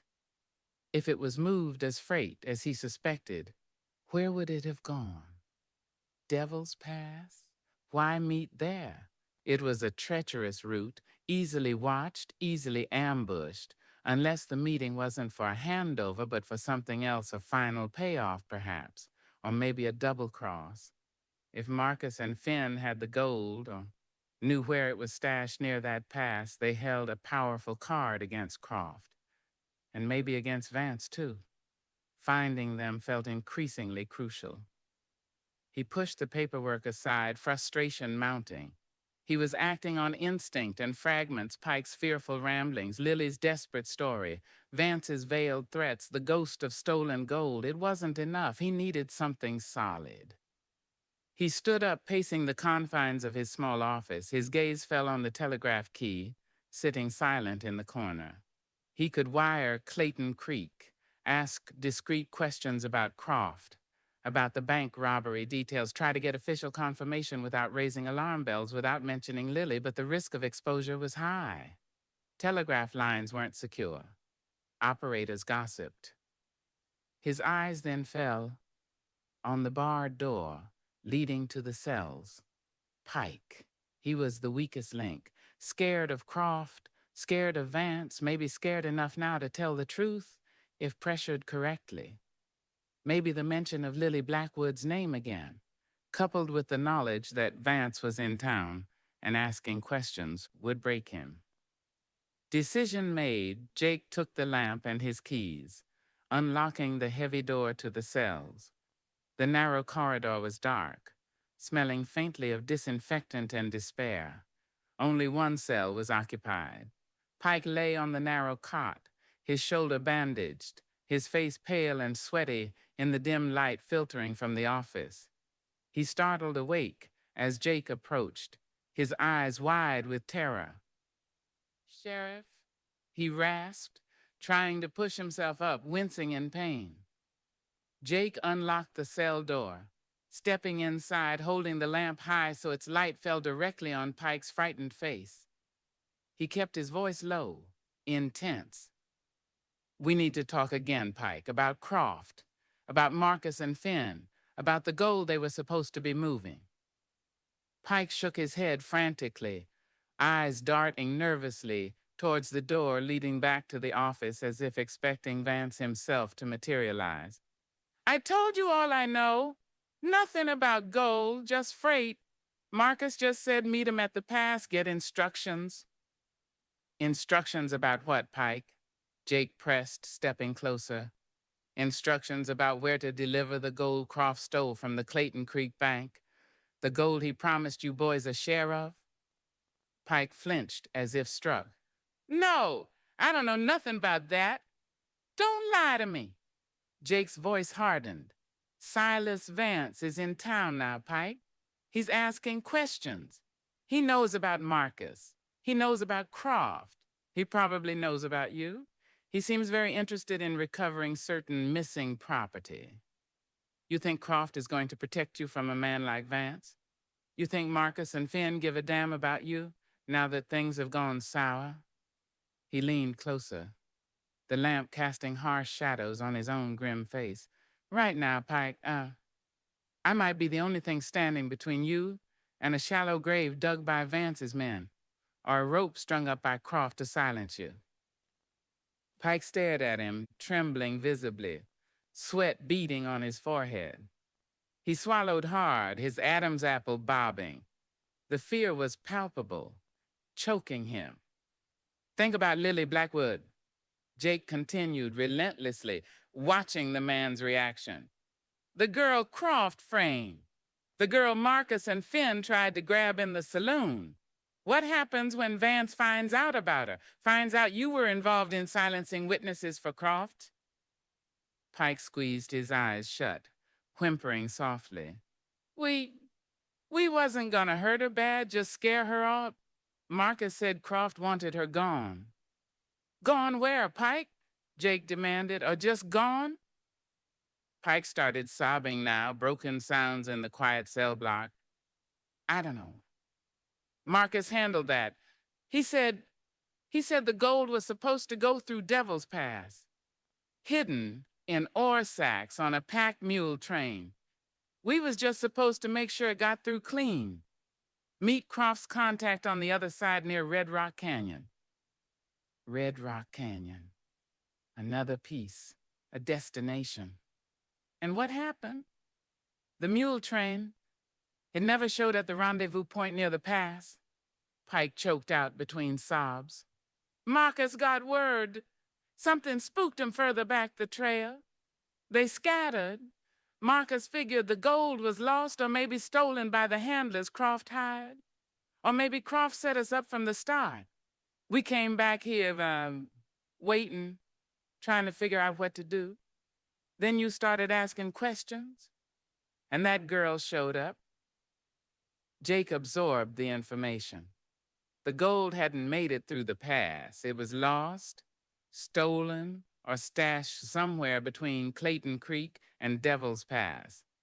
Croft's plan had gone wrong. Marcus and Finn were stranded, possibly cut off, definitely dangerous, and Vance was likely hunting for the same lost fortune.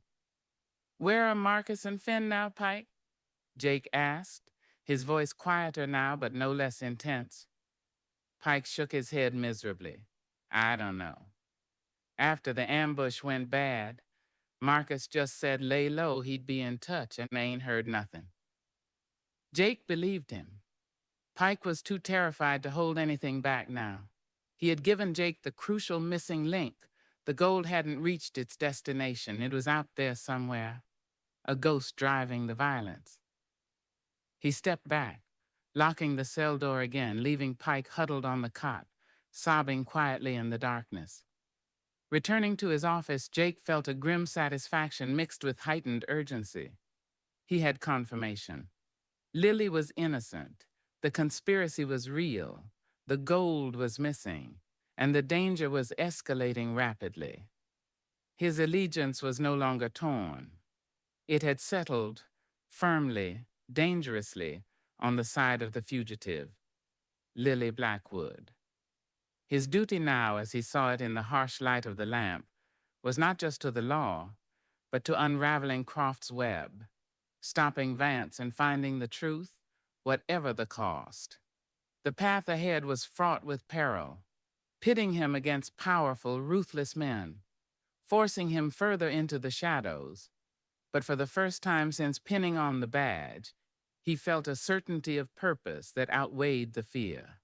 He had to protect Lily, and he had to find that stolen gold before it drowned them all in blood. Chapter 15. The Noose tightens. The days following Lily's confession settled into a strange, nerve-wracking rhythm. An outward semblance of calm returned to redemption, the mud drying, the routines resuming, yet beneath the surface the tension was a palpable hum, like the vibrating air before another storm. For Lily, every moment felt borrowed, precarious, knowing Sheriff Thornton believed her, knowing he was actively working, albeit covertly, to unravel the conspiracy, offered a sliver of hope. But it was overshadowed by the constant chilling presence of Silas Vance and the knowledge that the truth, once spoken, had set irreversible forces in motion. She played her part as best she could, the role Thornton had reluctantly assigned her, the wary, perhaps slightly desperate woman, keeping to herself but potentially susceptible to pressure or persuasion. She ventured out more, forcing herself to walk down the main street to the general store for small necessities she didn't really need, or taking Patience for short rides just outside town, always conscious of eyes that might be watching. Vance was an inescapable presence. He didn't overtly follow her, didn't confront her directly again in the eatery after Thornton's warning, but she felt his gaze. Sometimes she'd catch a glimpse of him lounging on the saloon porch, seemingly indifferent, yet his eyes would flick towards her with cold assessment. Other times she'd see him conferring quietly with rough-looking men who drifted into town. Men who didn't look like miners or ranchers, their faces hard, their eyes watchful. Was he hiring help, spies, or were these associates part of the network connected to the missing gold? Lily tried to follow Thornton's advice, feeding Vance crumbs if the opportunity arose. Once, encountering him as she returned from exercising patience near the edge of town, he'd approached her again, his manner deceptively casual. "Thinking of moving on, Miss Carter?" He'd inquired smoothly, blocking her path subtly. "Redemption seems to hold little prospect for you, unless," he added, his voice dropping, "you possess something valuable, something certain parties might pay well for. Information, perhaps?" Lily forced herself to look flustered, scared, but also calculating, exactly as Thornton had suggested. I don't know what you mean," she stammered, twisting the reins in her hands. "I have nothing valuable." "Are you certain?" Vance pressed, his eyes boring into hers. "Sometimes information is worth more than gold. Information about misplaced shipments, about men who make promises they don't keep. A man like Silas Croft, for instance." He dangled the name like bait. Lily let her eyes widen, a mixture of fear and perhaps dawning comprehension playing across her features. "Croft?" she whispered, letting a tremor enter her voice. He cheated my father once, years ago." It was true, a small, mostly insignificant debt her father had complained about, a crumb of truth to make the larger lie more palatable. She looked away, feigning confusion and fear. "But that has nothing to do with anything." Vance smiled, that cold reptilian curve of the lips. "Perhaps not," he conceded, clearly sensing her fear, perhaps misinterpreting it as guilt or knowledge she was trying to hide. "But it's a small world, Miss Carter. Connections appear in the strangest places. Should you happen to remember anything pertinent regarding Mr. Croft or his business dealings, or perhaps the whereabouts of certain missing assets, do let me know. My employers are generous, far more generous, I suspect, than Sheriff Thornton's sense of duty." He gave her a look freighted with meaning, implying he knew more about her relationship with the sheriff than he let on, before tipping his hat and walking away, leaving her trembling, unsure if she had played her part well enough or simply confirmed his suspicions. Thornton, meanwhile, was caught in his own tightening vice. He moved through his duties settling disputes, checking on Pike, who remained terrified and tight-lipped, patrolling the town with a heavy heart. The weight of his secret allegiance pressing down on him, he felt Vance's eyes on him too, the man's polite inquiries about the investigation feeling like subtle interrogations, his offers of assistance like veiled threats.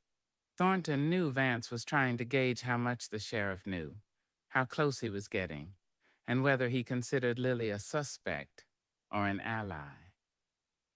He desperately needed confirmation, something concrete to act upon. Pike's story about the failed rendezvous at Devil's Pass and the mention of Red Rock Canyon gnawed at him. He managed a discreet ride out towards the pass one afternoon, telling his deputy he was checking the storm damage on the North Trail. The pass was as treacherous as its name suggested, a narrow, winding passage through jagged peaks, riddled with switchbacks and potential ambush spots. He found no obvious signs of a scattered mule train or hidden gold, but the place itself felt ominous, a perfect spot for secrets and violence. Red Rock Canyon lay further west, a remote area known for abandoned mines and hideouts. If the gold, or Marcus and Finn, were hidden there, finding them would be difficult, dangerous, and require more time away from redemption than he could risk with Vance hovering. He also sent carefully worded telegrams trying to gather information without revealing his hand. Inquiries about known associates of Croft, about recent large-scale freight movements near Clayton Creek, about Silas Vance himself or the powerful, unnamed firms he might represent. The replies were slow, frustratingly vague. Croft was well connected, his reputation seemingly spotless outside of Clayton Creek. Freight records were chaotic, easily manipulated, and Silas Vance remained an enigma, a ghost in the machine, leaving no official trace. It felt like hitting stone walls while time was running out. The tension was beginning to affect the town. People whispered. They saw the stranger, Vance, spending hours in the saloons, talking quietly to hard-eyed men. They saw the sheriff, preoccupied and grim, riding out alone asking questions.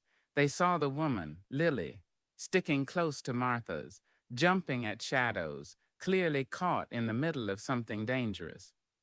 Martha herself grew increasingly worried, her kind eyes often clouded with concern when she looked at Lily or spoke to Thornton. Even Billy at the livery seemed quieter, more watchful, caught between his loyalty to the sheriff and his fear of the undercurrent swirling through town.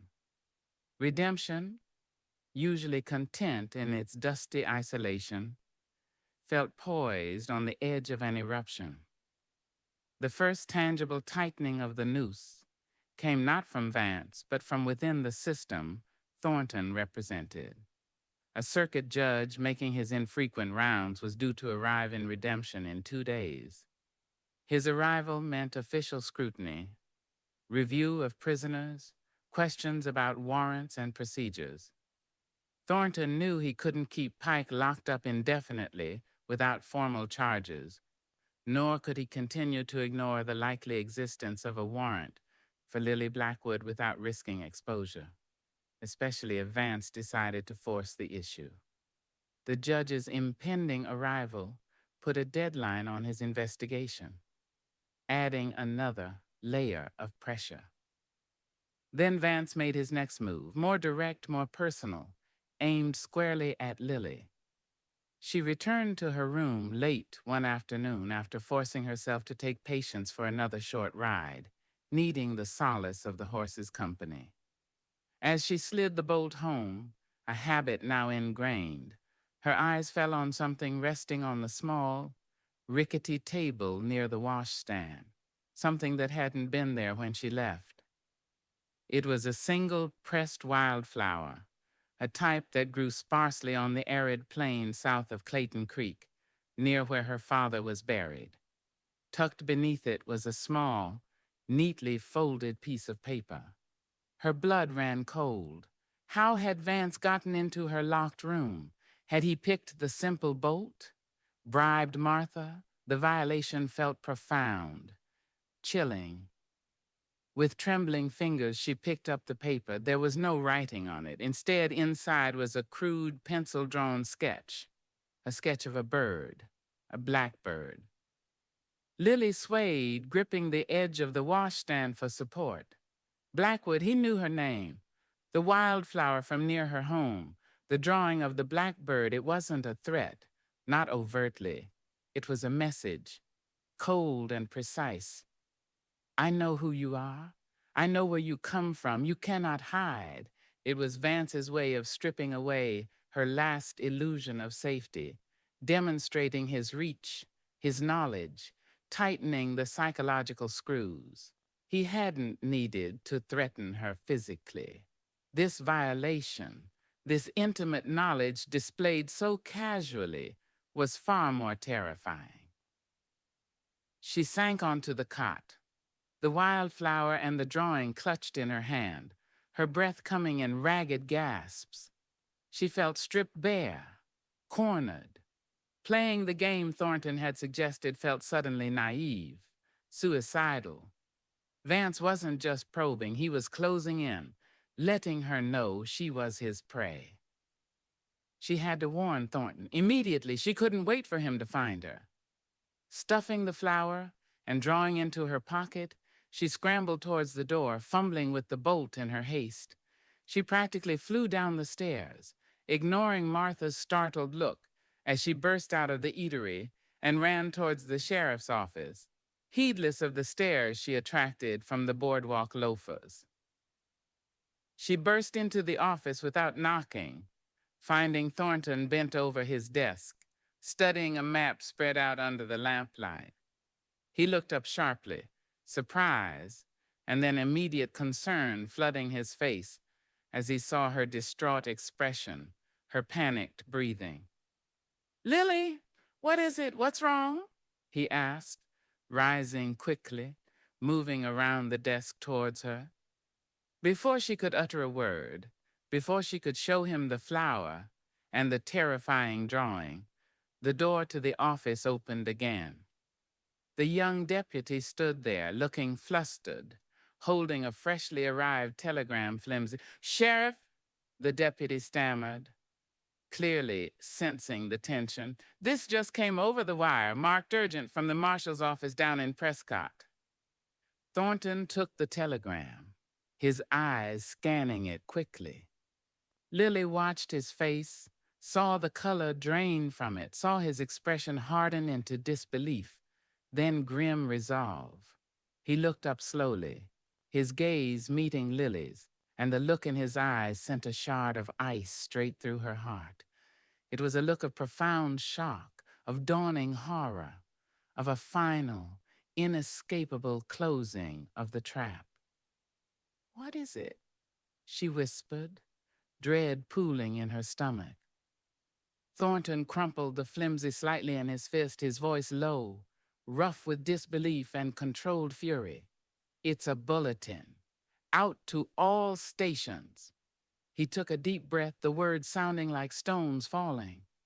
"Wanted for the murder of Silas Croft, Lily Blackwood." Chapter 16. Echoes from a locked cell. The words struck Lily like a physical blow, stealing the air from her lungs, rooting her to the spot in the middle of the sheriff's dusty office. "Wanted for the murder of Silas Croft, Lily Blackwood." Murder? Croft was dead, and they were blaming her? The world tilted, the floor seeming to drop away beneath her feet. It wasn't just robbery anymore. It was murder. The ultimate frame, the final, inescapable closing of the net. "No," she whispered, shaking her head frantically, denial warring with the sickening certainty that this was Croft's final, posthumous move, or perhaps the work of his confederates tying up loose ends. "No, I didn't. I haven't seen him since I fled Clayton Creek." "How?" Thornton's face was a mask of grim disbelief. He stared at the crumpled telegram as if it were a venomous snake. "Says he was found this morning, shot dead in his office behind the Mercantile. No witnesses mentioned. Just found." He looked up at Lily, his gray eyes filled with a maelstrom of emotions. Shock, suspicion reborn, but also a fierce, protective anger. "Damn them!" he swore under his breath. "Damn their calculating hides!" He knew instantly that this was part of the setup. Croft, the architect of her ruin, suddenly dead, and Lily, the convenient fugitive already accused of robbing his bank, now painted as his murderer. It was too neat, too perfectly timed.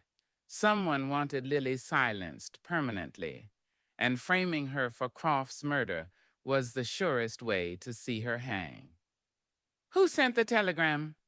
Thornton barked at the bewildered deputy, who still hovered nervously in the doorway.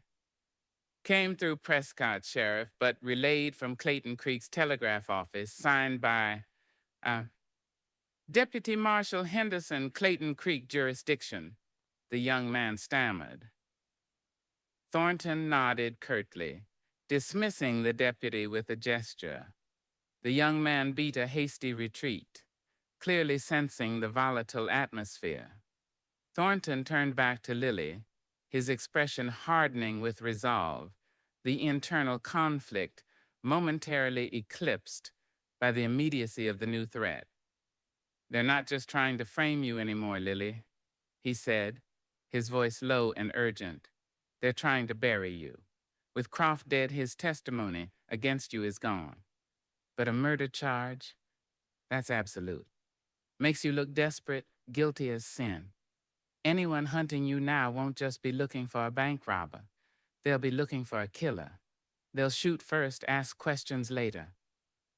Lily swayed, clutching the edge of his desk for support. The flower and the crude drawing of the blackbird felt like burning coals in her pocket. Vance. He had put that in her room before the news of Croft's death arrived. Had he known? Had he orchestrated it? Or was he merely tightening the screws, unaware of the murder, his timing chillingly coincidental?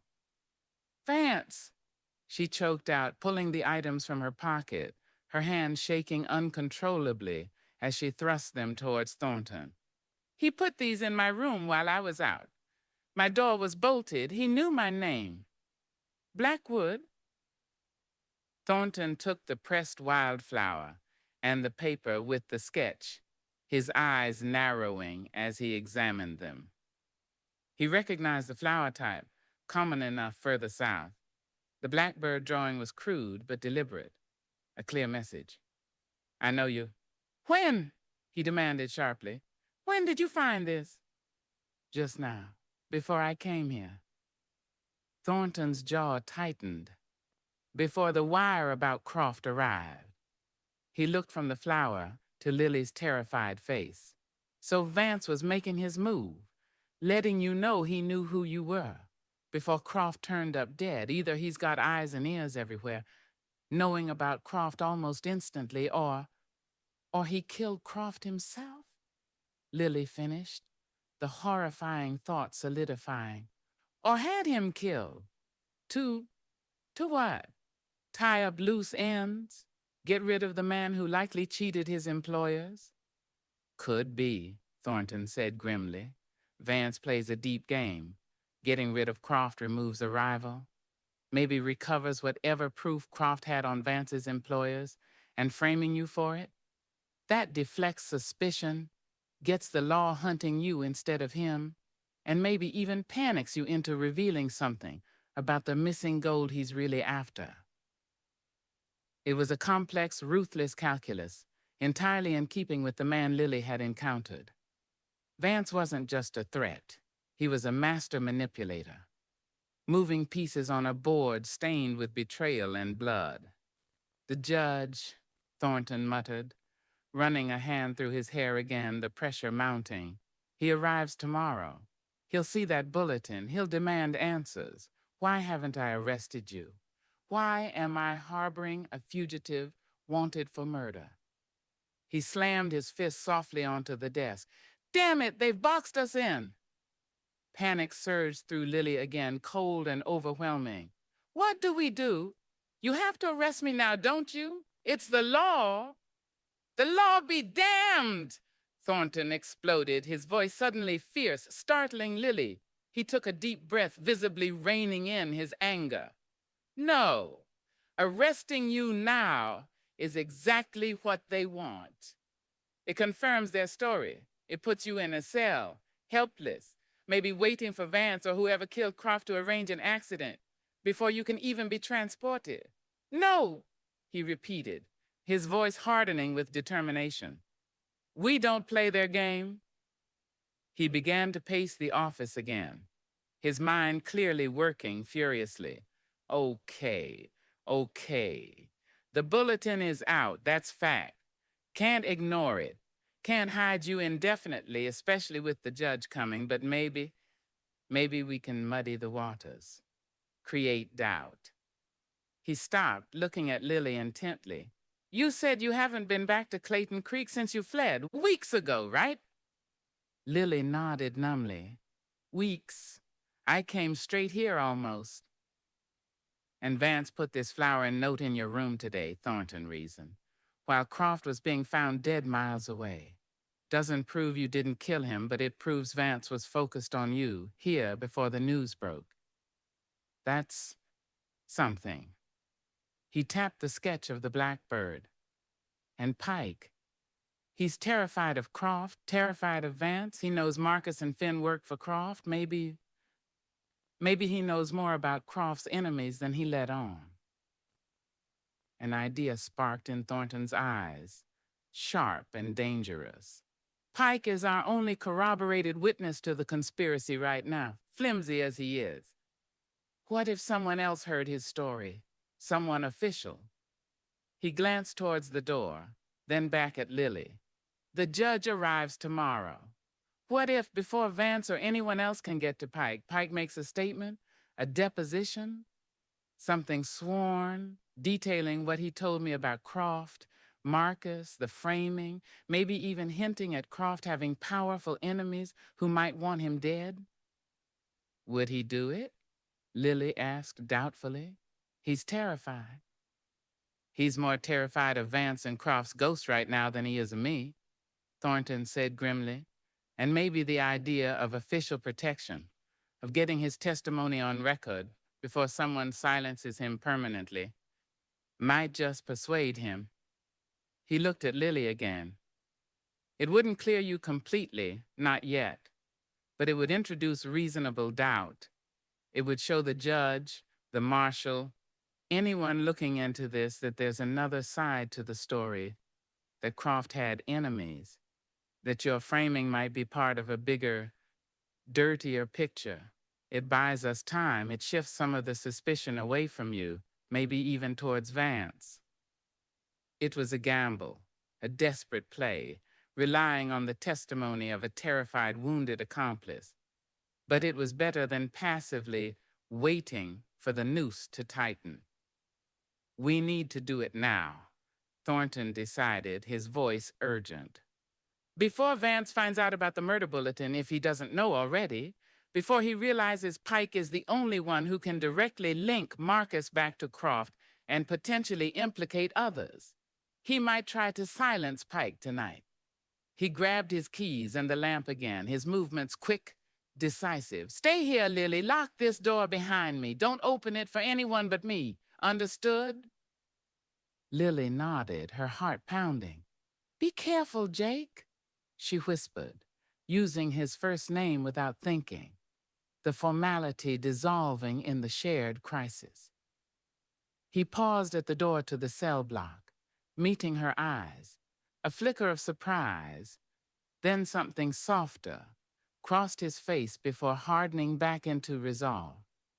You too, he said gruffly, then disappeared into the dark corridor, locking the heavy door behind him. Lily rushed to the main office door, sliding the heavy bolt across, then leaned against it, listening. The office felt unnervingly quiet now. The only sounds the ticking of the wall clock and the frantic drumming of her own pulse. Outside, the evening sounds of redemption continued, oblivious muffled laughter from a saloon, the distant whinny of a horse. Inside these walls, a desperate battle for truth, for survival was being waged. She could hear the faint murmur of Thornton's voice from the cell block. Low, intense, urgent. Then another voice, higher pitched, trembling, pleading Pike. She couldn't make out the words, only the cadence of interrogation, persuasion, fear. It seemed to go on for an eternity, the muffled sounds rising and falling. Lily paced the office, twisting her hands together, glancing constantly at the locked cell door, then at the window facing the street. Terrified Vance might appear, sensing something was amiss. What if Pike refused? What if he was too scared? What if Thornton pushed too hard? What if Vance somehow intervened? The possibilities clawed at her mind. Her entire future, her life, hung on the words being spoken, the echoes bouncing off the walls of that locked cell. Finally, after what felt like hours but was probably only 20 minutes, the murmuring ceased. Silence descended again, heavier than before. Lily held her breath, straining to hear. Footsteps approached the cell block door. Keys rattled in the lock. The heavy door swung open. and Thornton emerged, lamp in hand. His face was grim, streaked with sweat, but his eyes held a spark of triumph. He looked exhausted but resolute. He talked, Thornton said, his voice rough with fatigue. Scared, spitless, but he talked.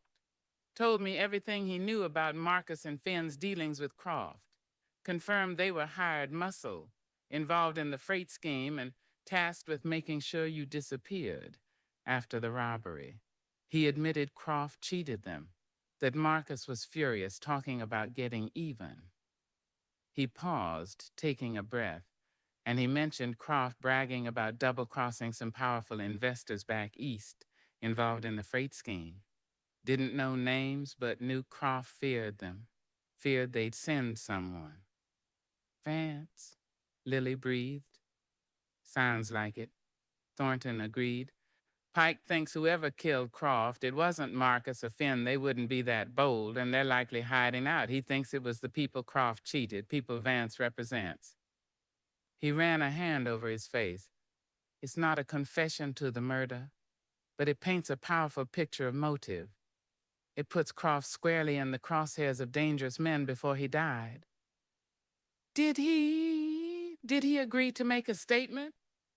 To the judge? Lily asked anxiously. Thornton nodded grimly. He did. On condition I guarantee his protection, keep Vance away from him. He's terrified Vance will kill him before the judge even gets here. He looked around the office and then back at Lily. I wrote it all down verbatim as I could. Got Pike to sign it, shaky as his hand was. He tapped a folded sheaf of papers tucked into his vest. It's something to show the judge tomorrow, something to counter that murder warrant. Relief washed over Lily. So potent she felt weak-kneed. It wasn't freedom, not yet, but it was a weapon, a shield, a fighting chance. But, Thornton added, his voice low and serious, his gaze holding hers, this makes Pike the most valuable and the most vulnerable man in redemption right now. Vance finds out Pike has talked, has implicated his employers even indirectly. He won't hesitate. He walked towards the window, peering cautiously out into the darkened street. We need to keep him safe until the judge arrives, and we need to figure out Vance's next move before he makes it. The noose, momentarily loosened by Pike's fearful confession, still hung heavy around them. Croft's murder had raised the stakes astronomically, turning a desperate flight into a deadly game of chess with a ruthless opponent. And the echoes from Pike's locked cell were not just confessions, they were warnings of the violence yet to come. Chapter 17, Where the Heart Must Stand. Locked inside the sheriff's office, Lily felt the silence press in, thick and suffocating. The heavy bolt she'd slid across the door felt woefully inadequate against the weight of the world outside, against the newly arrived telegram accusing her of murder, against the cold machinations of Silas Vance, against the crushing reality of her situation. Jake Thornton was in the cell block, wrestling a confession or a statement from Pike, their muffled voices a distant, desperate counterpoint to the frantic drumming of her own heart. Waiting was agony. She paced the small, dusty space, moving from the barred window overlooking the now darkened street to the locked door leading to the cells, then back again. The office, with its utilitarian desk, overflowing paperwork, gun rack on the wall, and the faint, lingering scent of coffee and masculinity, felt intensely like Thornton's domain. Being locked within it felt strangely intimate, yet also like being trapped in the very heart of the law she had fled. His presence lingered in the worn leather of his chair, the map spread on his desk, the sheer order he tried to impose on a chaotic world. The murder charge, it circled her thoughts like a vulture. Croft dead, shot in his office. It was unthinkable, yet terrifyingly real. She hadn't killed him. She hadn't been within 100 miles of Clayton Creek. But who would believe her now? The motive was their revenge for the framing, silencing the man who could implicate her in the robbery. The timing was damning, coinciding with her presence in Redemption, a known fugitive. It was a perfect trap, sprung with lethal precision. Had Vance done it? Had he anticipated this, planned it? The flower, the blackbird sketch were they placed in her room after he knew Croft was dead? A final cruel twist of the knife? Or was it, as Thornton suspected, a move made just before, aimed at psychological torment, its timing now lending it a horrifying prescience? She clutched the edge of the desk, remembering Vance's cold eyes, his smooth voice dripping menace. He was capable of it, capable of anything. And now he knew her name, Blackwood. He had peeled back her last layer of anonymity, leaving her utterly exposed. The low murmur of voices from the cell block ceased abruptly. Lily froze, straining to hear. Silence. Then the unmistakable rattle of keys, the heavy thud of the cell block door opening. She backed away instinctively as Thornton emerged, lamp held high, his face etched with exhaustion, but alight with a grim, hard-won victory. He told her Pike had talked, confessed his role, implicated Croft and Marcus, hinted at the powerful enemies Croft had double-crossed Vance's employers, almost certainly. Most importantly, Pike had signed a statement, a potential shield against the murder charge, a seed of doubt to plant before the arriving judge. Relief washed through Lily, so intense her knees nearly buckled. It wasn't freedom, but it was a breath, a fighting chance snatched from the closing jaws of the trap. But Thornton's subsequent words, outlining the danger to Pike, the need to protect him until the judge arrived, the certainty that Vance would try to silence him, brought the fear crashing back. They had won a small battle, but the war was far from over, and the enemy was closing in. After locking the cell block door securely again, Thornton turned his full attention to Lily. The professional distance he usually maintained seemed to have lessened, worn away by the shared crisis, by the raw honesty of her confession under the stars, by the undeniable truth of her innocence regarding Croft's murder. He looked at her not just as a fugitive or a witness, but as Lily, a woman caught in a deadly storm, a woman he had, against all logic and regulation, chosen to stand beside.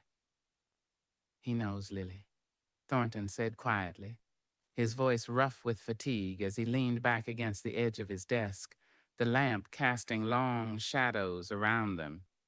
Vance, he knows about you. Maybe not everything, but enough.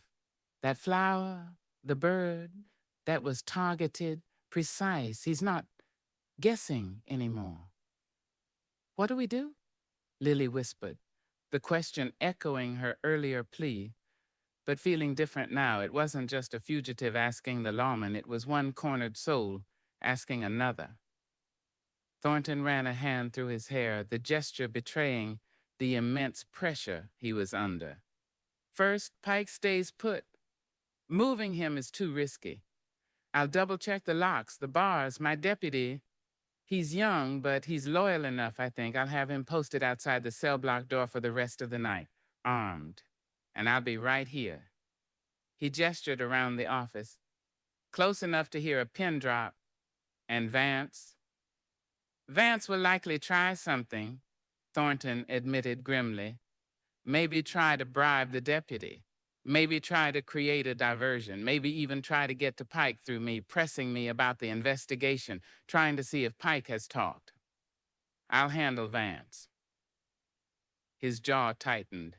He steps out of line, he'll find out Redemption's sheriff isn't easily pushed. He looked at Lily, his expression softening slightly. The hardest part is waiting, waiting for the judge, waiting for Vance's move. trying to look like nothing's changed, even though everything has. He paused, studying her face in the lamplight. That stunt with the flower. He was trying to break you, to make you panic, run, maybe confess to something you didn't do. He almost succeeded, Lily admitted, shame mixing with the lingering fear. I wanted to run, anywhere. But you didn't, Thornton said, his voice low. You came here. To me. The simple statement hung in the air, heavy with unspoken significance. It was an acknowledgement of the trust she had placed in him. Fragile as it was, a trust that flew in the face of her fugitive status and his role as sheriff. Lily looked away, unnerved by the intensity in his gaze, by the complex emotions swirling between them in the confines of the small office. Gratitude, fear, dependency, and something else, something warm and unsettling, that fluttered beneath her ribs whenever he looked at her like that. It was dangerous, this feeling, more dangerous perhaps than Vance himself. She was wanted for murder. He was the law. There was no future for them, only this shared perilous present. Your statement, she said, forcing her mind back to practicalities, away from the treacherous territory of emotion. Pike's statement. Will it be enough? Enough to make the judge listen? Thornton sighed. It's enough to raise hell.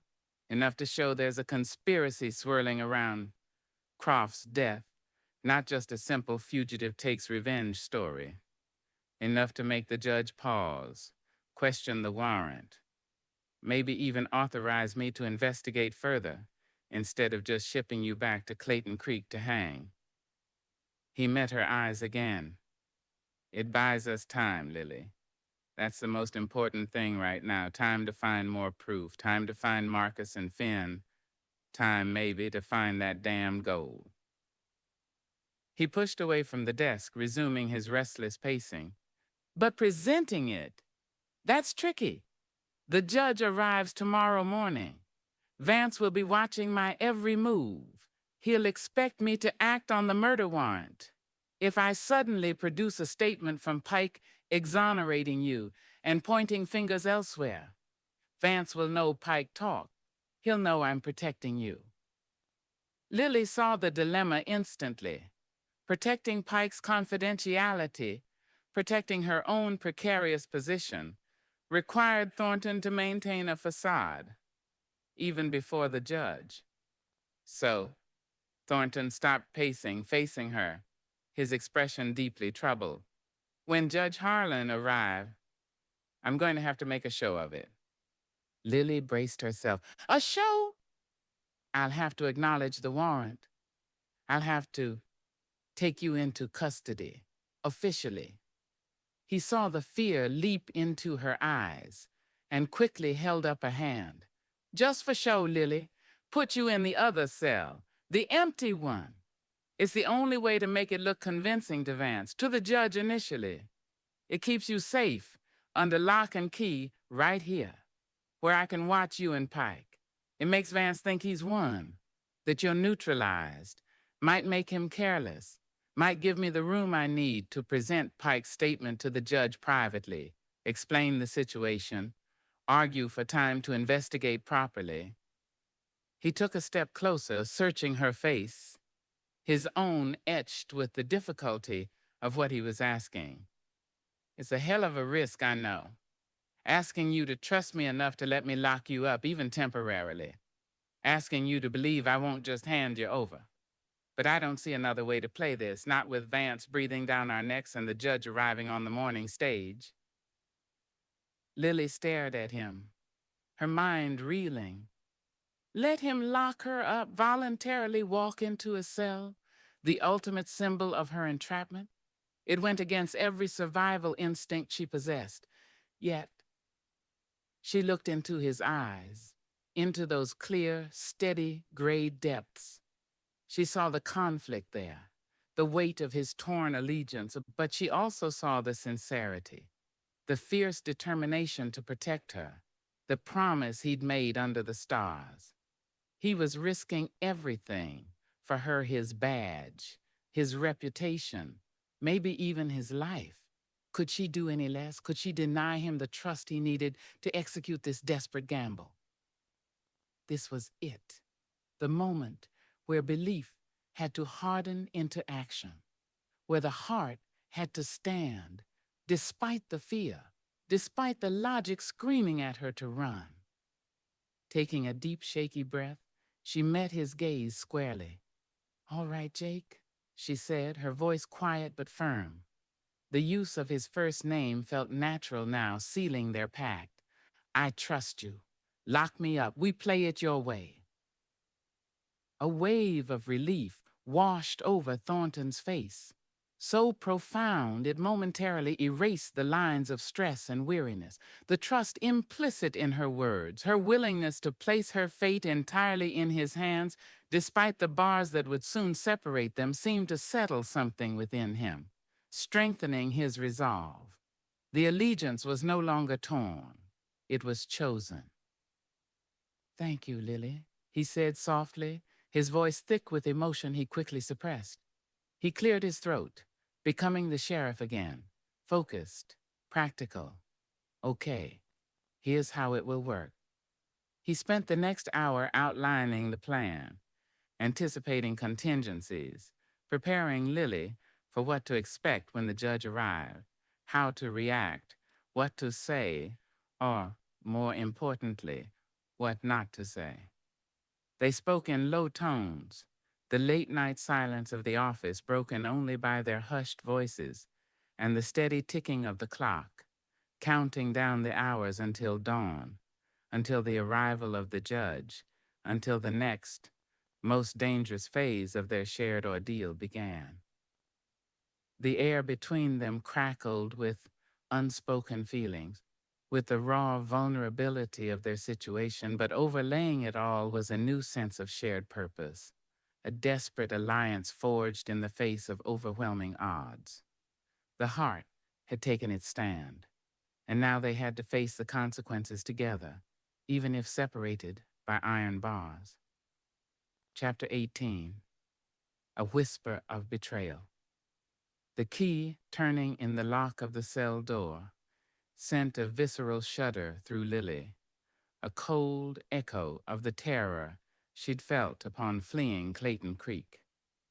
Sheriff Jake Thornton hadn't used handcuffs, a small concession perhaps, but significant yet the heavy iron door, clanging shut behind her, felt just as final, just as damning. She stood in the narrow, dimly lit space, the smell of dust, old sweat, and something metallic fear clinging to the air. A narrow cot with a thin, stained mattress was bolted to one wall, a slop bucket tucked into the corner, its only other furnishing. It was identical to the cell next door, where Pike huddled, presumably listening, his fear a palpable presence even through the solid wall. "Just until the judge leaves town, Lily," Jake had murmured as he closed the door, his eyes holding hers, trying to convey reassurance through the bars. "Keep your nerve. Trust me." Then he was gone, the heavy footsteps receding down the corridor, leaving her alone in the suffocating silence of the jail. Trust him. She repeated the words like a mantra, clinging to them as the weight of her confinement settled upon her. This was part of the plan, a necessary charade to fool Vance, to buy time with the judge, to protect Pike. She knew that. But knowing it didn't stop the instinctive panic clawing at her throat, the feeling of being utterly trapped, helpless, dependent on the integrity of a man walking a razor's edge between duty and his own chosen path.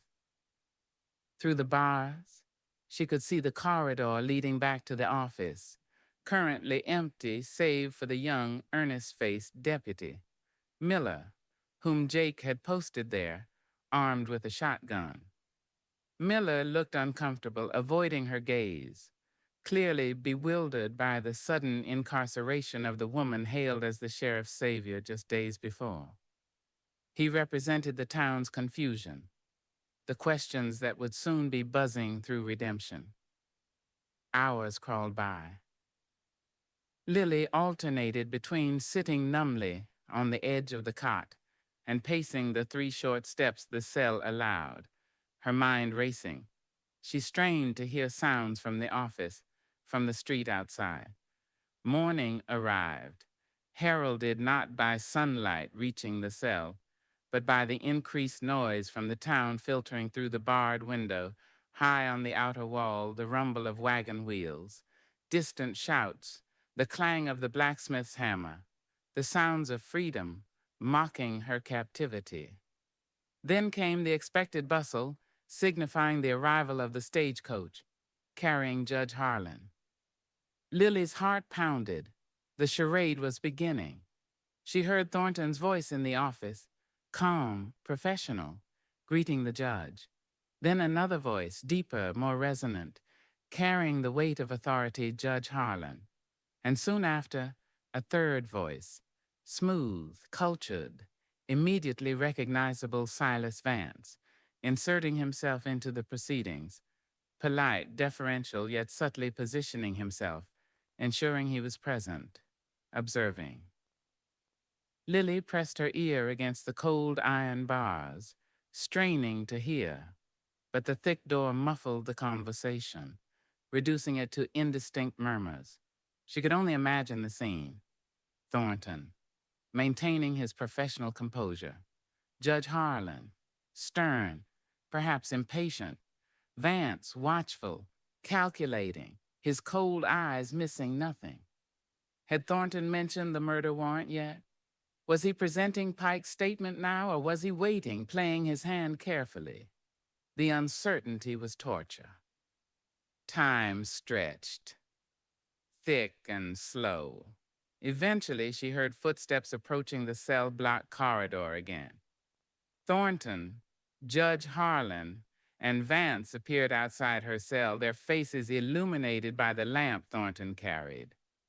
Miller, the deputy, shifted nervously, gripping his shotgun tighter. Judge Harlan was a portly man with bushy gray sideburns and piercing blue eyes that seemed to take in everything at a glance. He looked from Lily, standing pale but defiant behind the bars, to Thornton, his expression stern, questioning. Vance stood slightly behind the judge, his face a mask of polite interest, but his eyes gleamed with shrewd intensity as they flickered over Lily. Sheriff Thornton, the judge's voice boomed, echoing slightly in the narrow corridor. This is the woman mentioned in the Prescott Bulletin, the fugitive, Lily Blackwood, wanted for the murder of Silas Croft in Clayton Creek? Yes, sir, Your Honor, Thornton replied, his voice carefully neutral. She arrived in Redemption several days ago, under the assumed name Liz Carter. Given the circumstances surrounding the recent ambush attempt on my life and her involvement, I detained her pending further investigation even before this warrant arrived. He offered a plausible, partial truth, omitting the depth of his knowledge and the nature of her detention. Judge Harlan scrutinized Lily, his gaze sharp, assessing. Murder is a serious charge, young woman, especially the murder of a respected citizen like Mr. Croft, however sudden his demise. Lily met his gaze, forcing herself to remain calm, remembering Jake's instructions. I didn't kill him, Your Honor, she said, her voice trembling slightly but clear. I haven't been near Clayton Creek in weeks. Someone is lying. Someone is framing me. Vance cleared his throat softly. If I may, Your Honor. He interjected smoothly, stepping forward slightly. Silas Vance, I represent certain business interests affected by Mr. Croft's irregular activities, and now his unfortunate death. While Miss Blackwood's guilt or innocence is for the court to decide, Her presence here, coinciding with these violent events, is suggestive. He let the insinuation hang in the air, subtly reinforcing the narrative of her guilt. Thornton stiffened almost imperceptibly at Vance's intrusion, but held his tongue. Judge Harlan frowned, glancing from Vance back to Lily. Suggestive, perhaps, Mr. Vance, but hardly conclusive. Sheriff, have you contacted the authorities in Clayton Creek regarding this warrant? I received the bulletin only late last night, Your Honor, Thornton replied steadily. Given the hour and the telegraph office closure, I haven't had opportunity for confirmation or further details. I intended to address it first thing this morning after your arrival. Another careful half-truth? Humph. Judge Harlan considered this. And the prisoner next door? Pike, the captured ambusher? He's stable, Your Honor, though still weak, Thornton reported. He has provided some information regarding his associates Marcus and Finn, who remain at large. He confirms they worked for Croft on certain freight matters, and he claims Croft cheated them, leading to animosity. Thornton carefully introduced a piece of Pike's statement, testing the waters, observing Vance's reaction. Vance remained impassive, only a slight narrowing of his eyes betraying any interest. Indeed, he murmured. Animosity towards Croft? How revealing. Perhaps Miss Blackwood wasn't the only one with a motive then.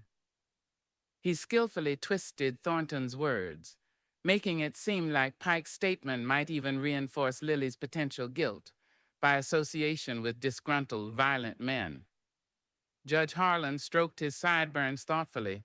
This grows complicated. Murder, fugitive status, ambush, missing freight. Sheriff, I expect a full report on my desk by noon, including verified communication with Clayton Creek regarding the warrant and prisoner transfer protocols. In the meantime, he fixed Lily with a stern look. You remain locked up, Miss Blackwood. Securely. He turned to Thornton. Ensure your prisoner Pike is also secure. It seems he may be a valuable witness. See he receives adequate medical attention. Yes, Your Honor, Thornton affirmed. The judge gave a curt nod, then turned, clearly intending to leave the cell block. Vance lingered for a moment, his cold gaze sweeping over Lily one last time, a look that seemed to promise future attention, before following the judge back towards the main office. Thornton threw Lily a quick, subtle glance, a look that said, stay strong. It's going according to plan before securing the corridor door behind them. Lily leaned against the cold bars, relief mingling with continued dread. Phase 1 was over. Thornton had navigated the initial encounter, acknowledged the warrant without immediately condemning her, and subtly planted the seeds of doubt using Pike's information. But Vance was sharp, twisting everything to his advantage, and the judge, while seemingly fair, was bound by procedure. The clock was ticking. The rest of the morning passed in agonizing slowness. Lily heard Thornton sending telegrams, his voice low and urgent. She heard the judge questioning the deputy, Miller, presumably about the security arrangements. She heard Vance leave the office, his footsteps unhurried on the boardwalk outside. Where was he going? What was he planning? Around midday, Thornton returned to the cell block, accompanied by Martha carrying a tray of food. He unlocked Lily's cell briefly, allowing Martha to pass the tray through. Martha's eyes were filled with worry, but she offered Lily a small, encouraging smile before retreating, leaving Thornton and Lily alone for a precious few moments. How did it go? Lily whispered anxiously, taking the tray. As expected, mostly. Thornton murmured, keeping his voice low, conscious of Pike listening next door, and possibly Miller, just outside the corridor door. Judge Harlan is thorough. He's confirmed the warrant is real. He's demanding answers, wants depositions. But, he added, a grim satisfaction in his eyes, he also took note of Pike's claims about Croft's other enemies, and he seemed intrigued by Vance's presence, his quick insertion into the matter. The judge is no fool. What about Pike's statement? Did you show it to him? Thornton shook his head slightly. Not yet. Too risky with Vance hovering. I need to speak to the judge alone, lay it all out. I'm hoping for an opportunity this afternoon. He glanced towards Pike's cell. Pike is holding up, but he's terrified, keeps asking about Vance. Vance left the office earlier, Lily told him. Well, where did he go? Thornton frowned. Don't know. Said he had some private inquiries to make around town. Probably trying to dig up dirt, maybe find Marcus and Finn before I do, or pressure Pike through other means. He looked at Lily intently. Did Vance say anything else to you? Anything? Before Lily could answer, Deputy Miller appeared at the corridor entrance, looking agitated. Sheriff, Judge Harlan wants to see you back in the office right away, and Sheriff, Mr. Vance is back. He's with the judge now. Thornton stiffened. Vance back already? With the judge. That wasn't good. Had Vance made his move? Found something? All right, Miller, tell his honor I'm coming. He gave Lily a quick, worried look. Stay alert. He quickly locked her cell door again and hurried back towards the office, leaving Lily's heart pounding with renewed alarm. Vance with the judge, what was happening? Minutes stretched into an eternity. Lily couldn't eat. She paced her cell, straining her ears. The voices from the office were muffled, but she could discern the rise and fall of conversation. Thornton's steady tone, the judge's authoritative rumble, and Vance's smooth, insidious cadence weaving through it all. What lies was Vance spinning? What accusations was he making? Suddenly, there was a commotion. Raised voices, a sharp exclamation from the judge, the sound of a chair scraping back violently, then Thornton's voice dangerously low, cutting through the others. That's a lie, Vance! What was happening? Lily gripped the bars, her knuckles white. More muffled shouting, then footsteps approaching the cell block corridor again, heavy, urgent. Thornton appeared, his face thunderous, his eyes blazing with cold fury. He fumbled briefly with the keys, unlocking Lily's cell door, his hands shaking slightly with suppressed rage. What is it? What happened? Lily cried, stepping towards the bars as he swung the door open. Thornton didn't answer immediately. He stepped aside, and Deputy Miller appeared behind him, looking pale and shaken, his eyes wide with disbelief. Miller wasn't looking at Lily. He was staring at Thornton with an expression of shocked betrayal. Deputy Miller, Thornton said, his voice tight, controlled, but laced with ice, has just informed Judge Harlan and Mr. Vance of certain irregularities. He paused, his gaze locking with Lily's, filled with a pain that mirrored her own dawning horror. He told them about our ride last night, Lily, about me taking you out of town, alone under the stars, about me bringing your horse from the livery myself. He took a ragged breath. He told them he saw me talking to Pike alone last night after the bulletin arrived. He suggested I might have coerced Pike's statement, or fabricated it entirely, to protect you. The world swam before Lily's eyes. Miller, the earnest, loyal deputy, had Vance gotten to him, bribed him, threatened him? Or had Miller simply misinterpreted what he saw, drawing his own conclusions, panicked by the judge's scrutiny and Vance's insidious presence? It didn't matter why. The damage was done. Miller's words, whispered to the judge, twisted by Vance's interpretation, painted Thornton not as a conflicted lawman seeking justice, but as a corrupt sheriff protecting his lover, fabricating evidence, obstructing the law. It undermined everything. Pike's statement was now suspect. Thornton's actions were compromised. Lily's precarious position had just become infinitely worse. The whisper of betrayal, spoken by the young deputy, had effectively tightened the noose around both their necks. Chapter 19. Against the Coming Storm. The silence in the sheriff's office following Deputy Miller's devastating words was absolute, a vacuum sucking the air from Lily's lungs even through the iron bars of her cell.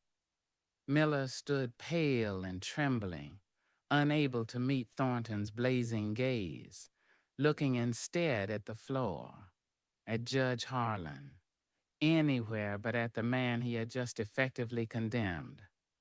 Judge Harlan's face, previously stern but impartial, had hardened into granite, his piercing blue eyes fixed on Thornton with profound disapproval. And Silas Vance. Vance wore an expression of carefully cultivated shock and grave concern, but beneath it Lily saw the unmistakable glint of triumph in his cold eyes. He had struck, using the naive deputy as his weapon, and landed a crippling blow. Thornton himself seemed frozen for a heartbeat, the color drained from his face, replaced by a dull, angry red creeping up his neck. The crumpled telegram about Croft's murder felt insignificant now compared to this immediate personal betrayal, this public demolition of his authority and integrity. Lily watched him, her own fear momentarily eclipsed by a wave of empathy for the impossible position Miller's words had thrust him into. He hadn't just been compromised. He'd been publicly shamed, accused implicitly of corruption, consorting with a fugitive, and tampering with evidence, all in front of the visiting judge and the man who was likely his most dangerous adversary. Deputy Miller, Judge Harlan's voice finally broke the silence, low and dangerously calm, each word falling like a chip of ice. Are you fully aware of the gravity of your statement? You are suggesting Sheriff Thornton acted improperly, perhaps even illegally, regarding the prisoner Blackwood and the witness Pike? Miller swallowed hard, shifting his weight nervously. He risked a fleeting, miserable glance at Thornton before focusing back on the judge. Your Honor, I only report what I saw. The sheriff. He took her out last night, alone for hours. Said it was just talk. And he spent time alone with Pike after that wire came in. It didn't feel right, sir, especially now with her being wanted for murder and all. He avoided mentioning Thornton's specific order to keep quiet about the ride, conveniently omitting his own complicity until this moment, making his concern seem sudden and principled rather than coerced or self-serving. Vance stepped forward smoothly, his expression radiating solemn concern. If I may, Your Honor, this is deeply troubling. While I hold Sheriff Thornton in high professional regard, Deputy Miller's observations raise serious questions. The integrity of this investigation, the security of these prisoners, the very impartiality of local law enforcement. It all seems compromised. He shook his head sadly. My employers tasked me with assessing the situation regarding their stolen property and the related violence. This throws everything into doubt. Can we be certain Miss Blackwood hasn't unduly influenced the sheriff? Can we trust any statement obtained from the prisoner Pike under these circumstances? He masterfully twisted Miller's statement into a direct attack on Thornton's credibility, and, by extension, on the validity of Pike's potentially exonerating testimony. He aimed to discredit the sheriff and isolate Lily completely. Thornton finally moved, straightening up from where he'd been leaning against the desk. His fury was palpable, a coiled energy beneath a surface held rigid by sheer force of will. He didn't look at Miller. He addressed the judge directly, his voice tight but controlled. "Your Honor," he began, "Deputy Miller is mistaken. Not in what he saw, perhaps, but in his interpretation, fueled, I suspect, by Mr. Vance's particular brand of helpful assessment." He shot Vance a look cold enough to freeze water. "Yes, I took Miss Blackwood out of town last night. She was distraught, terrified by certain developments Mr. Vance himself precipitated." He held up the wildflower and the blackbird sketch.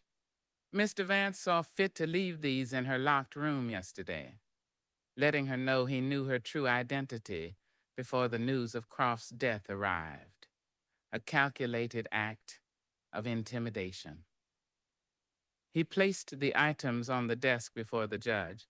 "I took her out to question her away from prying ears, namely Mr. Vance's, and to assess the validity of her claims regarding Silas Croft and the men who ambushed me, Pike among them. Claims that involved conspiracy and framing long before Croft turned up dead. Claims that are corroborated in part by Pike's own fearful testimony." He turned his attention briefly to Miller, his voice dropping, laced with contempt. "As for my conversation with Pike last night, Miller, you know damn well Pike was terrified before I spoke with him. Terrified of Croft and terrified of Vance. He signed a statement detailing Croft's criminal activities and naming his accomplices willingly, hoping for protection against the very people who now benefit from discrediting his testimony. Your timing, Deputy, is remarkably convenient for Mr. Vance here." Miller flinched but didn't respond, his gaze fixed firmly on the floor. Vance chuckled softly, a dry, dismissive sound. "Accusations and conjecture, Sheriff. Easily explained actions twisted to sound sinister. A concerned lawman questioning a terrified fugitive? Or a compromised official coaching his witness? The deputy's observations speak for themselves, as does the prisoner's convenient statement, produced only after the murder warrant arrived." "The warrant arrived late last night," Thornton retorted, his control fraying. "Pike made his statement immediately after, fearing for his life." "Enough!"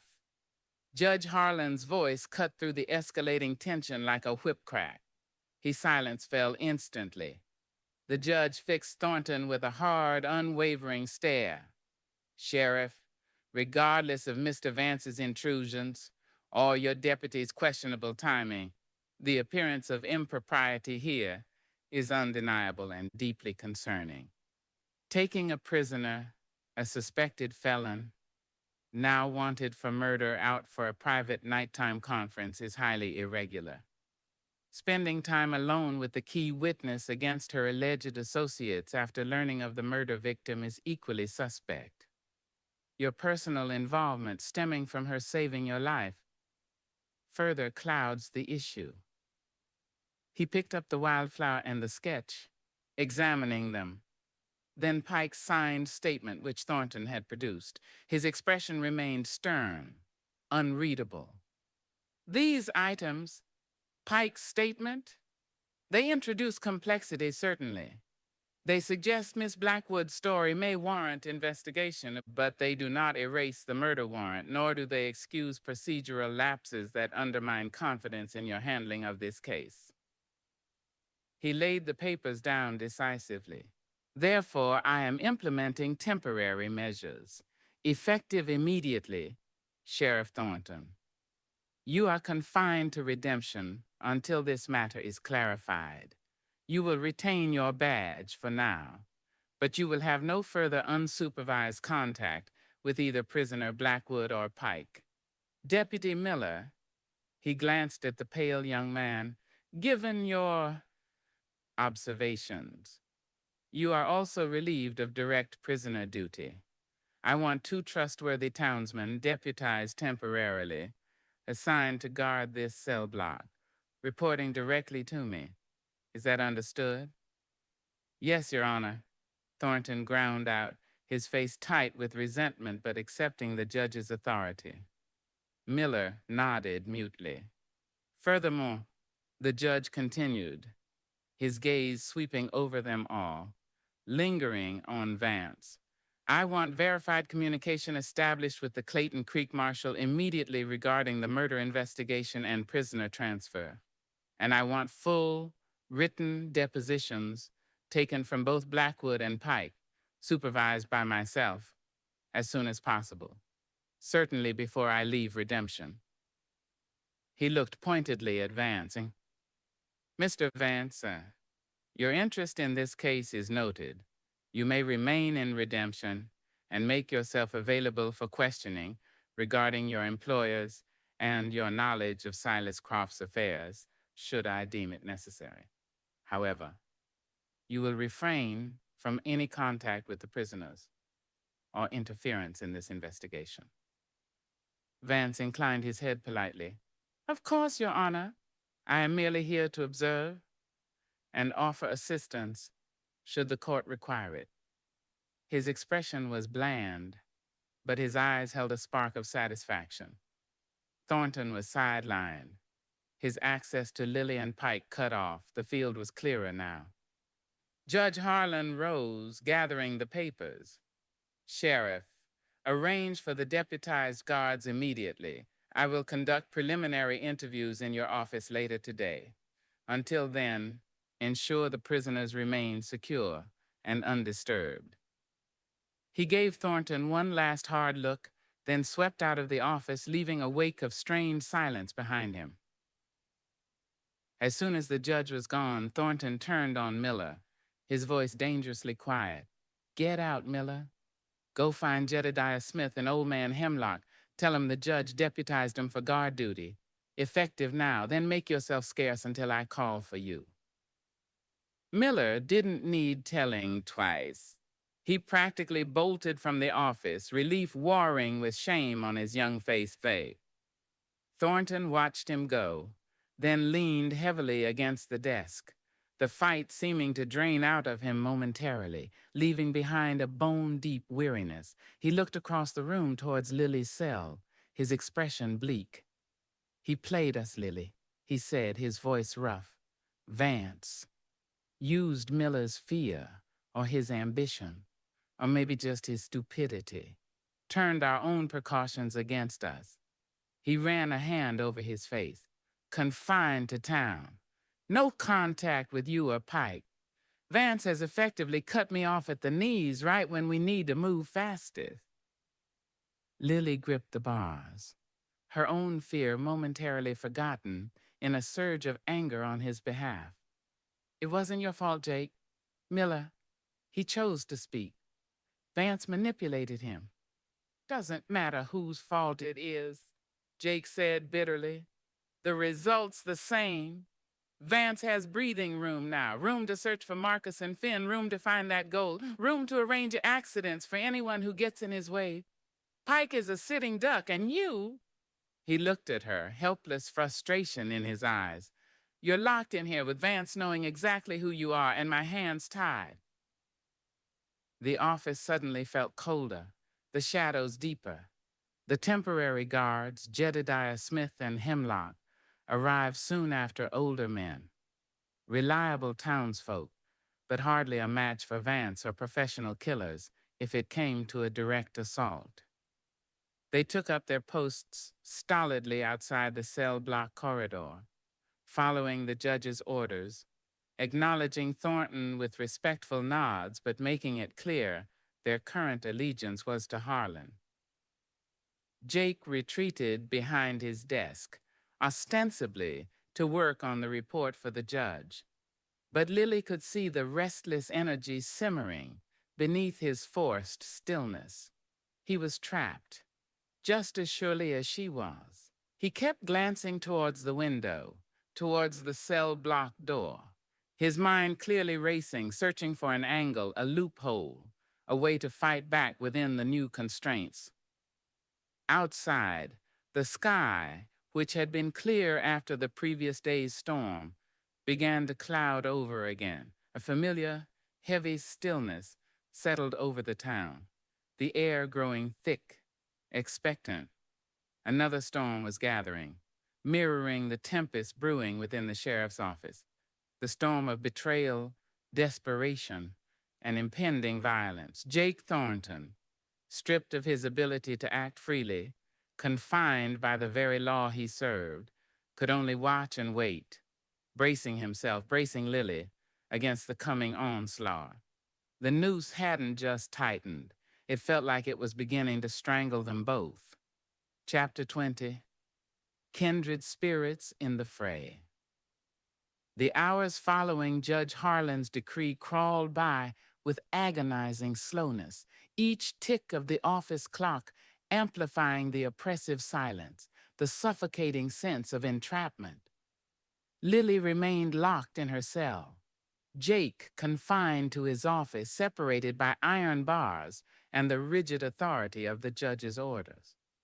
The two temporary guards, Jedediah Smith and Old Man Hemlock, sat stoically on chairs outside the cell block corridor, their presence a constant reminder of Jake's sidelined authority and Lily's captive state. Pike remained silent in the adjacent cell, his fear a tangible presence in the shared space. Outside, the weather continued to mirror the internal turmoil. The sky grew darker, heavy clouds pressing low, pregnant with unshed rain. The wind picked up again, sighing mournfully around the corners of the building, rattling the window panes, carrying the scent of dust and impending storm. It felt like the world outside was holding its breath, waiting for the inevitable break.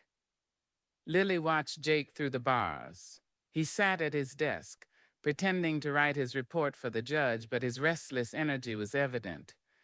He'd rise frequently to pace the confines of the office, pause at the window to stare out at the brooding sky or the movements on the street, then return to the desk, his jaw tight, his eyes narrowed in thought. He was a man caged, forced into inaction while the danger mounted. His frustration was a palpable force in the small room, mingling with Lily's own fear and helplessness. She saw Vance leave the saloon across the street, conferring briefly with two hard-faced men she didn't recognize before they mounted horses and rode purposefully out of town, heading north towards Devil's Pass. Vance himself remained, strolling casually down the boardwalk towards the general store, projecting an air of unconcerned confidence that Lily knew masked a predatory intent. He was making his moves, sending men out to search for Marcus and Finn, to scout the pass for the missing gold, to eliminate loose ends, while Jake, the only one who truly understood the stakes, was effectively neutralized.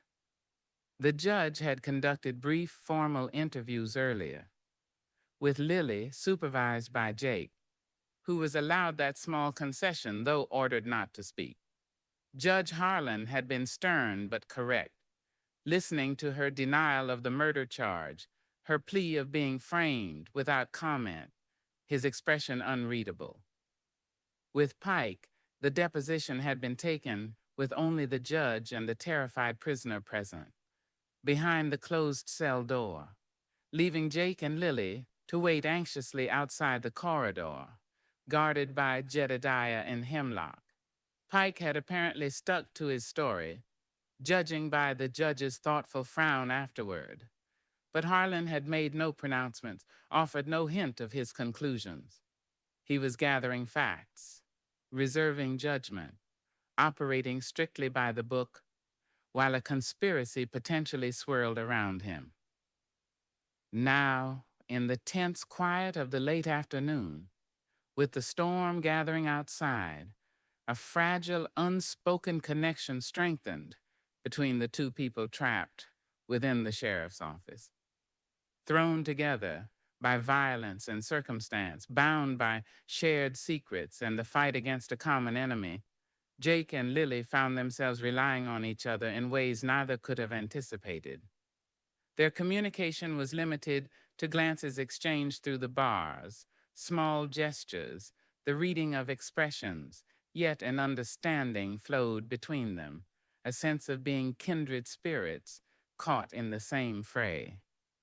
Lily saw the weight Jake carried, the responsibility for the town, the burden of his compromised authority, the personal risk he was taking for her, the frustration of being unable to act freely. She saw the lines of stress deepening around his eyes, the tightly controlled energy beneath his forced calm. Her heart ached for him, a feeling entirely separate from her own predicament, an empathy born of witnessing his struggle, his integrity warring with the constraints placed upon him. Jake, in turn, saw Lily's courage flicker beneath her fear. He saw her forcing herself to remain calm, to trust him despite the terrifying reality of the bars separating them. He saw the intelligence in her eyes as she watched Vance, as she absorbed the unfolding situation. He saw her resilience, the spirit that hadn't broken despite weeks on the run, despite the murder charge, despite Vance's psychological torment. His protective instinct, already strong, intensified, mingling with a growing admiration, a pull that went far beyond duty or debt. He had confined her physically, according to the judge's orders, but his own heart felt increasingly bound to her fate. The tension finally broke, not with violence, but with a simple human need. Jake looked up from his paperwork, his gaze meeting Lily's through the bars. He saw the pallor of her face, the strain in her eyes. "You eaten anything since this morning?" he asked quietly, his voice rough. Lily shook her head. The tray Martha had brought sat untouched on the floor of her cell. Jake frowned. He stood up, walking towards the cell block corridor entrance. "Jedediah," he called out to the older guard. "Go fetch Martha. Tell her Judge Harlan authorizes meals for the prisoners. Bring back enough for Miss Blackwood, Pike, and myself." Jedediah nodded slowly, levering himself out of his chair, and shuffled out, leaving Hemlock alone on guard. Jake turned back to Lily.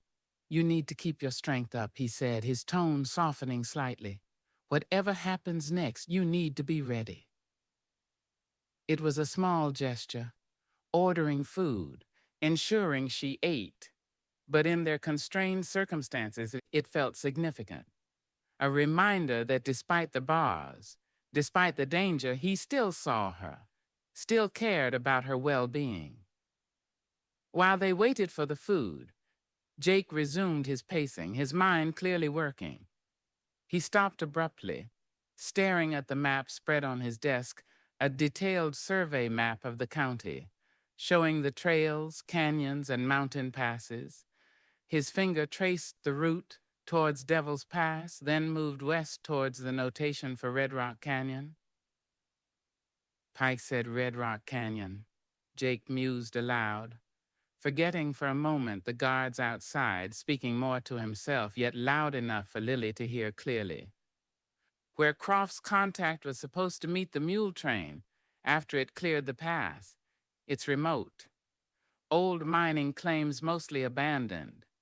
Caves, tunnels, a good place to hide something or someone."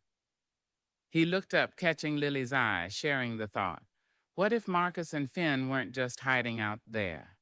What if they had retrieved the gold, or knew where it was stashed near there, and were waiting for a chance to bargain or escape?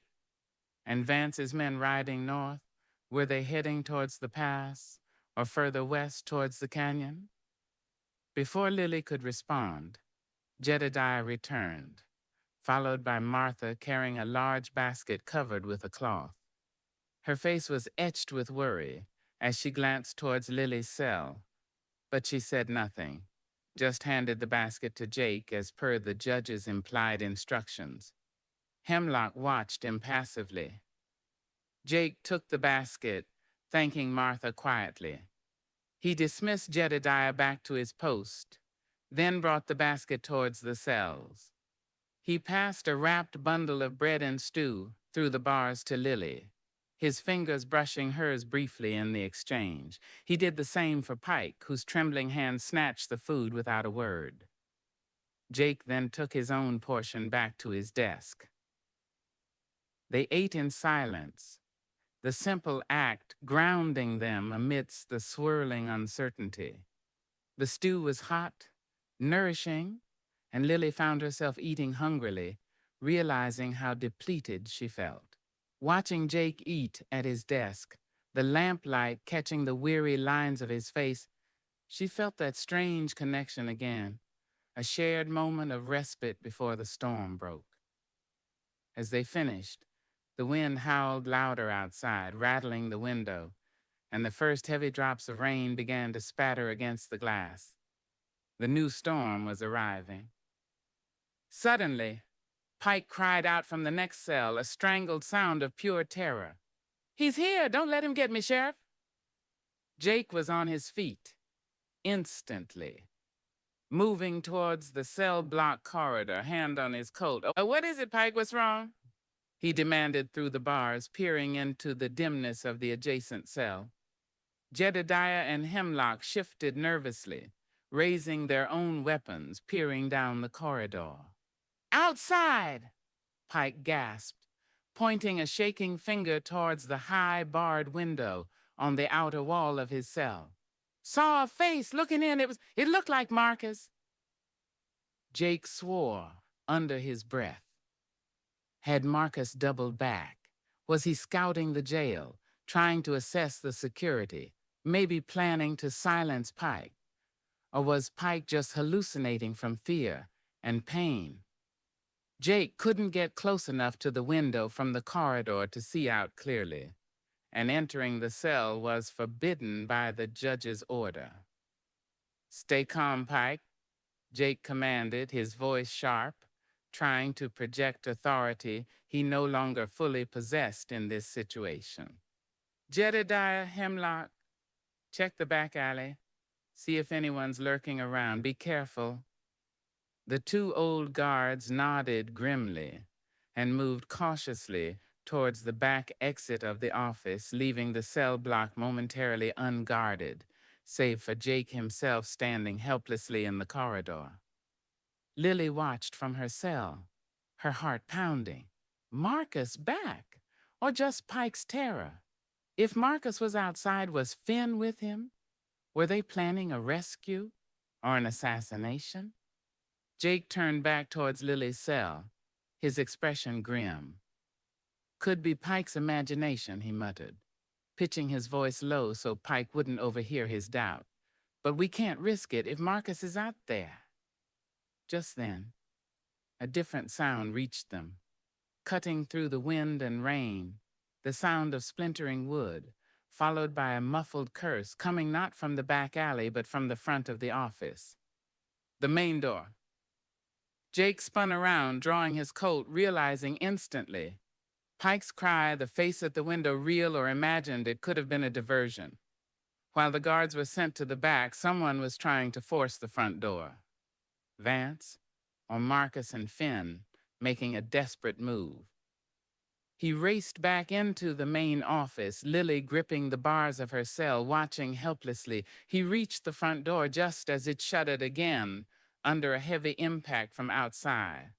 The bolt was holding, but the wood around the frame was splintering. "Who's out there?" Jake yelled, positioning himself to the side of the doorway. Colt raised. No answer. Only another heavy thud against the door, cracking the wood further. They were trying to break in. Suddenly, gunfire erupted from the back alley, Jedediah or Hemlock shouting, then return fire, sharp and angry. The diversion hadn't just drawn the guards away, it had drawn them into a firefight. They were under attack from both sides. Jake was trapped. If he stayed at the front door, whoever was in the alley might overcome the guards and get to the prisoners from the back. If he went to help the guards, Whoever was at the front door would break through and have clear access to the office, the cells, and Lily. He glanced back towards Lily's cell, his face torn with indecision, the impossible choice stark in his eyes. Protect the front? Aid the guards? His gaze met Lily's through the bars, a silent question, a shared understanding of the deadly trap they were in. In that instant, Lily knew what she had to do. Forget the plan, forget the charade. Survival trumped everything. "Jake!" she called out, her voice clear and steady despite the fear gripping her. "The keys! Give me the keys!" He stared at her, momentarily stunned by the audacity, the sheer impossibility of her request. Give the prisoner the keys to her own cell, the keys to the entire cell block. It was madness, it was career suicide, it was illegal. But he looked at the splintering front door, heard the continued gunfire from the back, looked back at Lily's determined face, her hand already reaching through the bars. He saw not the fugitive, not the prisoner, but the woman who had saved his life, the woman whose courage matched his own, the kindred spirit caught with him in this fray. His allegiance, tested, torn, finally settled not on the letter of the law, but on the desperate necessity of survival, on the undeniable trust that pulsed between them. With a curse that was half prayer, half defiance, he made his choice. He strode towards her cell, ignoring the potential consequences, ignoring the judge's orders. He pulled the heavy ring of keys from his belt. He didn't unlock her cell no time, and it would look too deliberate if anyone survived to report it. Instead, he thrust the entire key ring through the bars, into Lily's outstretched hand. "Find the cell key," he commanded, his voice low and urgent, his eyes locking with hers, conveying everything he couldn't say. "Pike first. Get him out of that cell. Barricade yourselves in the corridor if you have to. Use the coat I know you still have hidden. Defend yourselves. I'll hold the front." It was an insane gamble, arming a prisoner, trusting her implicitly in the middle of a coordinated attack. It was an act of ultimate faith or ultimate desperation. Lily's fingers closed around the cool metal of the keys. "Go," she urged him, already fumbling through the keys, searching for the one that fit her lock. "Hold them off." He gave her one last look, a look that held fear, trust, and a spark of something fiercely protective, then spun back towards the front door, just as it finally burst inward with a crash, revealing dark figures, silhouetted against the stormy twilight outside. Jake opened fire. Lily, adrenaline surging, found the key, jammed it into the lock, the mechanism grating loudly as she turned it. The cell door swung open. Freedom, terrifying and precarious, lay before her, purchased by the sheriff's desperate act of faith. Outside her cell, the office erupted in chaos, gunfire, shouts, the storm raging, and Lily knew her fight, their fight, had just truly begun. She was no longer just a prisoner or a fugitive. She was a combatant, armed and allied with the lawman who had chosen her, chosen justice over the rules, kindred spirits, truly against the coming storm. Chapter 21. Setting the snare. The heavy iron ring of keys felt alien in Lily's hand, a symbol of authority, paradoxically granting her freedom in the midst of chaos. The roar of Jake Thornton's Colt Peacemaker from the main office, answered by the sharper cracks of incoming fire, spurred her into action. There was no time for fear, no time for hesitation. Jake had trusted her, placed his life, his career, and potentially her own fate squarely in her hands with that single, desperate act. She wouldn't fail him. "Pike!" she yelled, rattling the bars of the adjacent cell, trying to cut through the man's paralyzing terror.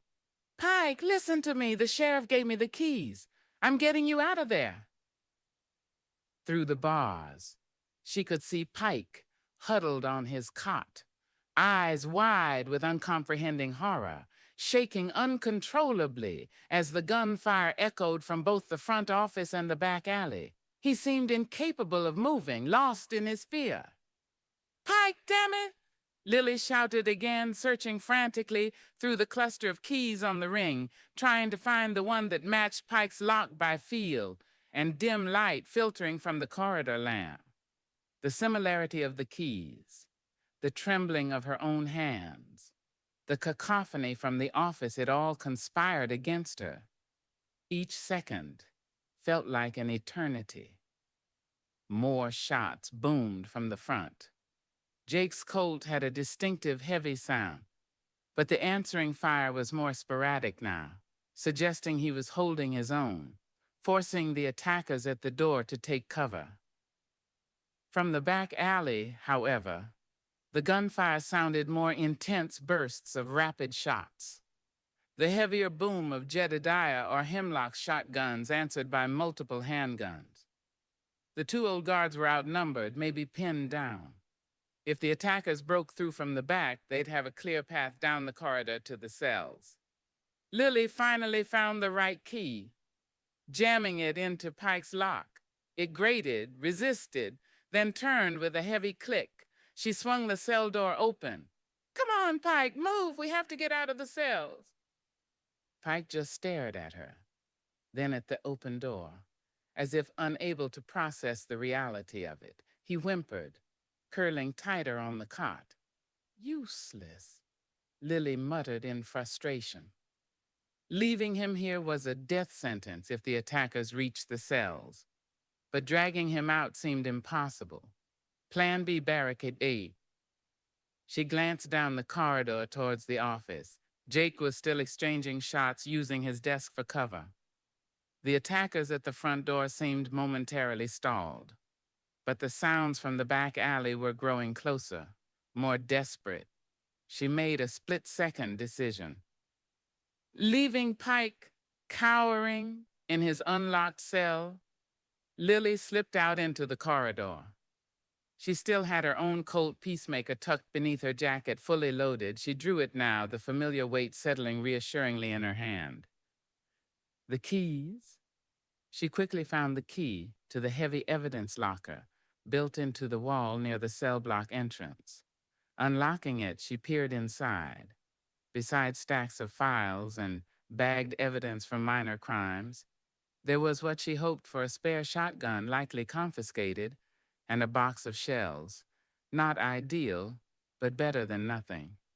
She slung the shotgun over her shoulder, grabbed the box of shells, and relocked the evidence locker, pocketing the main keyring.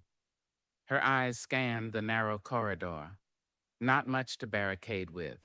The chairs Jedediah and Hemlock had been using, too flimsy. Her cot, Pike's, bolted to the wall.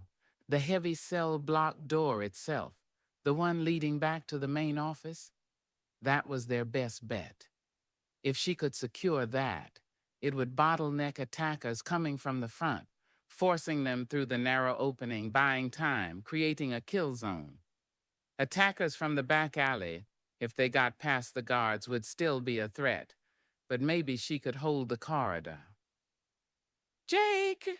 She yelled towards the office, needing to coordinate, needing him to know the plan. "Can you cover the corridor entrance? I need to secure the door." His reply was punctuated by another blast from his Colt. "Do it! Got two pinned down behind the doorway. Watch yourself." Lily dragged the two wooden chairs into the corridor, wedging one under the handle of the heavy cell block door, hoping to brace it against being forced open from the office side. She shoved the other chair against the first, adding minimal reinforcement. It wouldn't hold long against determined force, but it might buy seconds. Then she turned her attention to the other end of the corridor, the direction leading towards the back alley, where the firefight still raged. She took up a position partway down the corridor. using the corner of Pike's open cell for partial cover. She loaded the shotgun, the unfamiliar mechanism clumsy under her trembling fingers, chambering a shell with a loud shuck-shuck. The sound seemed to momentarily penetrate Pike's terror. He whimpered louder from inside his cell. "Stay down, Pike," Lily hissed, peering cautiously around the corner. The back door at the end of the corridor was closed, but she could hear shouting just outside, "Closer now." Jedediah's voice, then Hemlock's, then the sharp crack of handguns firing in rapid succession. A heavy thud sounded against the back door, followed by a pained cry. One of the guards was down. Lily's blood ran cold. If both guards fell, the attackers would be at the back door in seconds. She gripped the shotgun, its weight awkward but solid, resting the barrel on the edge of the cell wall, aiming down the narrow corridor towards the back door. Her heart hammered against her ribs, but her hand was surprisingly steady. The fear was still there, a cold knot in her stomach, but overlaying it now was a fierce, protective instinct for Jake, fighting alone at the front, for herself, and even, strangely, for the terrified wreck of a man cowering in the cell behind her. They were all targets now.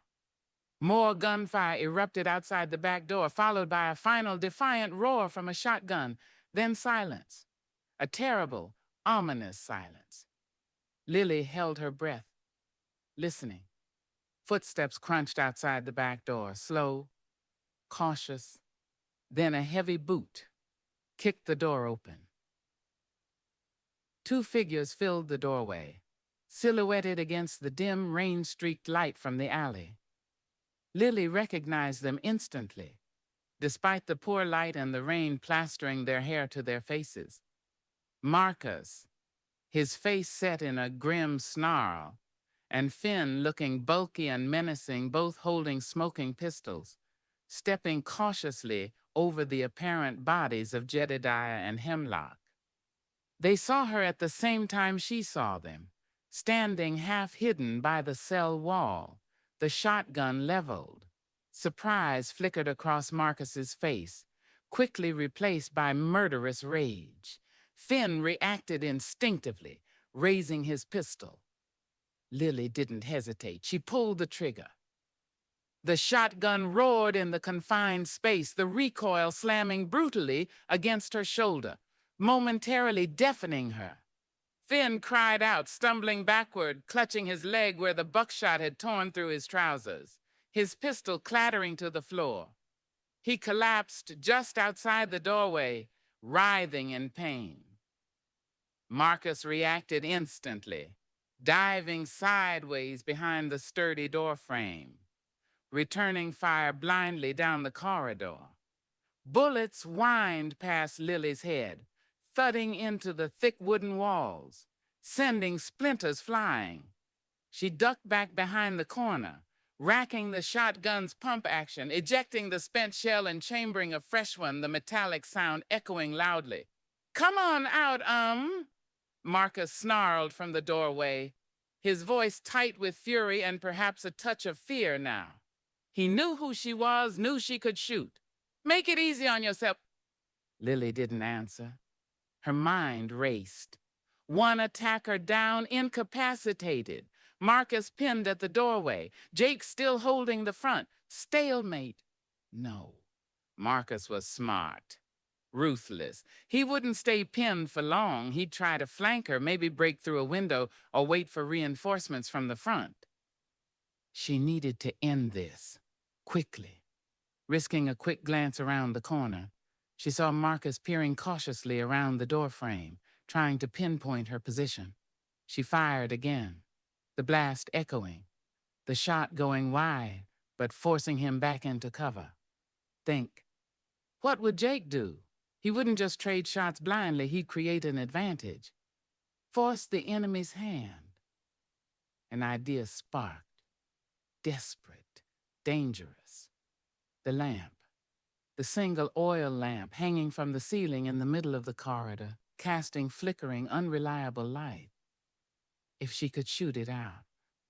Plunge the corridor into near total darkness. She knew the layout. Marcus wouldn't. It might disorient him, give her a chance to move, maybe even take him by surprise, but it also meant fighting blind herself. It was a crazy risk, but sitting here waiting for Marcus to outmaneuver her felt crazier. Taking a deep breath, holding the heavy shotgun steady, she leaned out just far enough to see the swinging lamp, aimed carefully, fired. Glass shattered. The lamp exploded in a brief flare, then died, plunging the corridor into almost complete darkness, lit only by the faint ambient light filtering from the office entrance far down the hall and the doorway where Marcus was hidden. Smoke from the shotgun blasts and the extinguished lamp filled the air, stinging her eyes. "Damn you!"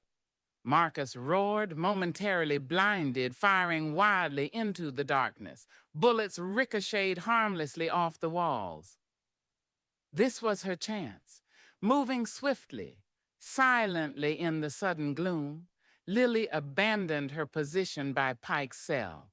She didn't retreat further down the corridor towards the office. That would put her back closer to Jake, potentially drawing fire his way if Marcus pursued. Instead, she slipped sideways, back into her own open cell, pressing herself flat against the cold stone wall in the deepest shadow. She held her breath, listening, the shotgun held ready. Silence descended in the corridor, broken only by Pike's terrified whimpering from the next cell and the distant sounds of Jake still exchanging occasional shots with the attackers at the front. Where was Marcus? Had the darkness confused him? Was he retreating? Then she heard it, a faint scraping sound near the back doorway, cautious footsteps entering the darkened corridor. Marcus wasn't retreating. He was advancing, moving slowly, trying to use the faint light from the doorway to silhouette her against the brighter light from the office end. He expected her to be further down the hall. He moved past Pike's cell, a dark shape against the slightly less dark background. He paused, listening intently. Lily remained frozen against the wall of her own cell, barely daring to breathe, hidden in the deeper shadows just feet away from him. He took another step, then another, moving past her cell door, peering down the corridor towards the faint light where he assumed she was hiding. His back was momentarily towards her. Now! Lily stepped out of the cell's shadow, raising the shotgun. "Marcus!" He spun around, startled, momentarily disoriented, raising his pistol, trying to locate her in the near-total darkness. Lily fired the shotgun one last time, the blast echoing like thunder. The muzzle flashed momentarily illuminating Marcus's shocked face before he crumpled to the floor without a sound. Silence. Absolute ringing silence, except for Pike's uncontrollable sobbing and the harsh rasp of Lily's own breathing. She lowered the shotgun, her arms trembling violently from the recoil and the adrenaline crash. Smoke and the acrid smell of gunpowder filled the dark corridor. "Lily!" Jake's voice called anxiously from the office entrance, the gunfire having ceased there as well. "Lily, what happened? Are you all right?" "Marcus, yeah, Marcus is down," Lily called back, her voice shaky. "Finn is wounded outside the back door. The corridor. It's clear, I think." Footsteps approached cautiously from the office end. Jake appeared at the barricaded door, peering through the gap. He saw the scene in the dim light, Marcus motionless on the floor, Lily standing over him with the shotgun, smoke swirling around her. "Stay put," he commanded, then turned back into the office. Lily heard him kicking away the chairs bracing the door. He swung the heavy door open, stepping into the corridor, his Colt still held ready, his eyes quickly scanning the scene. taking in Marcus's body, the darkness, Lily standing unharmed.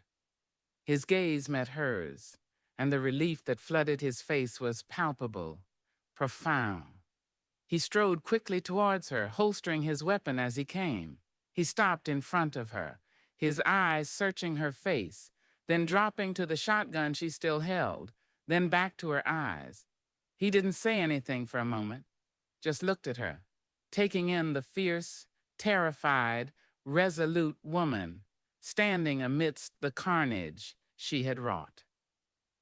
Then, acting purely on instinct, on the overwhelming relief and burgeoning emotion he could no longer suppress, he reached out, not for the shotgun, but for her.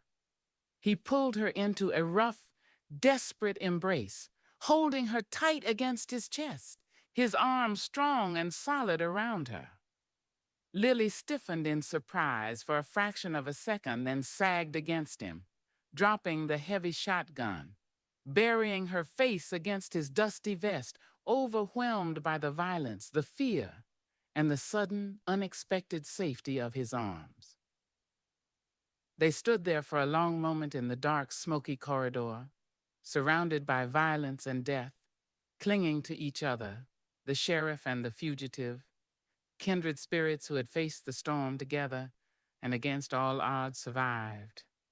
The snare had been set, the attack had come, but they had held, for now.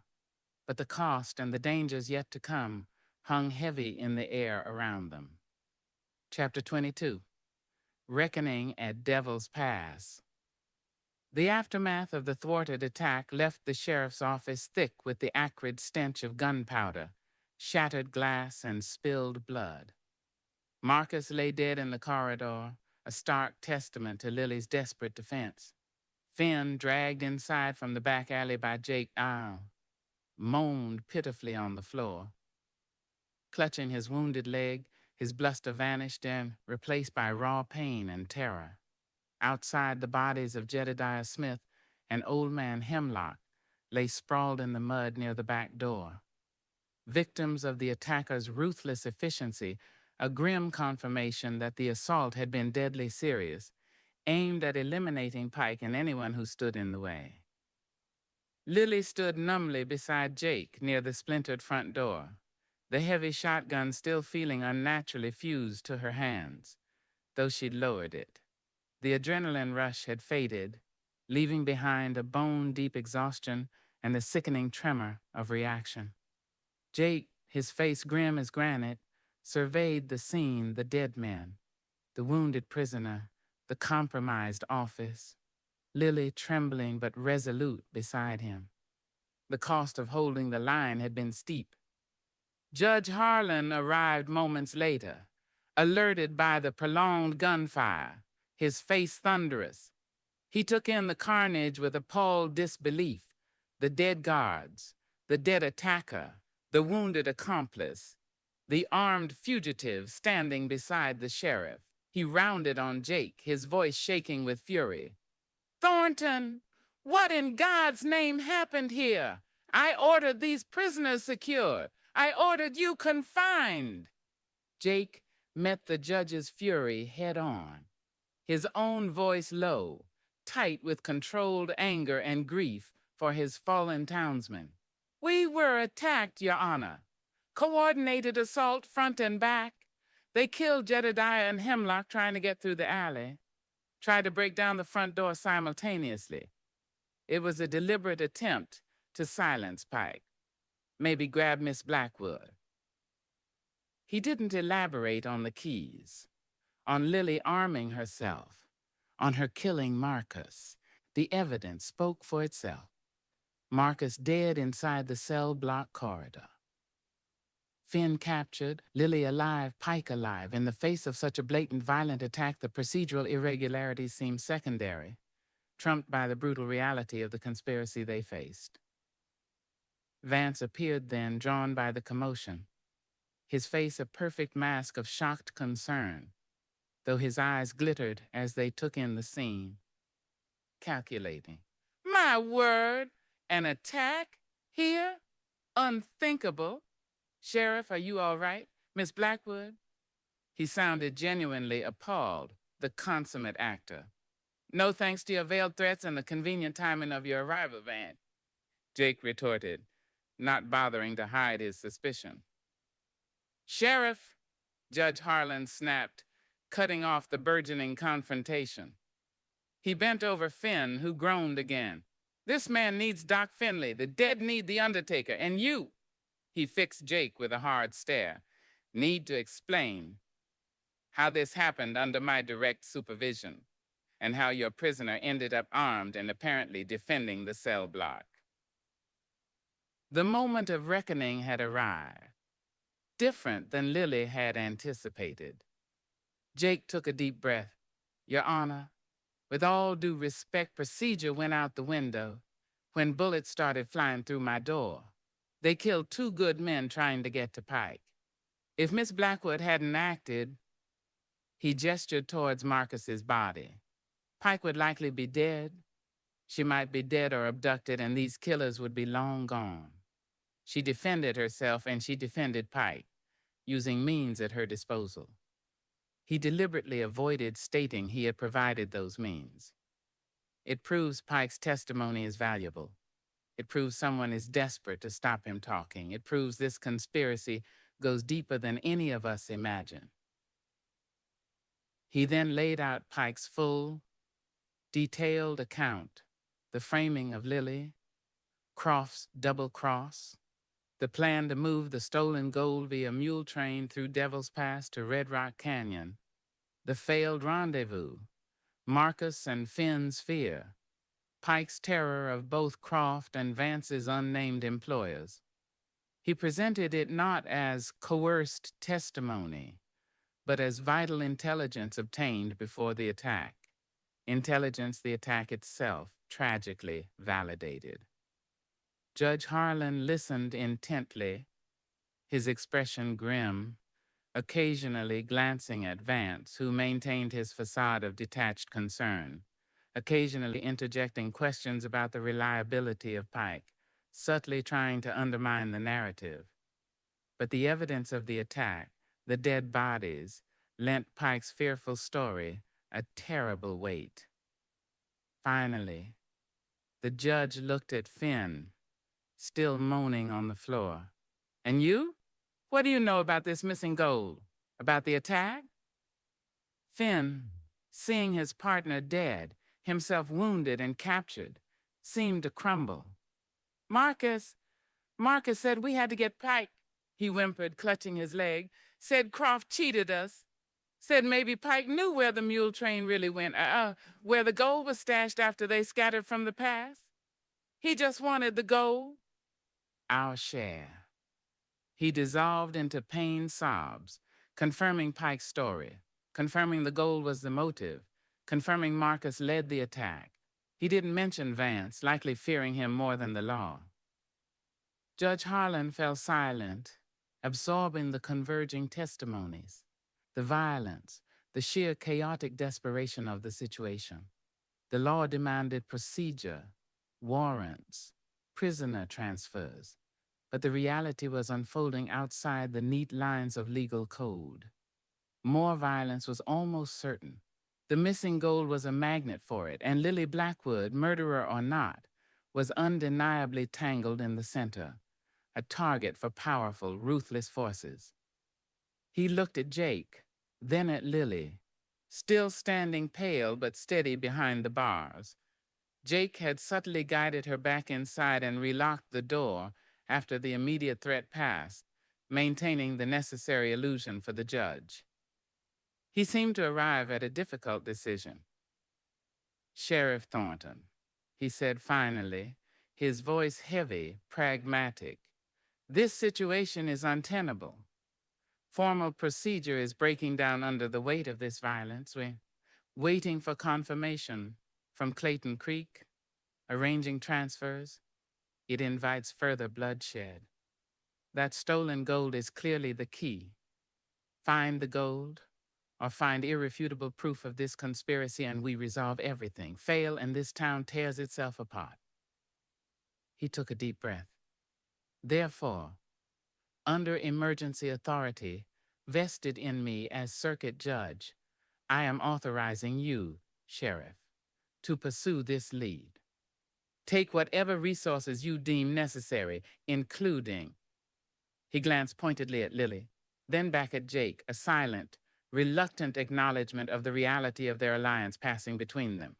Whatever assistance might prove effective, your priority is to locate this missing gold or those guarding it, apprehend Marcus's surviving associates if possible, and secure any evidence related to Croft's conspiracy and murder.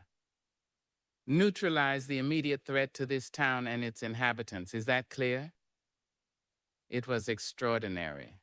A judge faced with blatant breaches of protocol, effectively sanctioning Jake's unorthodox methods, implicitly authorizing Lily's involvement, and all in the desperate hope of ending the escalating violence. The law was bending to necessity. Clear, Your Honor, Jake said, relief warring with the gravity of the task. I will remain here, Harlan continued. Secure the prisoners, Pike and Finn, liaise with Clayton Creek, and maintain order. But you, Sheriff, ride out. Find the truth at Devil's Pass or Red Rock Canyon before more men die. He looked at Vance. Mr. Vance, you will remain in redemption under my observation. Your cooperation is expected. Vance inclined his head, his expression unreadable. As you wish, Your Honor. I trust the sheriff will exercise appropriate discretion. The words were polite, but the underlying message was clear. Vance knew Jake was taking Lily, and he would be watching, waiting. Within the hour, preparations were made. Doc Finley patched up Finn, who was moved under guard provided by newly deputized townsmen, to a secure room, pending the judge's further questioning. The undertaker dealt with the dead. Jake briefed Lily quickly, outlining Pike's confirmation of the Red Rock Canyon rendezvous point beyond Devil's Pass. That was their destination. They rode out as the storm clouds finally broke, unleashing a driving rain that quickly turned the trail slick and treacherous. Jake had insisted Lily ride patience. Her mare was swift and sure-footed. He rode his own bay, leading the way, pushing the pace despite the conditions. They carried provisions, extra ammunition, and the heavy weight of expectation. Behind them, redemption huddled under the storm, holding its breath. Ahead lay the wild, dangerous beauty of the foothills and mountains, concealing secrets, ambush points, and perhaps the ghost of stolen gold. The journey was grueling, conducted mostly in silence, broken only by the wind, the rain, and the rhythmic splash of hooves. The shared understanding between them needed no words now. They moved as a unit, watching each other's backs, scanning the dripping landscape for any sign of Vance's men, who were somewhere ahead of them on the same trail, or perhaps taking a different route. The rain plastered Lily's hair to her face, soaked through her jacket, but she barely noticed the discomfort, her senses hyper-alert, adrenaline humming beneath her skin. Beside her, Jake rode with grim determination, his face set, his eyes constantly moving, the lawman's instincts fully engaged, yet tempered by the knowledge that the woman beside him was both his charge and his partner in this desperate venture. By late afternoon, the rain lessened, though the sky remained overcast, heavy and gray. They reached the entrance to Devil's Pass, a narrow slit in the towering rock walls, choked with debris from the earlier storm. The air here felt colder, the silence more profound, broken only by the rush of a swollen creek cascading down the mountainside. Jake dismounted, examining the muddy ground near the entrance.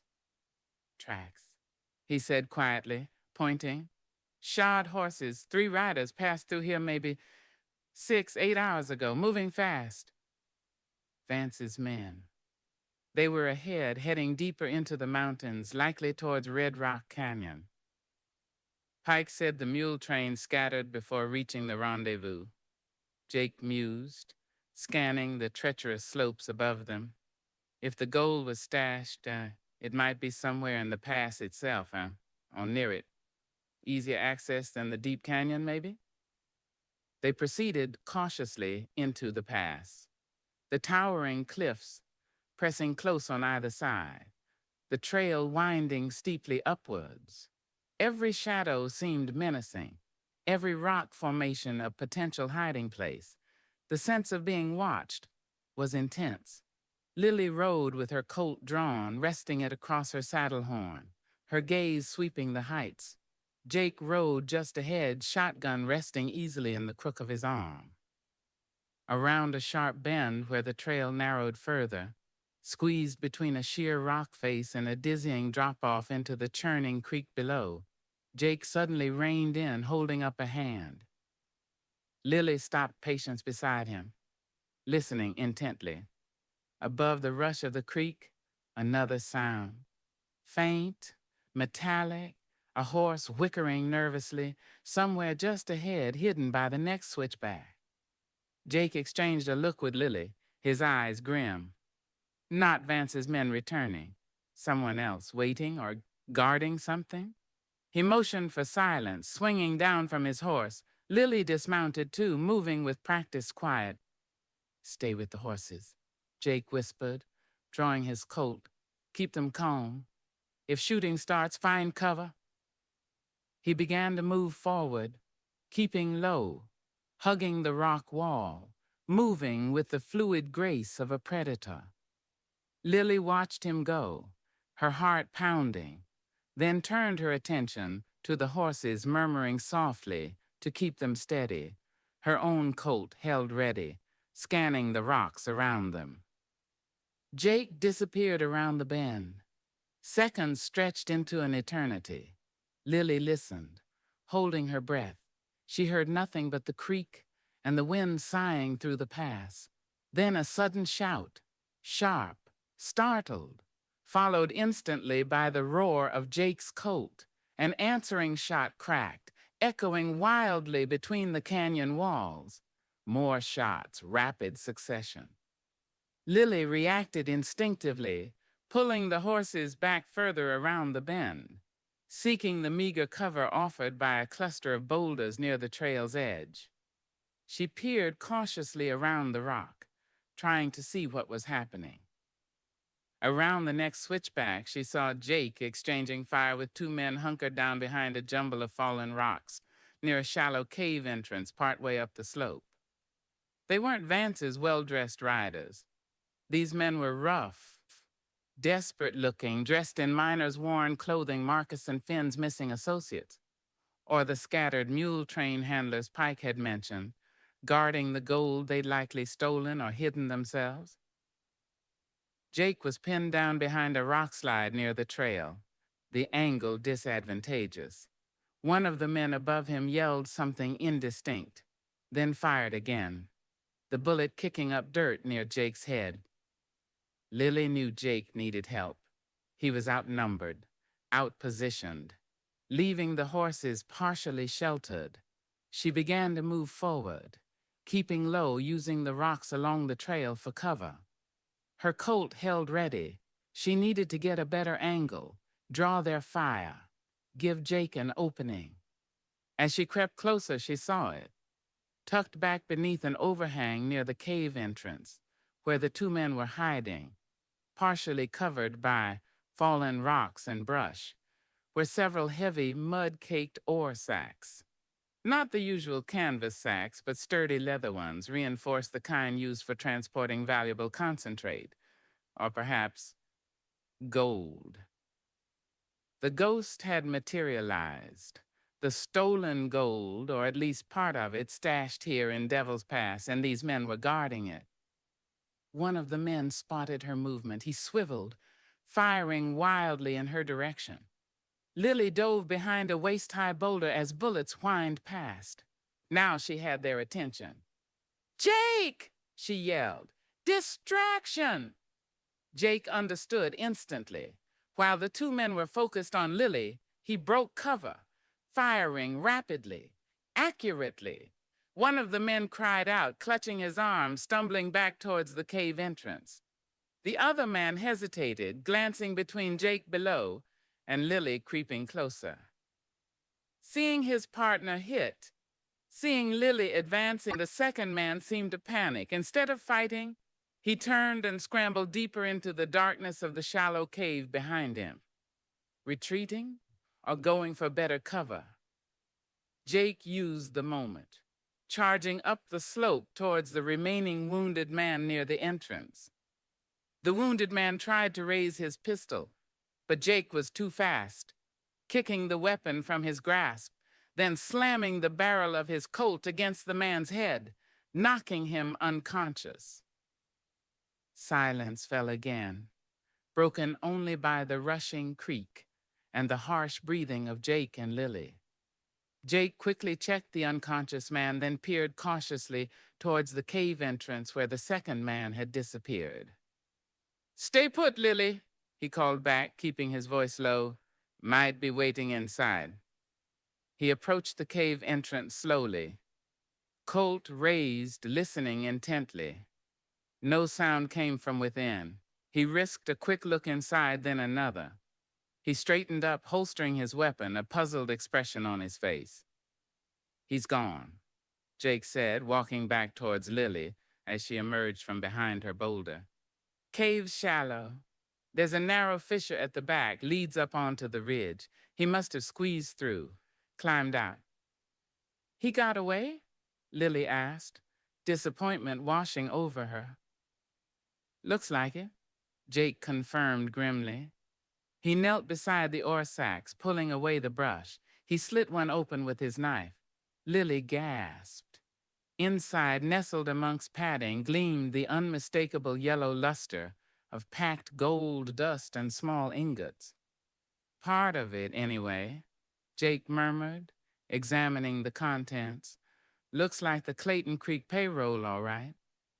He stood up, his gaze sweeping the treacherous slopes of Devil's Pass, then meeting Lily's.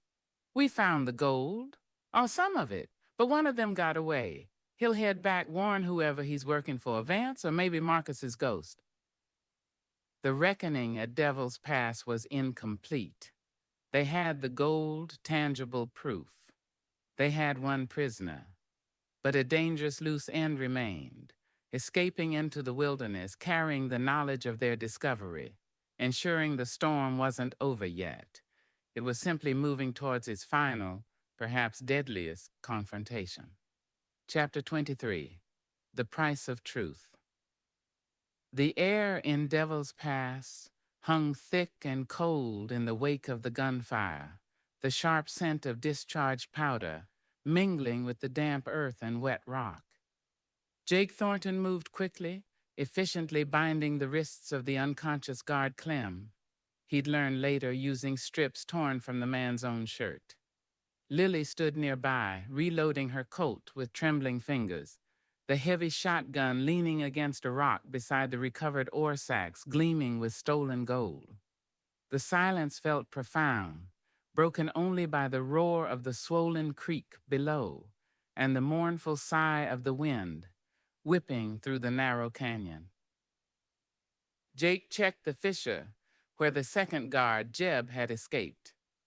"Damn narrow passage, he muttered, wiping rain and sweat from his brow. "Leads up onto the ridge. He'll have a head start, and he knows these mountains better than we do." He straightened up, his gaze meeting Lily's, the grim reality settling between them. "He'll head for help. Vance's men are likely still somewhere between here and Red Rock Canyon, or he might even try to circle back to Redemption, warn Vance directly."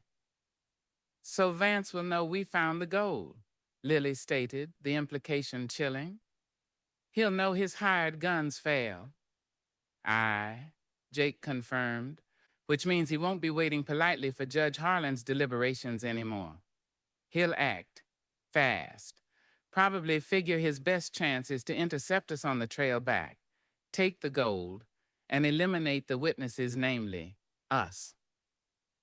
The recovered gold, proof of Lily's innocence and Croft's guilt, had instantly become a magnet for lethal danger. They were exposed, vulnerable, carrying a fortune through hostile territory with ruthless enemies likely closing in. We need to get back, Jake decided instantly. Now. Forget Red Rock Canyon for now. Securing this gold, getting Clem's testimony to the judge, and stopping Vance is the priority.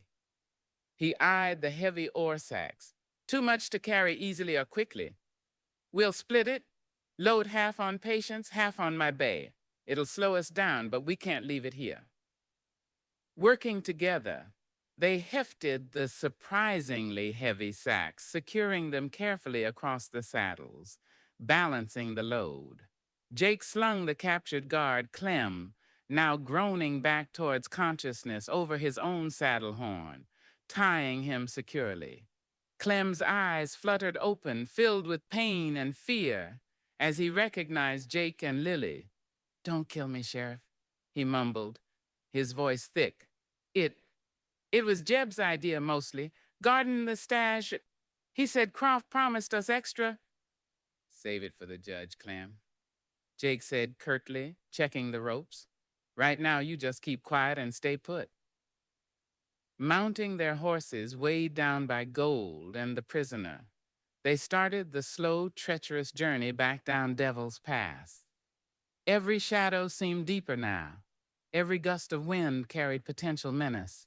Lily rode slightly behind Jake, her colt drawn, constantly scanning the trail behind them, the rocks above, searching for any sign of Jeb returning or Vance's men converging. Jake rode with his shotgun across his lap, his senses stretched taut, reading the terrain, listening for any unnatural sound above the wind and the rain that had started again. A cold, steady drizzle this time. The silence between them was different now. Not awkward, not strained, but the focused quiet of partners facing extreme danger, communicating through glances, through the subtle shifts in posture, through the shared understanding of the stakes. Lily watched the way Jake handled his horse, the way he scanned the trail, the calm competence radiating from him despite the immense pressure. The fear was still present, a cold undercurrent, but woven through it now was a profound trust in the man beside her, a trust forged in shared confessions under starlit skies and sealed in the crucible of gunfire. Jake, in turn, was acutely aware of Lily riding behind him, her presence a paradoxical mix of vulnerability and strength. He saw her vigilance, the way she held her weapon with steady determination, the way she faced the danger without flinching. She wasn't just the fugitive he'd reluctantly decided to protect. She was an equal partner in this desperate gamble, her courage a quiet counterpoint to his own weary resolve. The lines of duty and personal feeling blurred further, coalescing into a simple, fierce determination.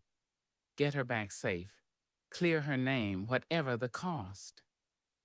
As they cleared the narrow confines of the pass and reached the more open, rolling foothills leading back towards redemption, the sense of exposure increased. They were easier targets now. Jake pushed the pace relentlessly, navigating the muddy, rain-slicked terrain with expert skill, conserving the horse's strength while maximizing speed. The clouds hung low and heavy, mirroring the oppressive weight of anticipation. They spotted no sign of Jeb, no sign of Vance's man. Had Jeb gotten lost, taken a different route, or were Vance's men simply waiting, choosing their ambush spot carefully closer to town? The uncertainty was its own form of torture. Finally, as dusk began to bleed into the rainy twilight, the scattered lights of redemption appeared through the gloom, flickering like fragile beacons in the encroaching darkness. They hadn't been intercepted. Relief warred with apprehension. Had Vance simply waited, confident he could handle the situation back in town? Jake reined in briefly at the edge of town, turning to Lily. All right, stay alert. We ride straight to the office, no detours. Let the judge see the gold, hear Clem's story firsthand. It's our best play. Lily nodded, gripping her coat tighter, her gaze scanning the shadowed alleyways and doorways as they entered the main street. The town felt unnaturally quiet, deserted under the driving rain. Most folks were likely indoors, hunkered down. But Lily sensed eyes watching from behind darkened windows, felt the weight of unseen scrutiny. As they approached the sheriff's office, the front door opened, and Judge Harlan stepped out onto the boardwalk, alerted by their arrival. His expression was grim, impatient. Behind him, Lily caught a glimpse of Vance standing just inside the doorway, his arms crossed, a faint, knowing smirk playing on his lips. He looked utterly calm, confident, too confident. Jake swung down from his horse, ignoring the rain plastering his hair to his forehead. Your Honor, he called out, his voice carrying over the drumming rain. We have evidence, and another prisoner.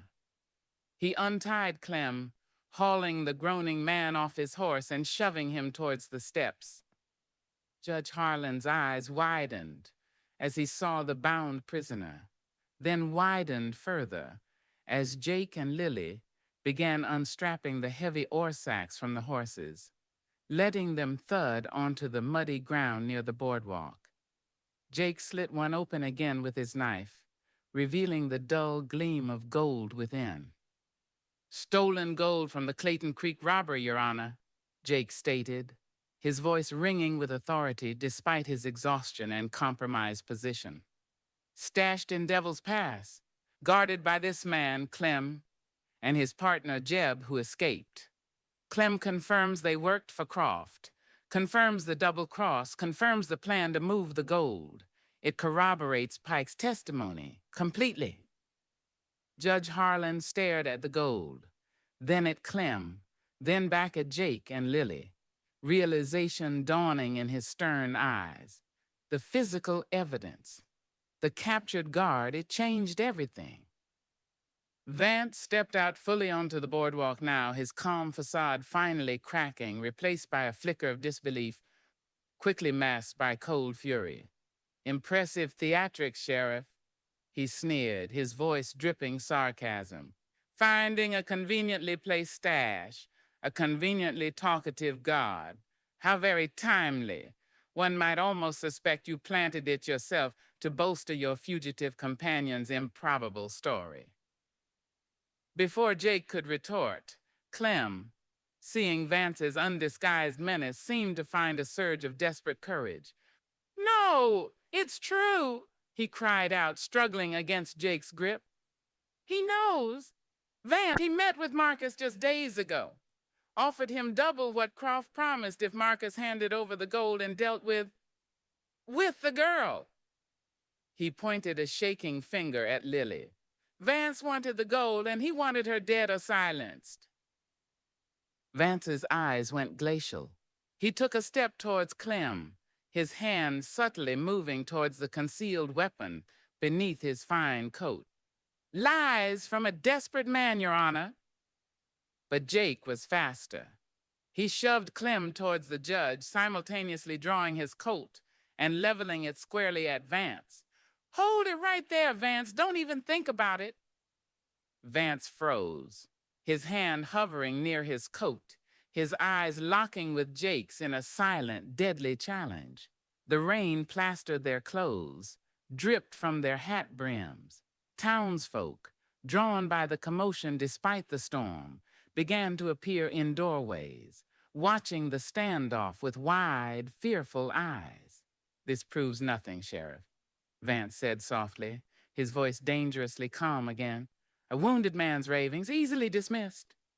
Maybe, Jake conceded, his gun unwavering, but added to Pike's testimony, Finn's confession, the recovered gold, your timely arrival, your intimidation of Miss Blackwood, your known association with Marcus.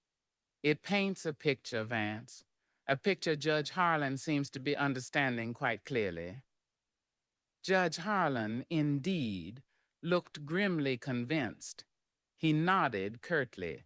Mr. Vance, you are hereby detained for questioning regarding conspiracy, theft, and potential involvement in the murder of Silas Croft and the subsequent attack on this jail. Hand over your weapon, now. Vance hesitated for a fraction of a second, his eyes darting around, assessing his options. Escape was impossible. Fighting against Jake's drawn gun and the judge's authority was suicide. The game was up. With a sigh that might have been frustration or simply weary acceptance, he slowly, deliberately drew a small, elegant derringer from his coat pocket and placed it carefully on the boardwalk railing. As you wish, Your Honor, he said, his voice devoid of emotion, though I assure you this is all a grave misunderstanding. My employers will hear this. The veiled threat was his last defiant gesture. Jake kept his gun trained on Vance as two newly deputized townsmen stepped forward cautiously to take him into custody. It was over. The conspiracy, complex and deadly, had unraveled under the weight of truth. Desperate courage and Jake's willingness to bend the law to serve justice.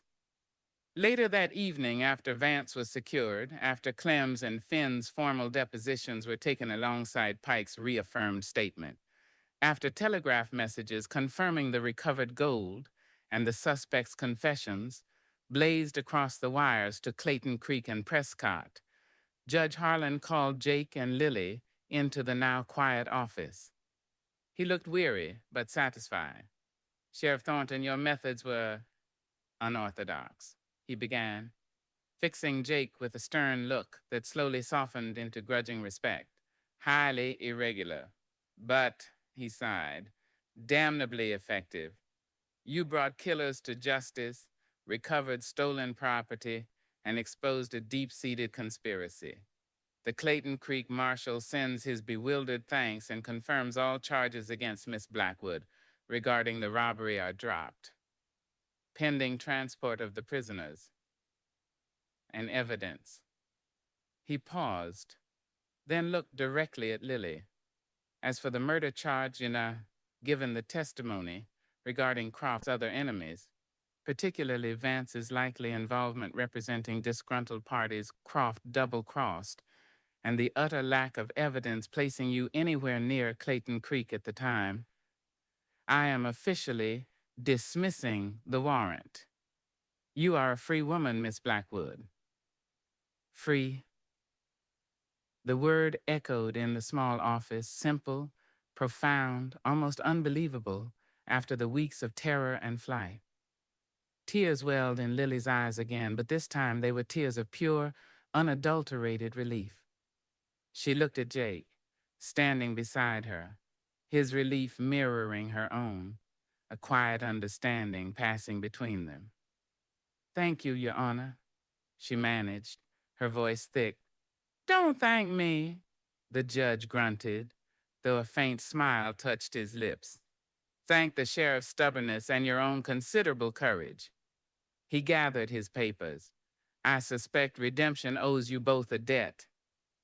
He nodded to them both, then left the office, leaving them finally, truly alone. The silence stretched, filled only by the gentle drumming of the rain outside, softer now, the storm having passed.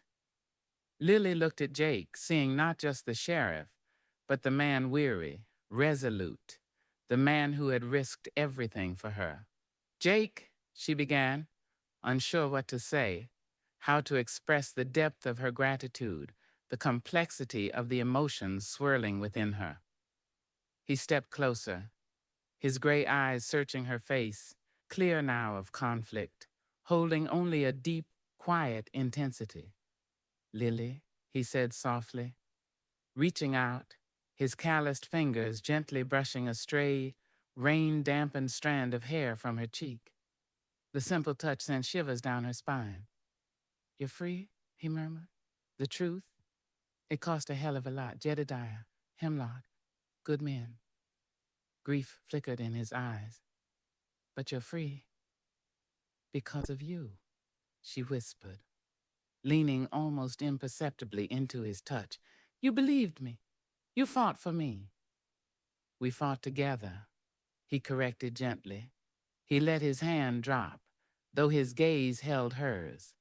The air between them crackled, thick with unspoken feelings, with the impossible connection forged in the heart of danger. What now? The question hung unspoken. She was free, but where would she go? Back to Clayton Creek, tainted by scandal and loss. Start anew somewhere else carrying the scars. And Jake, he was the sheriff of redemption.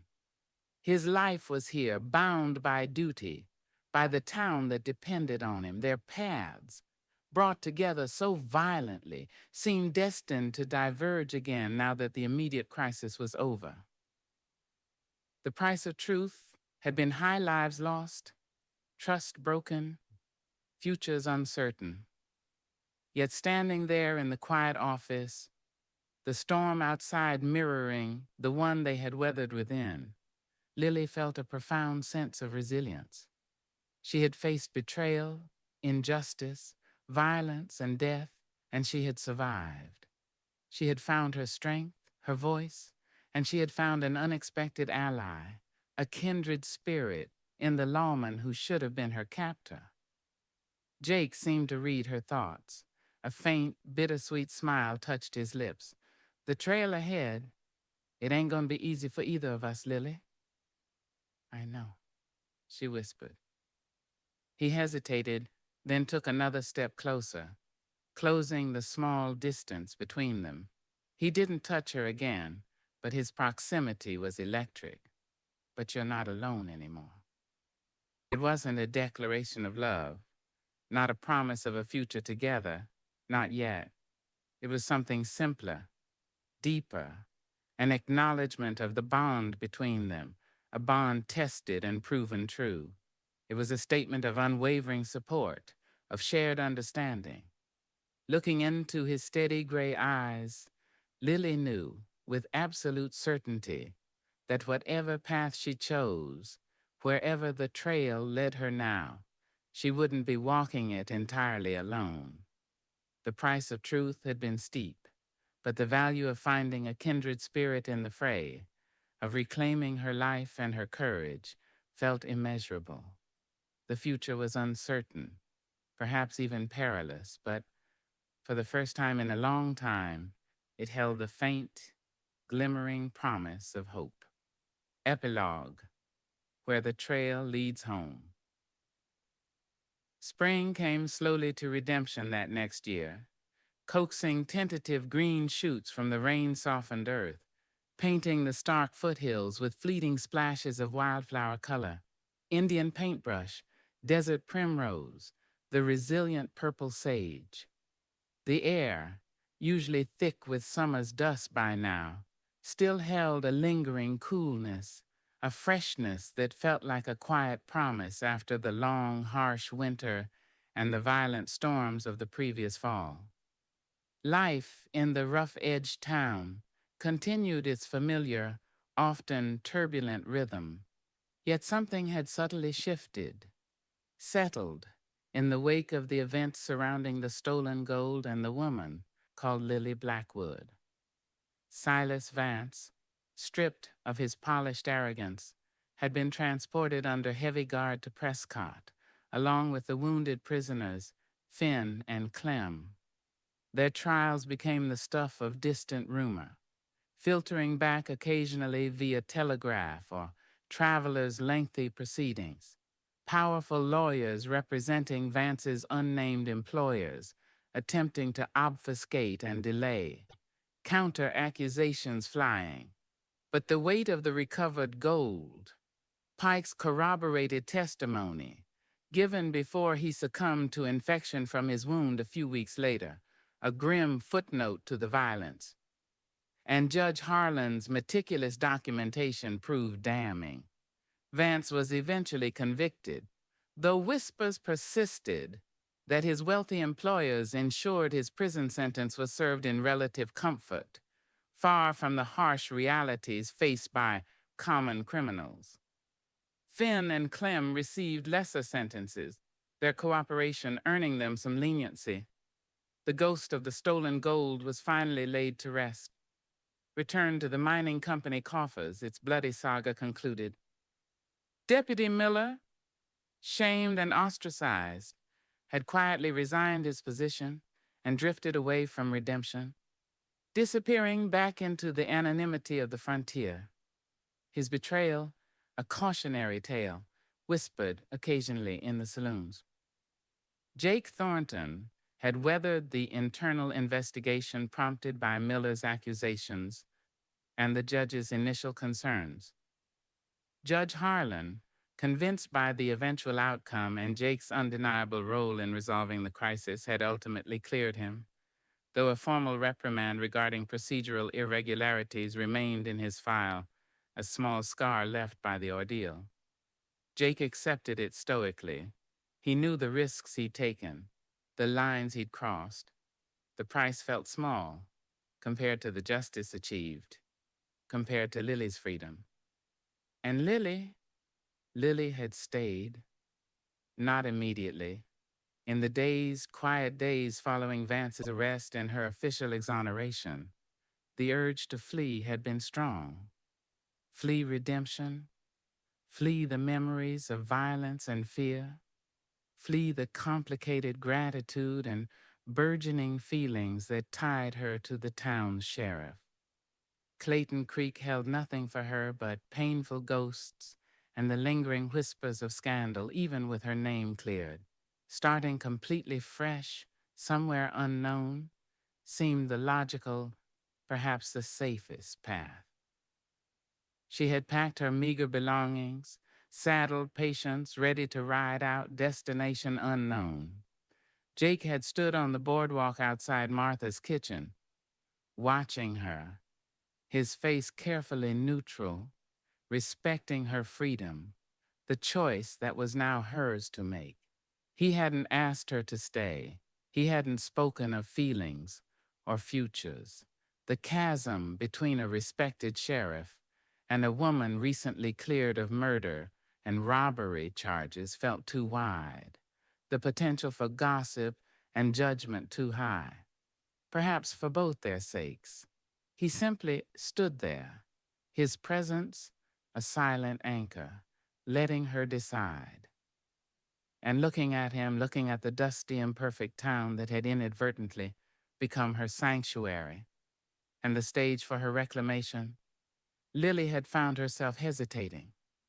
Running felt like reverting to the frightened fugitive she no longer was.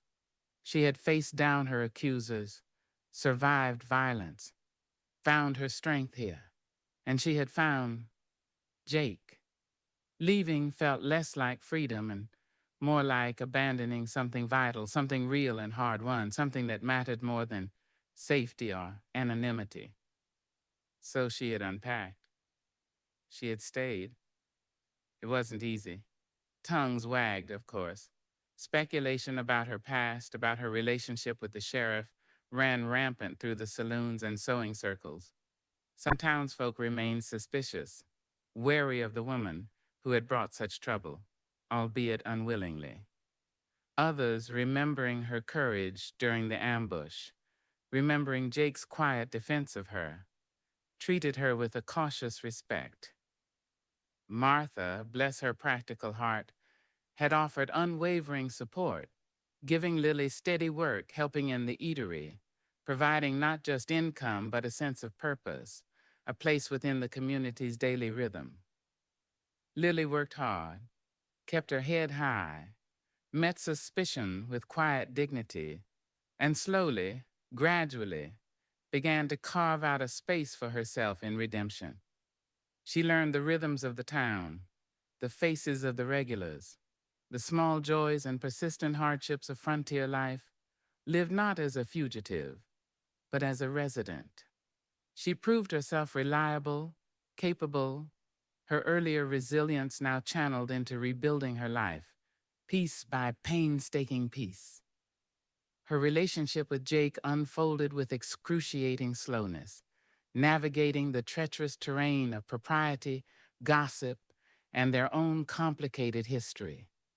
There were no grand declarations, no public displays. Instead, their connection grew in stolen moments, shared glances across the crowded eatery, quiet conversations on the boardwalk under the guise of discussing town matters, occasional shared cups of coffee at Martha's back table before the day's rush began. He remained Sheriff Thornton, steadfast, respected, perhaps a little more guarded, a little more weary than before, carrying the weight of his office and the memory of the men lost under his command. She remained Lily Blackwood, the quiet woman working at Martha's, her past unknown but rarely spoken of shadow, her future uncertain.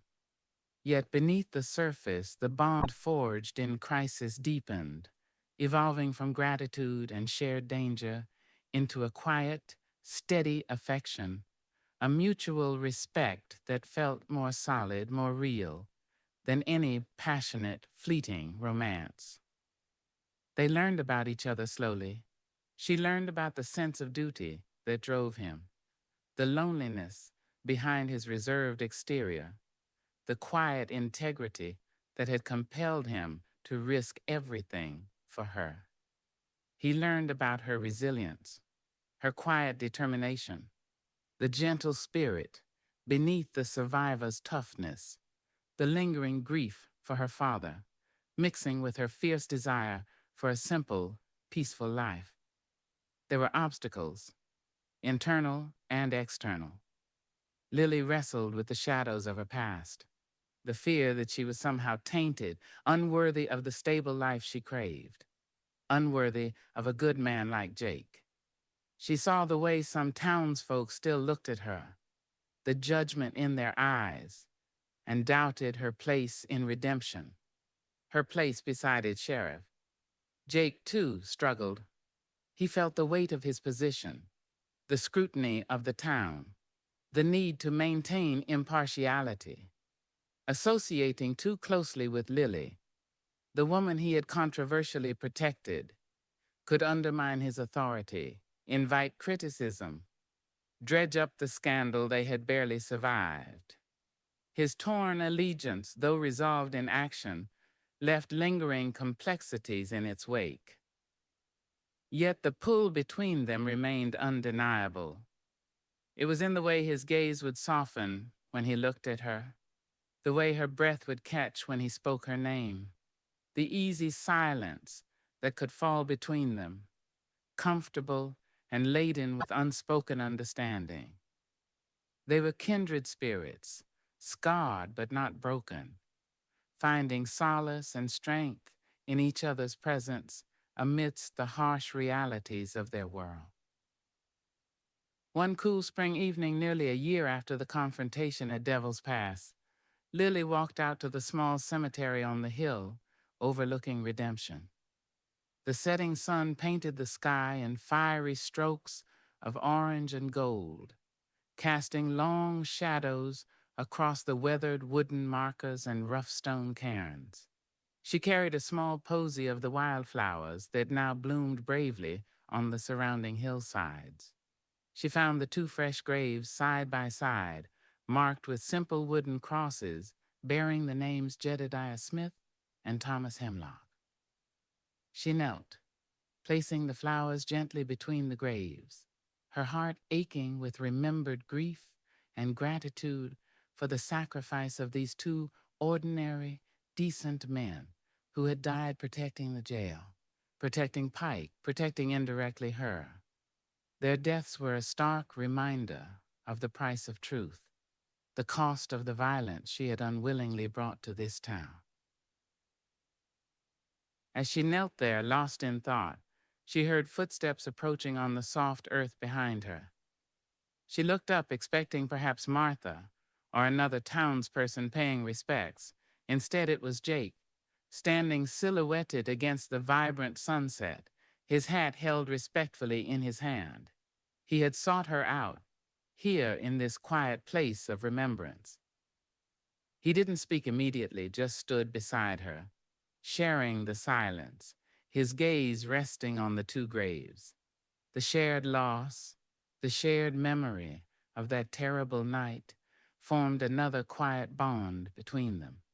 They were good men, Jake said finally, his voice low, tinged with sadness. I know, Lily whispered. I wish.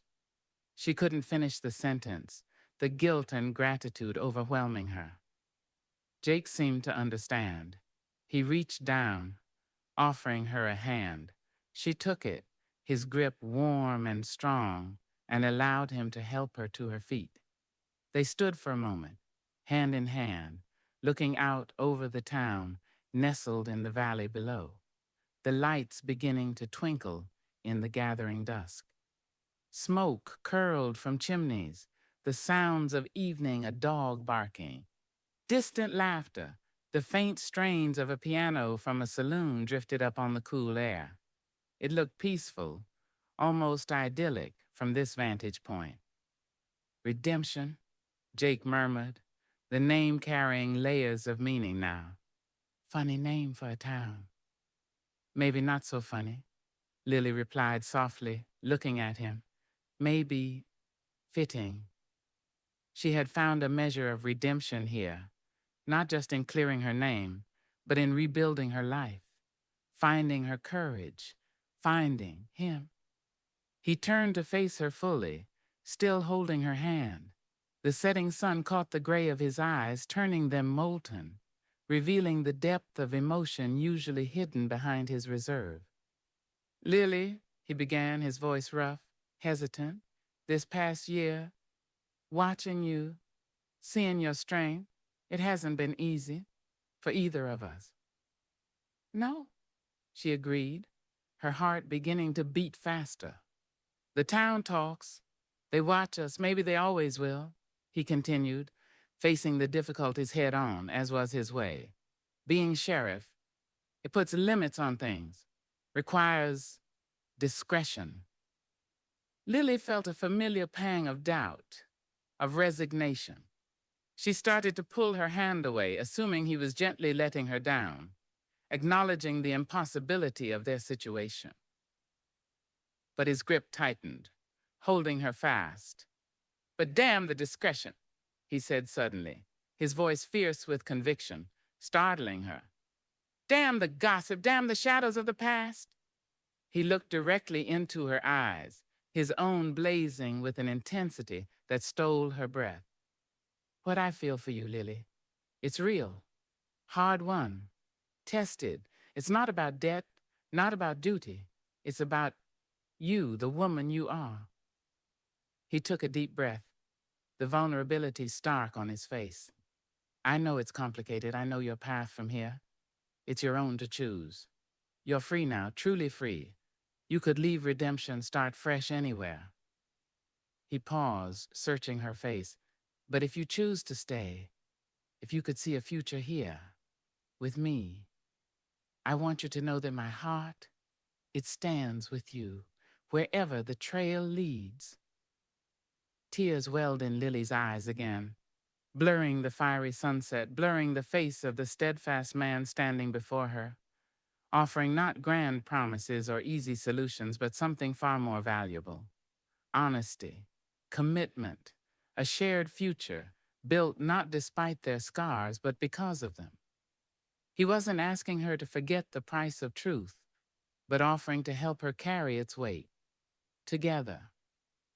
She didn't need flowery words or declarations of undying love, his quiet admission, his hesitant hope, his acknowledgement of the difficulties mirrored her own deepest feelings. Here, standing between the graves of fallen protectors, under a sky painted with the promise of a new day, she knew her answer. Redemption wasn't just the name of the town. It was the possibility she held in her heart. Oh, Jake, she whispered, her voice thick with emotion. She raised her free hand, gently touching the faint scar on his cheek, a scar earned long before she met him, a testament to his own survival. My trail. I think it leads right here. A slow smile spread across his face, erasing the weariness, illuminating his features with a light brighter than the setting sun. He drew her closer, his other arm coming around her waist, holding her gently but securely against him. They stood embraced as the last light faded from the sky and the first stars began to prick the deepening velvet overhead. Kindred spirits who had weathered the storm and found against all odds not just redemption but the quiet, resilient promise of home. The future remained unwritten, the challenges undeniable, but here together they would face it, their hearts finally standing on solid ground.